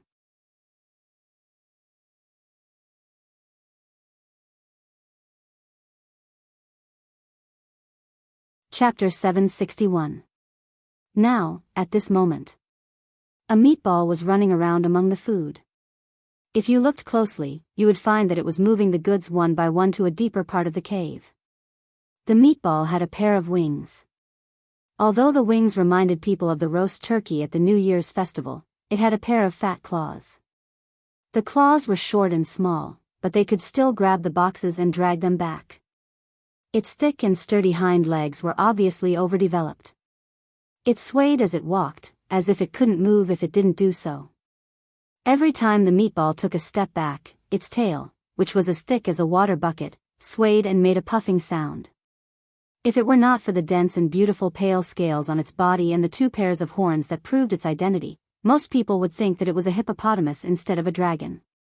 Even though Sheeta was a real dragon, a frost dragon whelp that was very rare even among the dragon race, he was driven back by the dragon race when he was young. Because as a dragon, he did not store his wealth but was passionate about collecting food. Sheeta's parents thought that it was a shame, and then kicked him out on the first day he could be independent. In fact, it was this experience that created Sheeta's timid character. However, he was satisfied with his character and his current life. The humans always gave him a lot of delicious food, and this place was very comfortable to live in. Of course, there was one thing. Sheeta was still a dragon after all. He felt that the humans thought that he did not notice them, which was an insult to his intelligence. In fact, whether it was for Veronica or Erek, Sheeta had already noticed these humans from the moment they entered the glacier. If a person's intelligence was directly proportional to the capacity of their brain, then Sheeta's intelligence was probably hidden in his fat body. Sheeta rested his chin on his claws and thought for a while. He seemed to remember that he still had work to do. He had been preparing to move since 2 weeks ago. The humans seemed to be up to no good, and Sheeta had never bothered to fight with these lowly creatures. Although the dragons probably thought that he was a timid dragon and the shame of the dragon race, Sheeta did not think so. Why fight? There was no benefit in fighting. Fighting would consume calories, and it was not easy for him to collect so many delicious things and raise himself to be white and fat. It was not worthwhile to find trouble with those poor, country bumpkin adventurers. There was an old saying in Nine Phoenix, and Sheeta had always regarded it as his motto: those who have nothing to lose are not afraid of those who wear shoes. And now he just felt that he was the one who was wearing shoes. How could he be confused with those beggars? All in all, our Frost Wyrm whelp spent about 2 weeks to move all the items that could have been moved in 2 days. In the meantime, they even used magic to make up for the time they wasted when they suddenly fell asleep. Sheeta's magic was also unique. He called it the magic of wisdom. Its specific principles were: don't use troublesome spells, don't use spells that were too long, don't use spells that required movements, and don't use spells that were too tiring.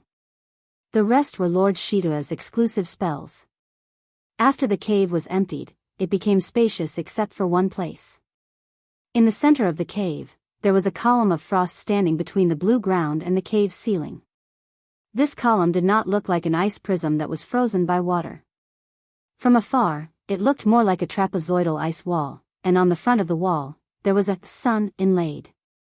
To be precise, it was an object that constantly emitted light and heat to the outside world. 4 silver rings surrounded this ball of light and slowly rotated in 4 directions. And further away from the ball of light, there were some small, mercury-like spheres that were also rotating in the same orbit. If one counted carefully, there were a total of 36 groups of mercury-like spheres of different sizes surrounding the ball of light. This was eternal energy. The witches gave it a name: Dragon's Heart. According to legend, it was a divine object that Dragon King Bahamut brought out from ancient ruins. There were a total of 12 such dragon's hearts in Wonde, but 3 of them were destroyed in the flames of war. The remaining 6 were still in the hands of the dragons, and the remaining 3 were missing. The one in front of them was obviously one of the 3 missing dragon's hearts. Sheeta looked at this thing and hesitated for a moment. Then, he wriggled his meatball-like body up the column, grabbed the silver rings, and removed this thing from the icicle. Then, he looked at the empty groove left on the icicle. After thinking for a moment, he took out a gray gem the size of a wash basin and inlaid it in. It had to be said that the size was just right. Only then did the meat dragon nod in satisfaction. Holding the dragon's heart, he quickly hid in the depths of the cave. "My lord, this is the place." The Magus looked at the narrow crack between 2 glaciers not far away. He turned around and respectfully bowed to Grand Duke Erek, replying respectfully. Erek's body was bent over at this moment. It seemed that even the deerskin coat was too heavy for him to straighten up. He looked like an old man with 1 foot in the grave. But when he stood in front of everyone, his aura alone was enough to make them not even dare to breathe loudly. He looked at the crack. The crack was slanted under a layer of ice that was hundreds of meters thick. Inside the crack was a sea of blue. As he continued to look forward, his vision was covered by shadows. Before Erek opened his mouth, his followers had already lit torches. Although the world of Wonde had widely used magic for illumination, in most unknown areas, magic was actually an unstable existence. It could be noticed by some unknown existence, and it could also cause some trouble that you didn't want to see, especially in the Black Forest. The fire quickly lit up the cave. The narrow and long crack seemed to extend into the depths of hell. Erek naturally wouldn't take the risk himself. He first sent a team of knights in. The situation inside seemed to be better than expected. The knights sent in quickly turned back and reported that everything was safe. The dragon really left. "My lord is wise." The accompanying wizard immediately replied flatteringly. "Dragons are very arrogant. Generally, they wouldn't set any traps in their lairs. Since that's the case, why don't we immediately go in and find the dragon's heart, my lord?" "What about the 2 hunters?" Devard suddenly asked. Erech turned around and glanced at him. He was a little impatient. Ever since the Battle of Ampere Seal, this guy lost to the young man. He seemed to have suffered a great setback. Even his ability to do things had greatly decreased. This made Erech very dissatisfied. Devard shivered and immediately understood Erech's meaning. He turned around with a gloomy face and gestured to the knight behind him. Kill them. When the hunter girl hiding in the ice field saw this scene, she almost immediately wanted to rush up, but her hands sank into the snow and she forced herself to hold back. Brando turned back and looked at the girl's cold red knuckles. He couldn't help but ask comfortingly, "Is your brother in there?" Peya froze and slowly shook her head. "Even if he is in there, we can't save him. Do you see those, knight?" Brando pointed to the black knight guarding the periphery of the cave. He couldn't help but squint his eyes. Those should be the Order of the Dead Knight Regiment of All for One.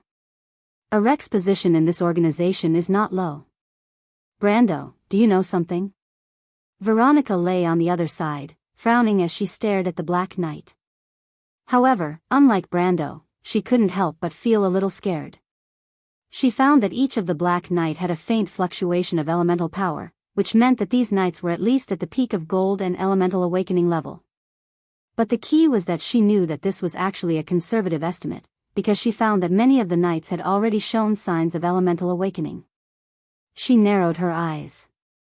It was difficult to hide the lines of law of those who had just entered the elemental awakening stage.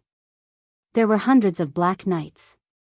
Veronica realized that she had never heard of the origins of these Black Knights before.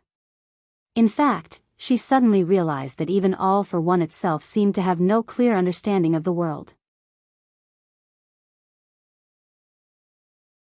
The four holy cathedrals all thought that All for One was a cult, but it was hard to say how much the world, including the ordinary nobles, knew about the inside of this organization. Brando heard Veronica's question and smiled slightly. "It's normal that you don't know, Lady Veronica. We often hear about the cultists, and the world hates them, but when it comes to understanding, it's unknown how many people really know about them. After all, the ban of the Holy Cathedral of Fire is there, and who dares to go deep into understanding these cultists without permission? Even the nobles of Cruz, I'm afraid it's similar. From what you've said, you seem to know them very well, little guy." Veronica turned back and asked with some interest. "Naturally, the wizards know more. The four most famous branches of the cultists are Silver Heavenly Snake, Sheephead Cult, All for One, and Tree Herders. Among them, the Sheephead Cult is the devil's henchman, exuding the stench of sulfur from head to toe. They help the devil do evil, but it's actually not worth mentioning. Silver Heavenly Snake believes in their agnosticism, believing that the exploration of knowledge and order by mortals violates the mysterious majesty of the world itself. They mainly target wizards and have nothing to do with the average person. The main enemies of the four holy cathedrals are, in fact, All for One and Tree Herders." At this point, Brando paused for a moment before continuing, "But there's actually a big difference between the two. Tree Herders. The Tree Herders are said to have once belonged to the Sky Ring of the Druids.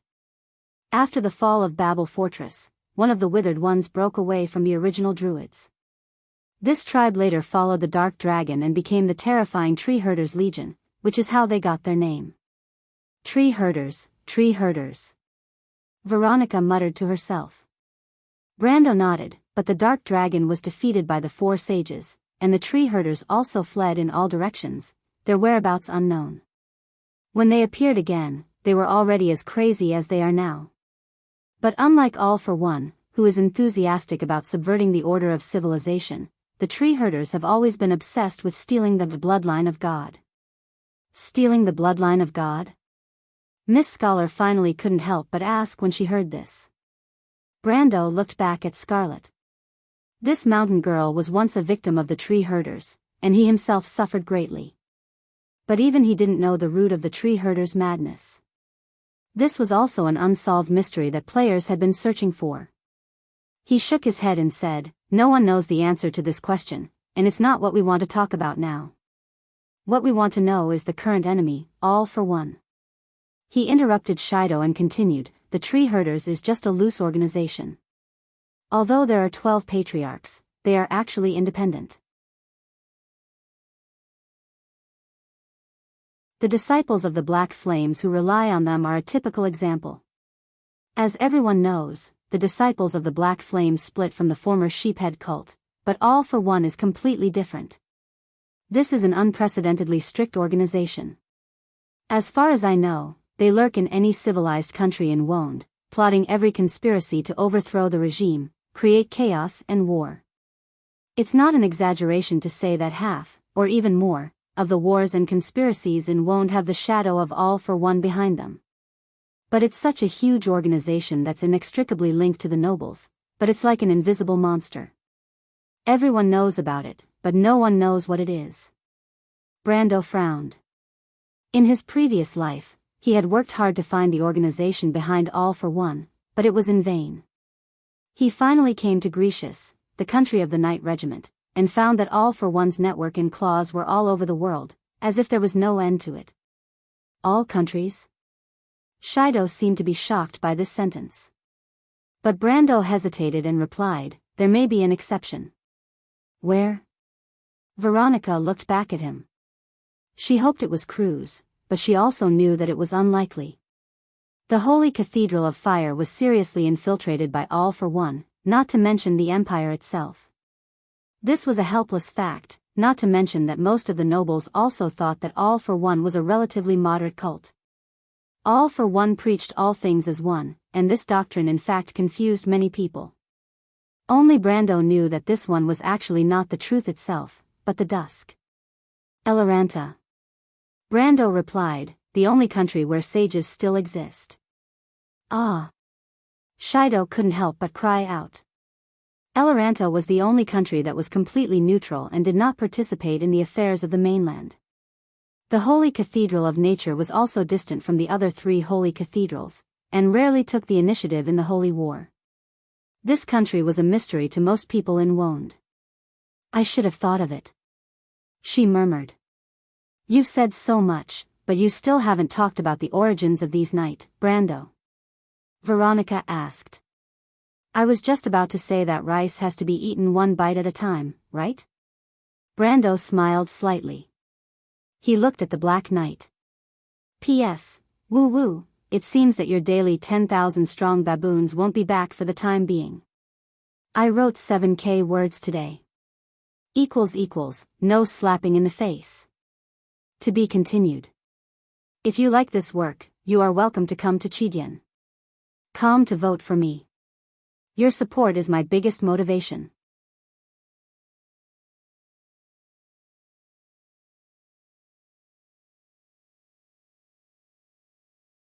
Chapter 763. The structure of All for One is composed of a Senate, a Privy Council, and a Secondary Council. The members of the Secondary Council are called councillors. Many of these councillors are inextricably linked to the nobles of various countries, and some are even nobles themselves, such as Enrich, Duke Cypher, and Marquis Yoakum. There are countless lower-ranking members of All for One, but most of the councillors are not actually closely linked to All for One. They gain more benefits from All for One and pay less in return. This is actually a means of All for One to win over people's hearts. They have some evil black magic, unknown channels of information, the placement of aids, and the circulation of some unseen stolen goods. For example, they are behind the banned slave trade in Cruz, Saint Ausol, and Erewhon. Although these illegal activities have long been banned by law, regrettably, they are quite popular among the nobles, and thus have become a breeding ground for evil. The cultists use such means to lure you and our filthy nobles into depravity, and use this as a link to slowly corrupt them.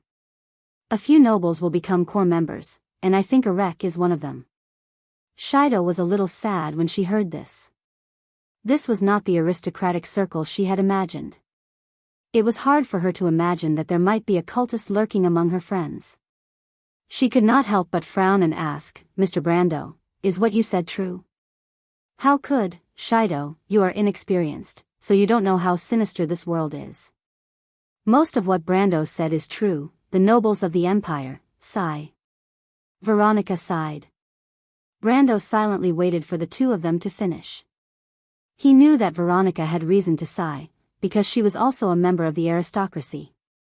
Naturally, she felt sorry for the overall decay and depravity of this class. However, he was not. Everyone thought that he was the son of the Holy Sword Darius and had inherited the glory of the Highland Knight, but only Brando himself knew that there was a more noble and arrogant soul residing in his heart. Then he continued, "The Privy Council is composed of the President of the Privy Council and 113 members of the Privy Council. These people will wear the silver ring of the ringed serpent and address each other respectfully as Your Excellency.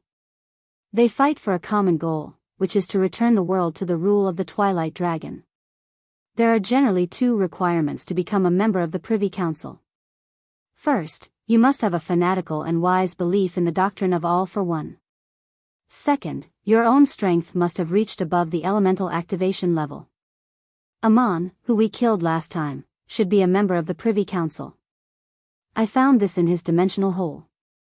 Brando took out a shiny silver ring, on which 2 serpents were circling, biting each other's tails. Veronica snorted softly, somewhat disdainful.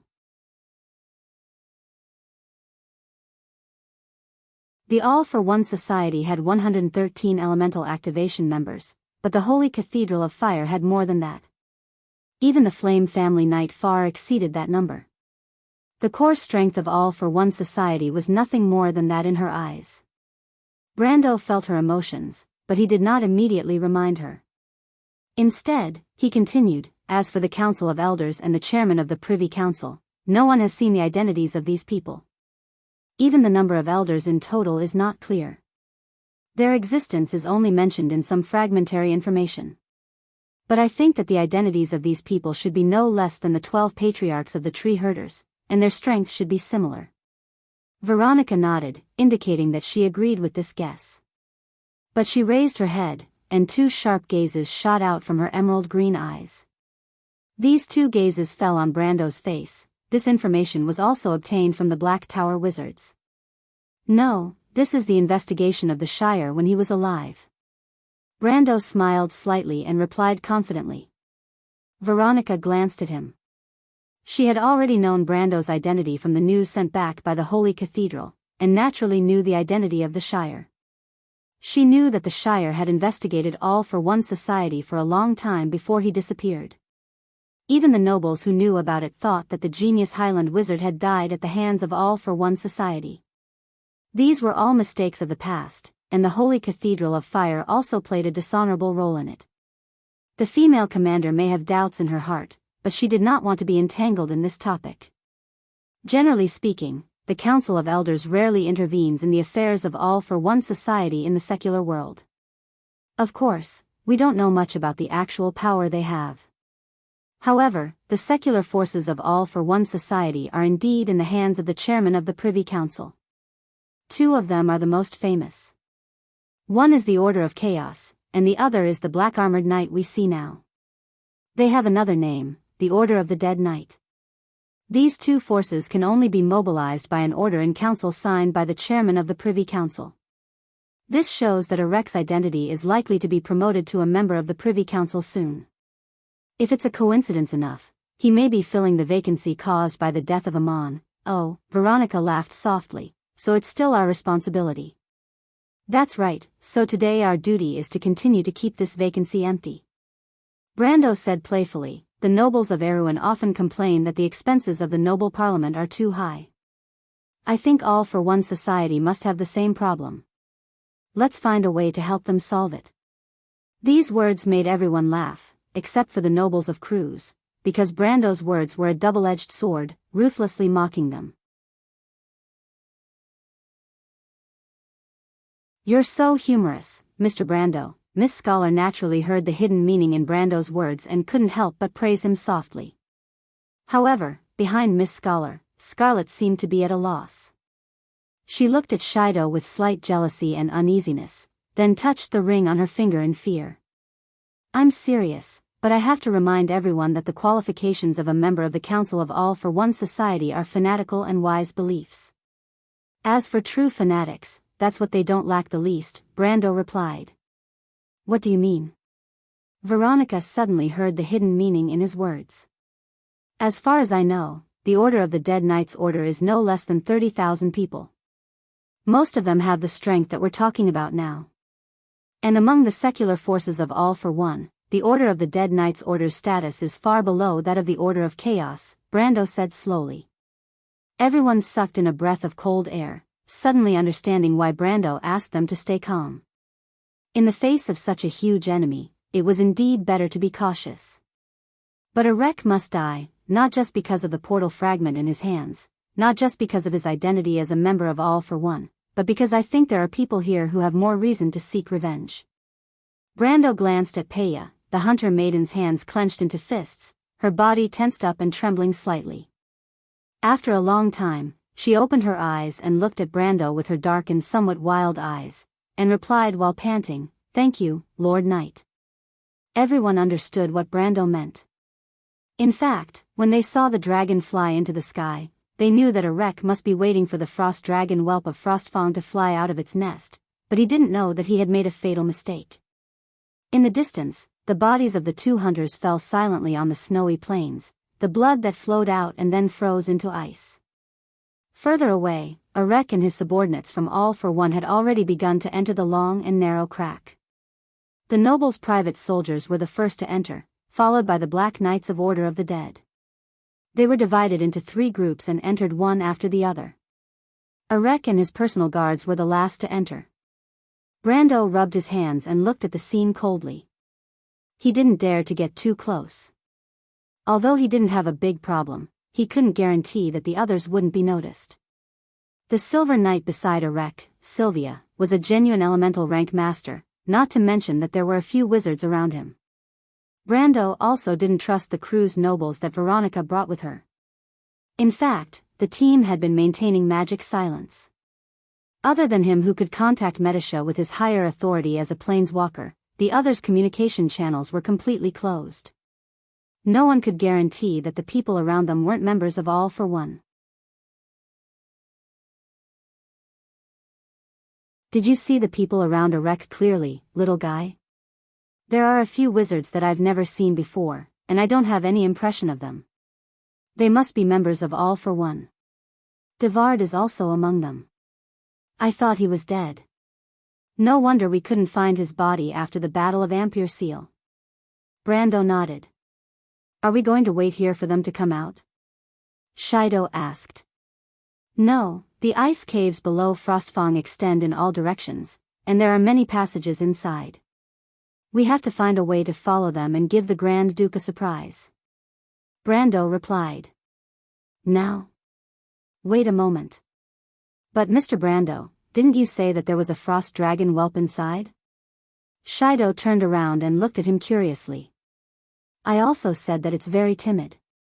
Shido was indeed very timid, whether he himself, whether the dragon himself would admit it or not.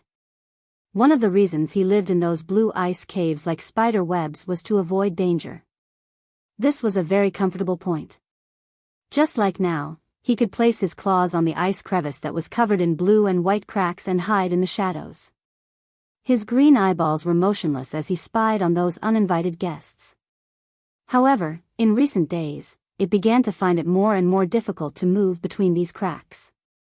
Enrich's team was actually not far from Sheeta, but no one realized that there was a dragon lurking around them. Sheeta's huge white body with light blue streaks walked behind the translucent ice walls, and the crisscrossing ice prisms seemed to be his natural cover. He ordered his followers, a group of smelly ice cave dwellers covered in white hair, to attack the humans, while he himself created a landslide behind them. To be continued. If you like this work, you are welcome to come to Chidien. Come to vote for me. Your support is my biggest motivation.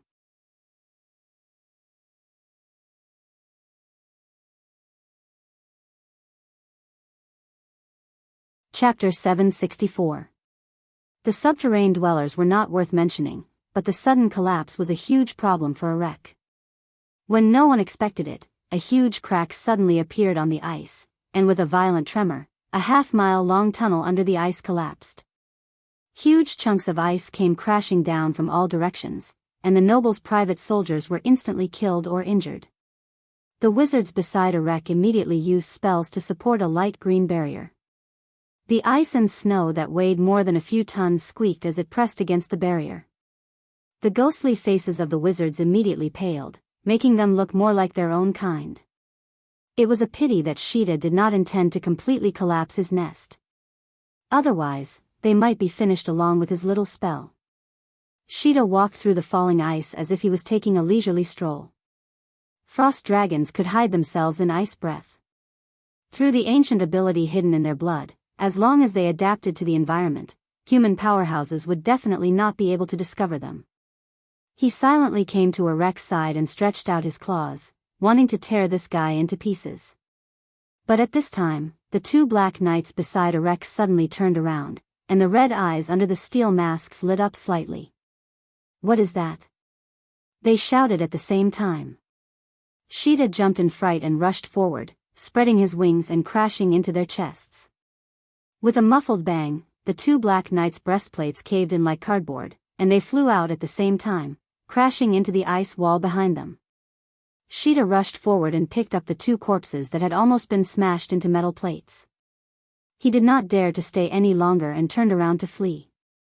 Fortunately, the ice cave was shaking violently, and large amounts of ice and snow fell from above with a loud rumble. For a moment, no one noticed that two people were missing. It took a lot of effort for the wizards around Erech to stop the collapse and dig a tunnel through the ice. The former duke finally had the time to do a head count, and found that at least 300 of his private soldiers were missing. The Knight of Order had also suffered heavy casualties. His face immediately darkened. "Pfft," Devard spat out the snow in his mouth and walked over unhappily. He looked around with some fear. The power of nature was unimaginable to mortals. Even if he was an elemental awakened powerhouse, if the ice on both sides really collapsed, he would only be able to turn into a piece of solid ice that would be frozen forever. This must be the work of those cavemen. The female knight beside Erech covered her face and said hatefully. Sylvia's face was scratched by the sharp ice in order to protect her lord. Her face was covered in blood, and she looked terrifying. Devard nodded. No one thought that the owner of this place had not left at all.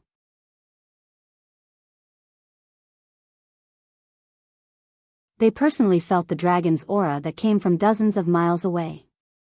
No one could imitate such an aura. Fortunately, they have retreated. Devard replied with some lingering fear. Erech looked at the tunnel that was temporarily opened. The cavemen had indeed disappeared without a trace. Dragons always had their followers. For example, the black dragon and the goblins, the red dragon and the kobolds often mixed together. The silver dragon often received the service of the elves, and the gold dragon liked to live with the fairies. It was not unusual for the frost dragon to leave some caveman in its lair for him to command. He thought for a moment and felt that there was nothing out of the ordinary, so he said, "Let's move on."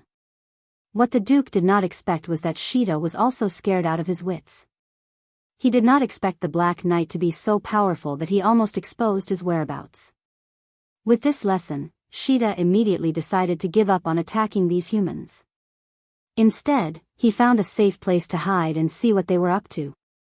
Sheeta felt that he was playing a game with these humans, but safety was his first consideration. This had nothing to do with courage, but wisdom. At least, that was what he thought. So in the following time, he secretly followed behind these humans and did not attack. He saw that they did not feel bored at all through the long tunnel under the ice. He could not help but think that these humans were really boring. But soon, he saw the group of humans walking into his lair. Erech slowly walked into the hall that was naturally formed by the ice. The hall was very spacious, but the surrounding ice formed a variety of strange prisms, and the whole hall was tinged with a faint blue hue. There was also a thin layer of ice fog on the ground. He looked up and his eyes fell on the trapezoidal ice wall in the middle of the hall. In the center of the ice wall was a rare gemstone. It was a gray gemstone, shining brightly without refracting the fire. From the inside to the outside, it emitted a bright light, as if there was a sun inside. Erech pursed his lips and looked at the scene. The pale light from the gemstone carved a few deep shadows on his thin face. Although he was always serious, he had to admit that he had never seen a gemstone of such an amazing size.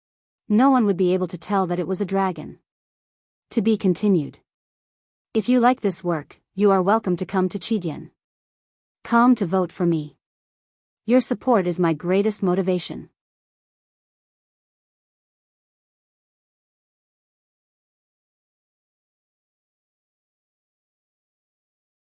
Chapter 765. Enrich's voice was met with an empty echo. The expression on the Archduke's face at this moment was definitely like dark clouds gathering on the surface of the sea, as if an unprecedented terrible storm was brewing. However, few people noticed that he was frowning, and there was a hint of worry in his eyes. He was suddenly afraid that the damned dragon was still here. Seeing that his question was not answered, Enrich breathed a sigh of relief. He was not Brando, and he had never heard of a dragon that could be so cowardly. Enrich had actually seen a giant dragon before. That was when he was young on the battlefield of the Holy War. He had seen the mount of the Kurlutz Emperor, Grando the Great. Ever since the Flame King Gretel, the Kurlutz royal family had a tradition of signing a contract with a giant dragon, which was one of the reasons why the Kurlutz Empire was so confident. He had a deep impression of the dragon's arrogance, so he did not doubt that there was a cunning and despicable dragon waiting to ambush them. Seeing that Enrich's expression had relaxed, the people around him dared to speak. One of the wizards stepped forward and said, "My lord, we suspect that the dragon took advantage of our misunderstanding. It may have placed a trap on top of the cave. Please allow us to check it out." Enrich nodded, but still said, "Be quick. That stupid dragon should be back soon." The wizards nodded and did as they were told. Sure enough, it didn't take long for them to find a huge magic array on top of the Hall of Ice. When the all-for-one wizards inspected the magic array, they couldn't help but find out that it was actually a teleportation array. In other words, those unlucky fellows from before had mistakenly entered this teleportation circle and were sent to some unknown corner of the world. But the problem is, when a teleportation circle is activated, doesn't it require the consent of the person being teleported? This goes against the basic principles of magic. The wizards immediately felt that it was a little inconceivable. On top of the ice layer above them, Shido was laughing so hard that he was banging his head on the ground. Fortunately, the ice layer was thick enough, otherwise the people in the hall below might have noticed the abnormality. In fact, the reason was very simple. The magic circle covered a spherical space. When the magic circle began to take effect, Shido was also one of the recipients. So it just had to keep answering, "Yes, I'm the one who got teleported." Accept. Good. Activate the magic array. Then, he could watch as the unlucky Black Knight was teleported away. As for why it hadn't been teleported away, the reason was even simpler. It was common knowledge that teleportation circles had their limits. If it could only transport 4-pound objects, it would not work on 6-pound goods. Within that limit, it would only work on the goods that could be used. And with a certain dragon's meatball-like body, it was almost certainly overweight. Shido remembered where the formation led to. It scratched its head as if it couldn't remember clearly. Anyway, it was a very far and not fun place. In short, Shido would definitely not want to go there. The all-for-one wizards studied under the magic circle for a long time, but they couldn't figure it out. In the end, they could only conclude that this was a dragon spell, an ancient string magic. Naturally, it wasn't something they could understand. As for the mysterious patterns on the magic circle that were clearly made up of modern magical runes, they naturally chose to ignore them. After all, the problem now was not to study the magic circle, but to find a way to appease Duke Enrich's anger. Enrich seemed to have noticed that these guys were fools.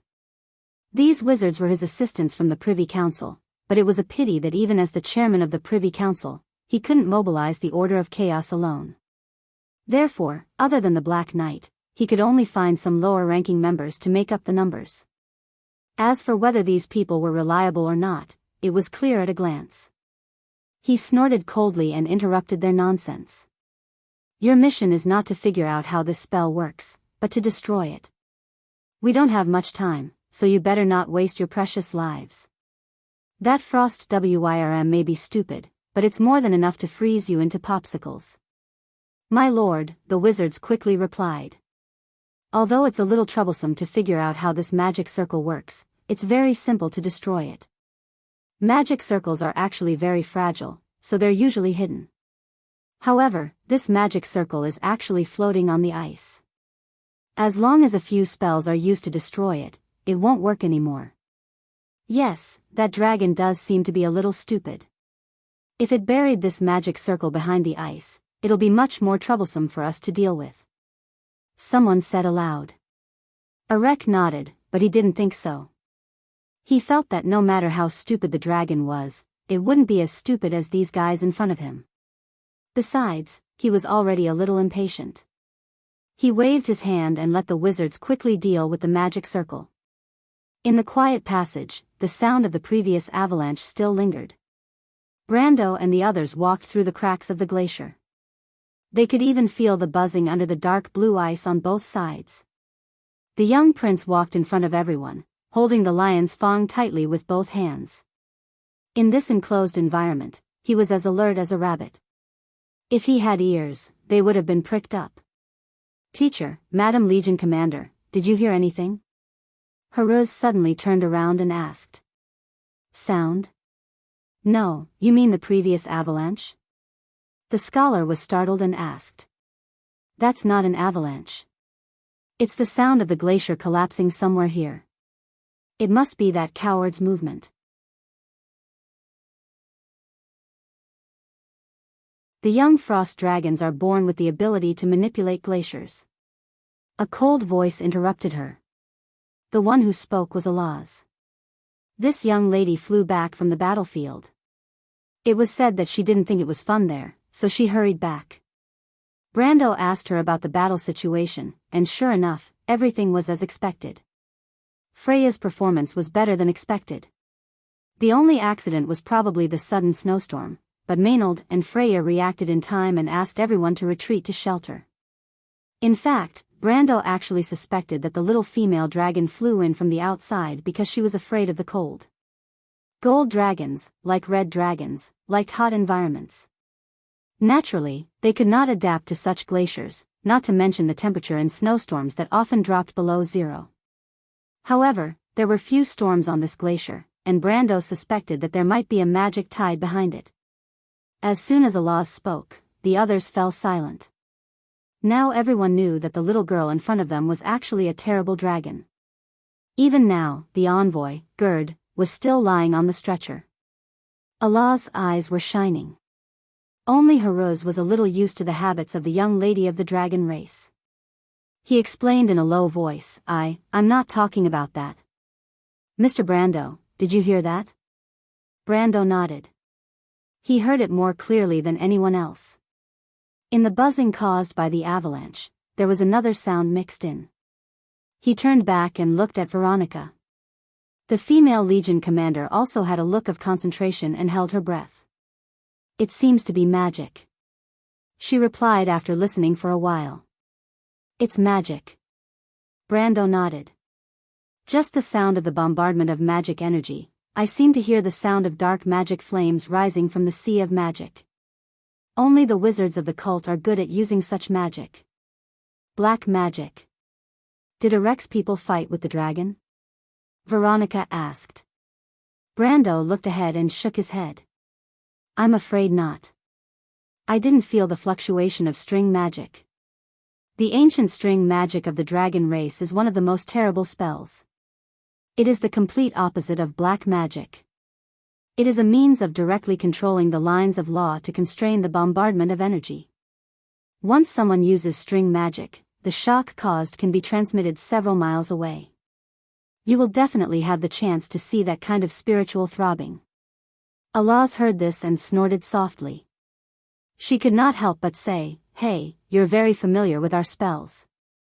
For such a question, Brando had already dealt with it easily. He casually replied, all the wizards are trying to study your spells. Ancient string magic and ancient runic magic together are the origin of all magic. They are just fools. Our ancient magic comes from the memories in the bloodline. Mortals can't learn it no matter what. Alaz looked disapproving. Brendel did not refute.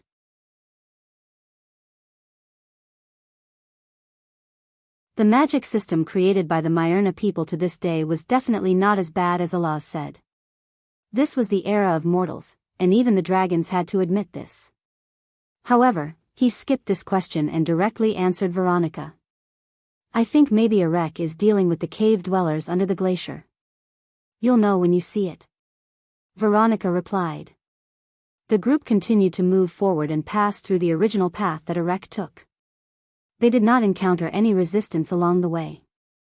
After half an hour, they found Shitua's lair.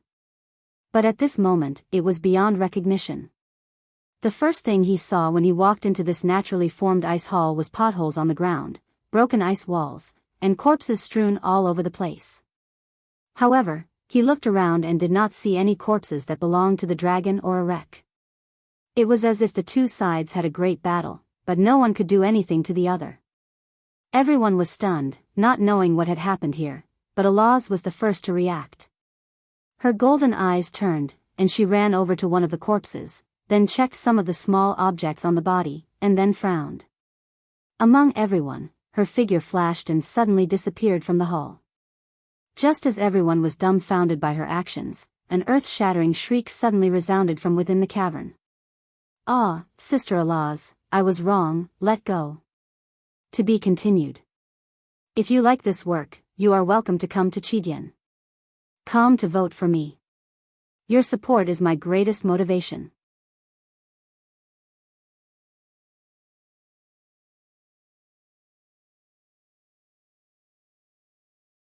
Chapter 766.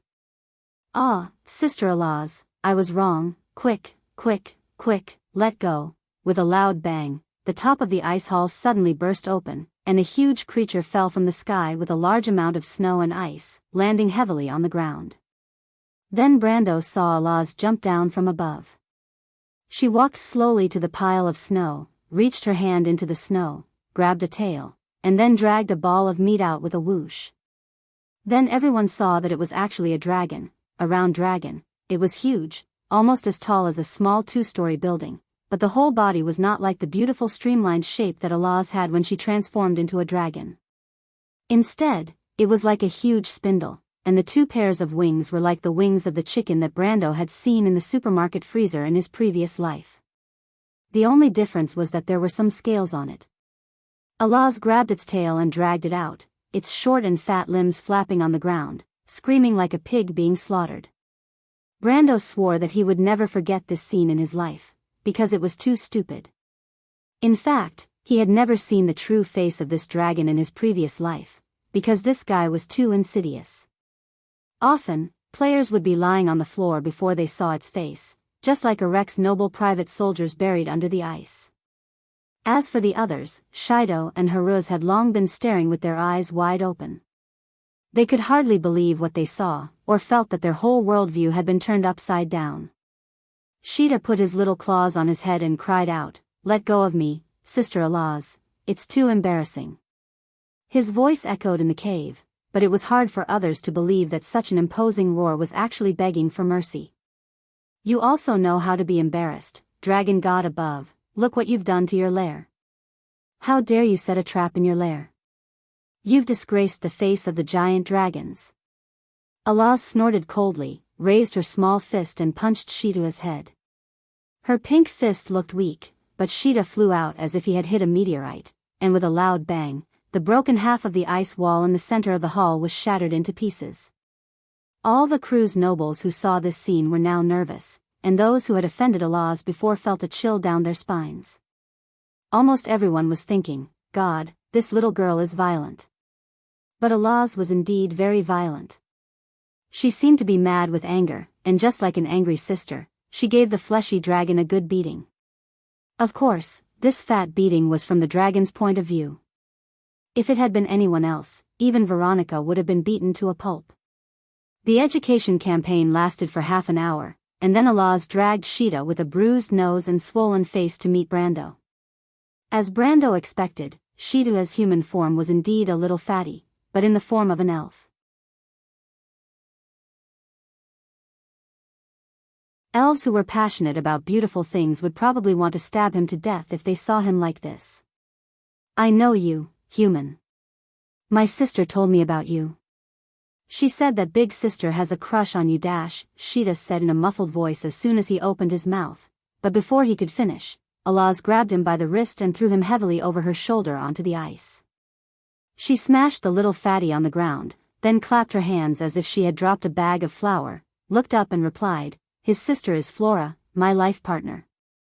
You should have seen her before. You stole her earrings, do you remember? Brando knew that the golden folk reproduced asexually, and the mates of dragons were in fact allies in a sense, but what was this blabbermouth talking about?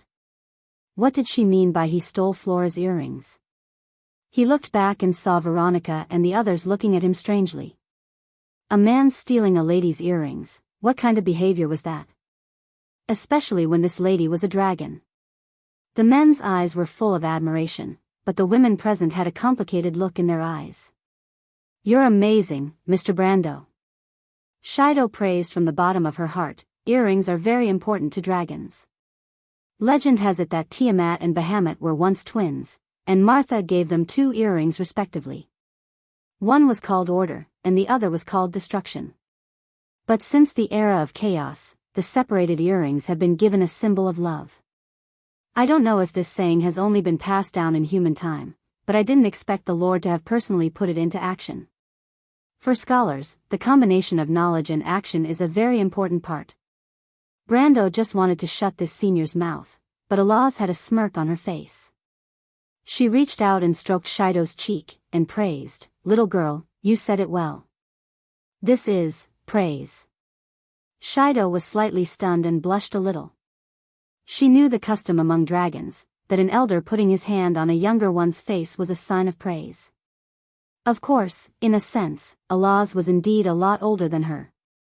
Correct, you're very smart. Alaz nodded, this is the friendship I give you. All the crew's nobles present heard this sentence and their eyes turned red.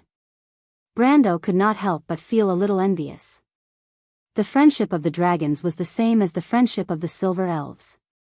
It had a time limit, generally speaking, it was a mortal's lifetime, and there was also a limit to the number of times, generally, it was once. But this meant that as long as it was within the ability and preference of the dragons, they would help the mortals fulfill a wish. Shido was still in a daze, and Veronica had already gently patted her on the shoulder. She had brought Shido out for training, and she liked this little girl very much.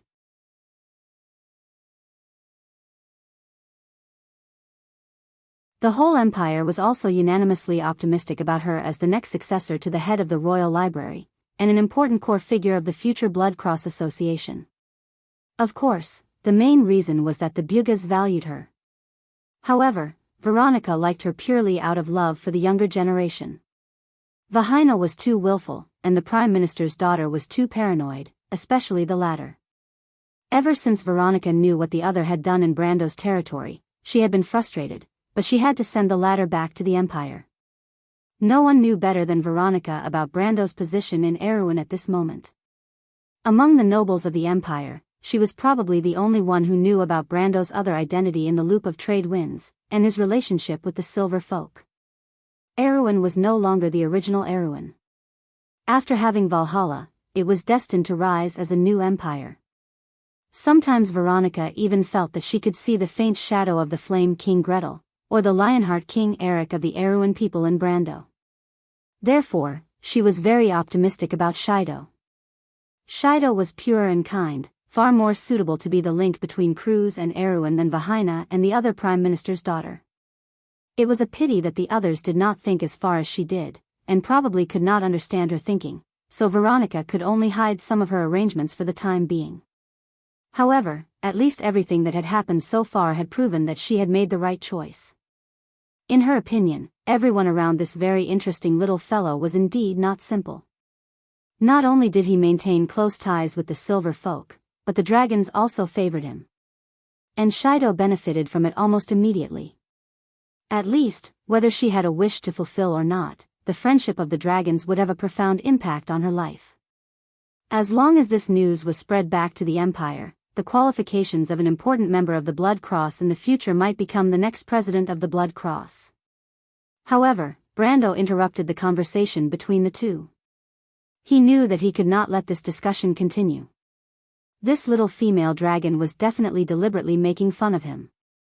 She knew that he had just gotten the earring by accident. He suddenly remembered something and asked, "Wait, Fu Luofa is his sister, and the big sister he was talking about is..." Brando was halfway through his words when he suddenly saw the golden flames in Allah's eyes. He suddenly felt a chill in his heart. The little female dragon bared her white teeth at him, making Brando realize that it was better not to continue on this issue. However, he had a subtle feeling in his heart and could not help but look at Allah strangely. "What are you looking at?" Allah glared at him and snorted coldly, "Is there a flower on my face?" "No." Brando quickly shook his head. What a joke! It was no joke to annoy this little female dragon.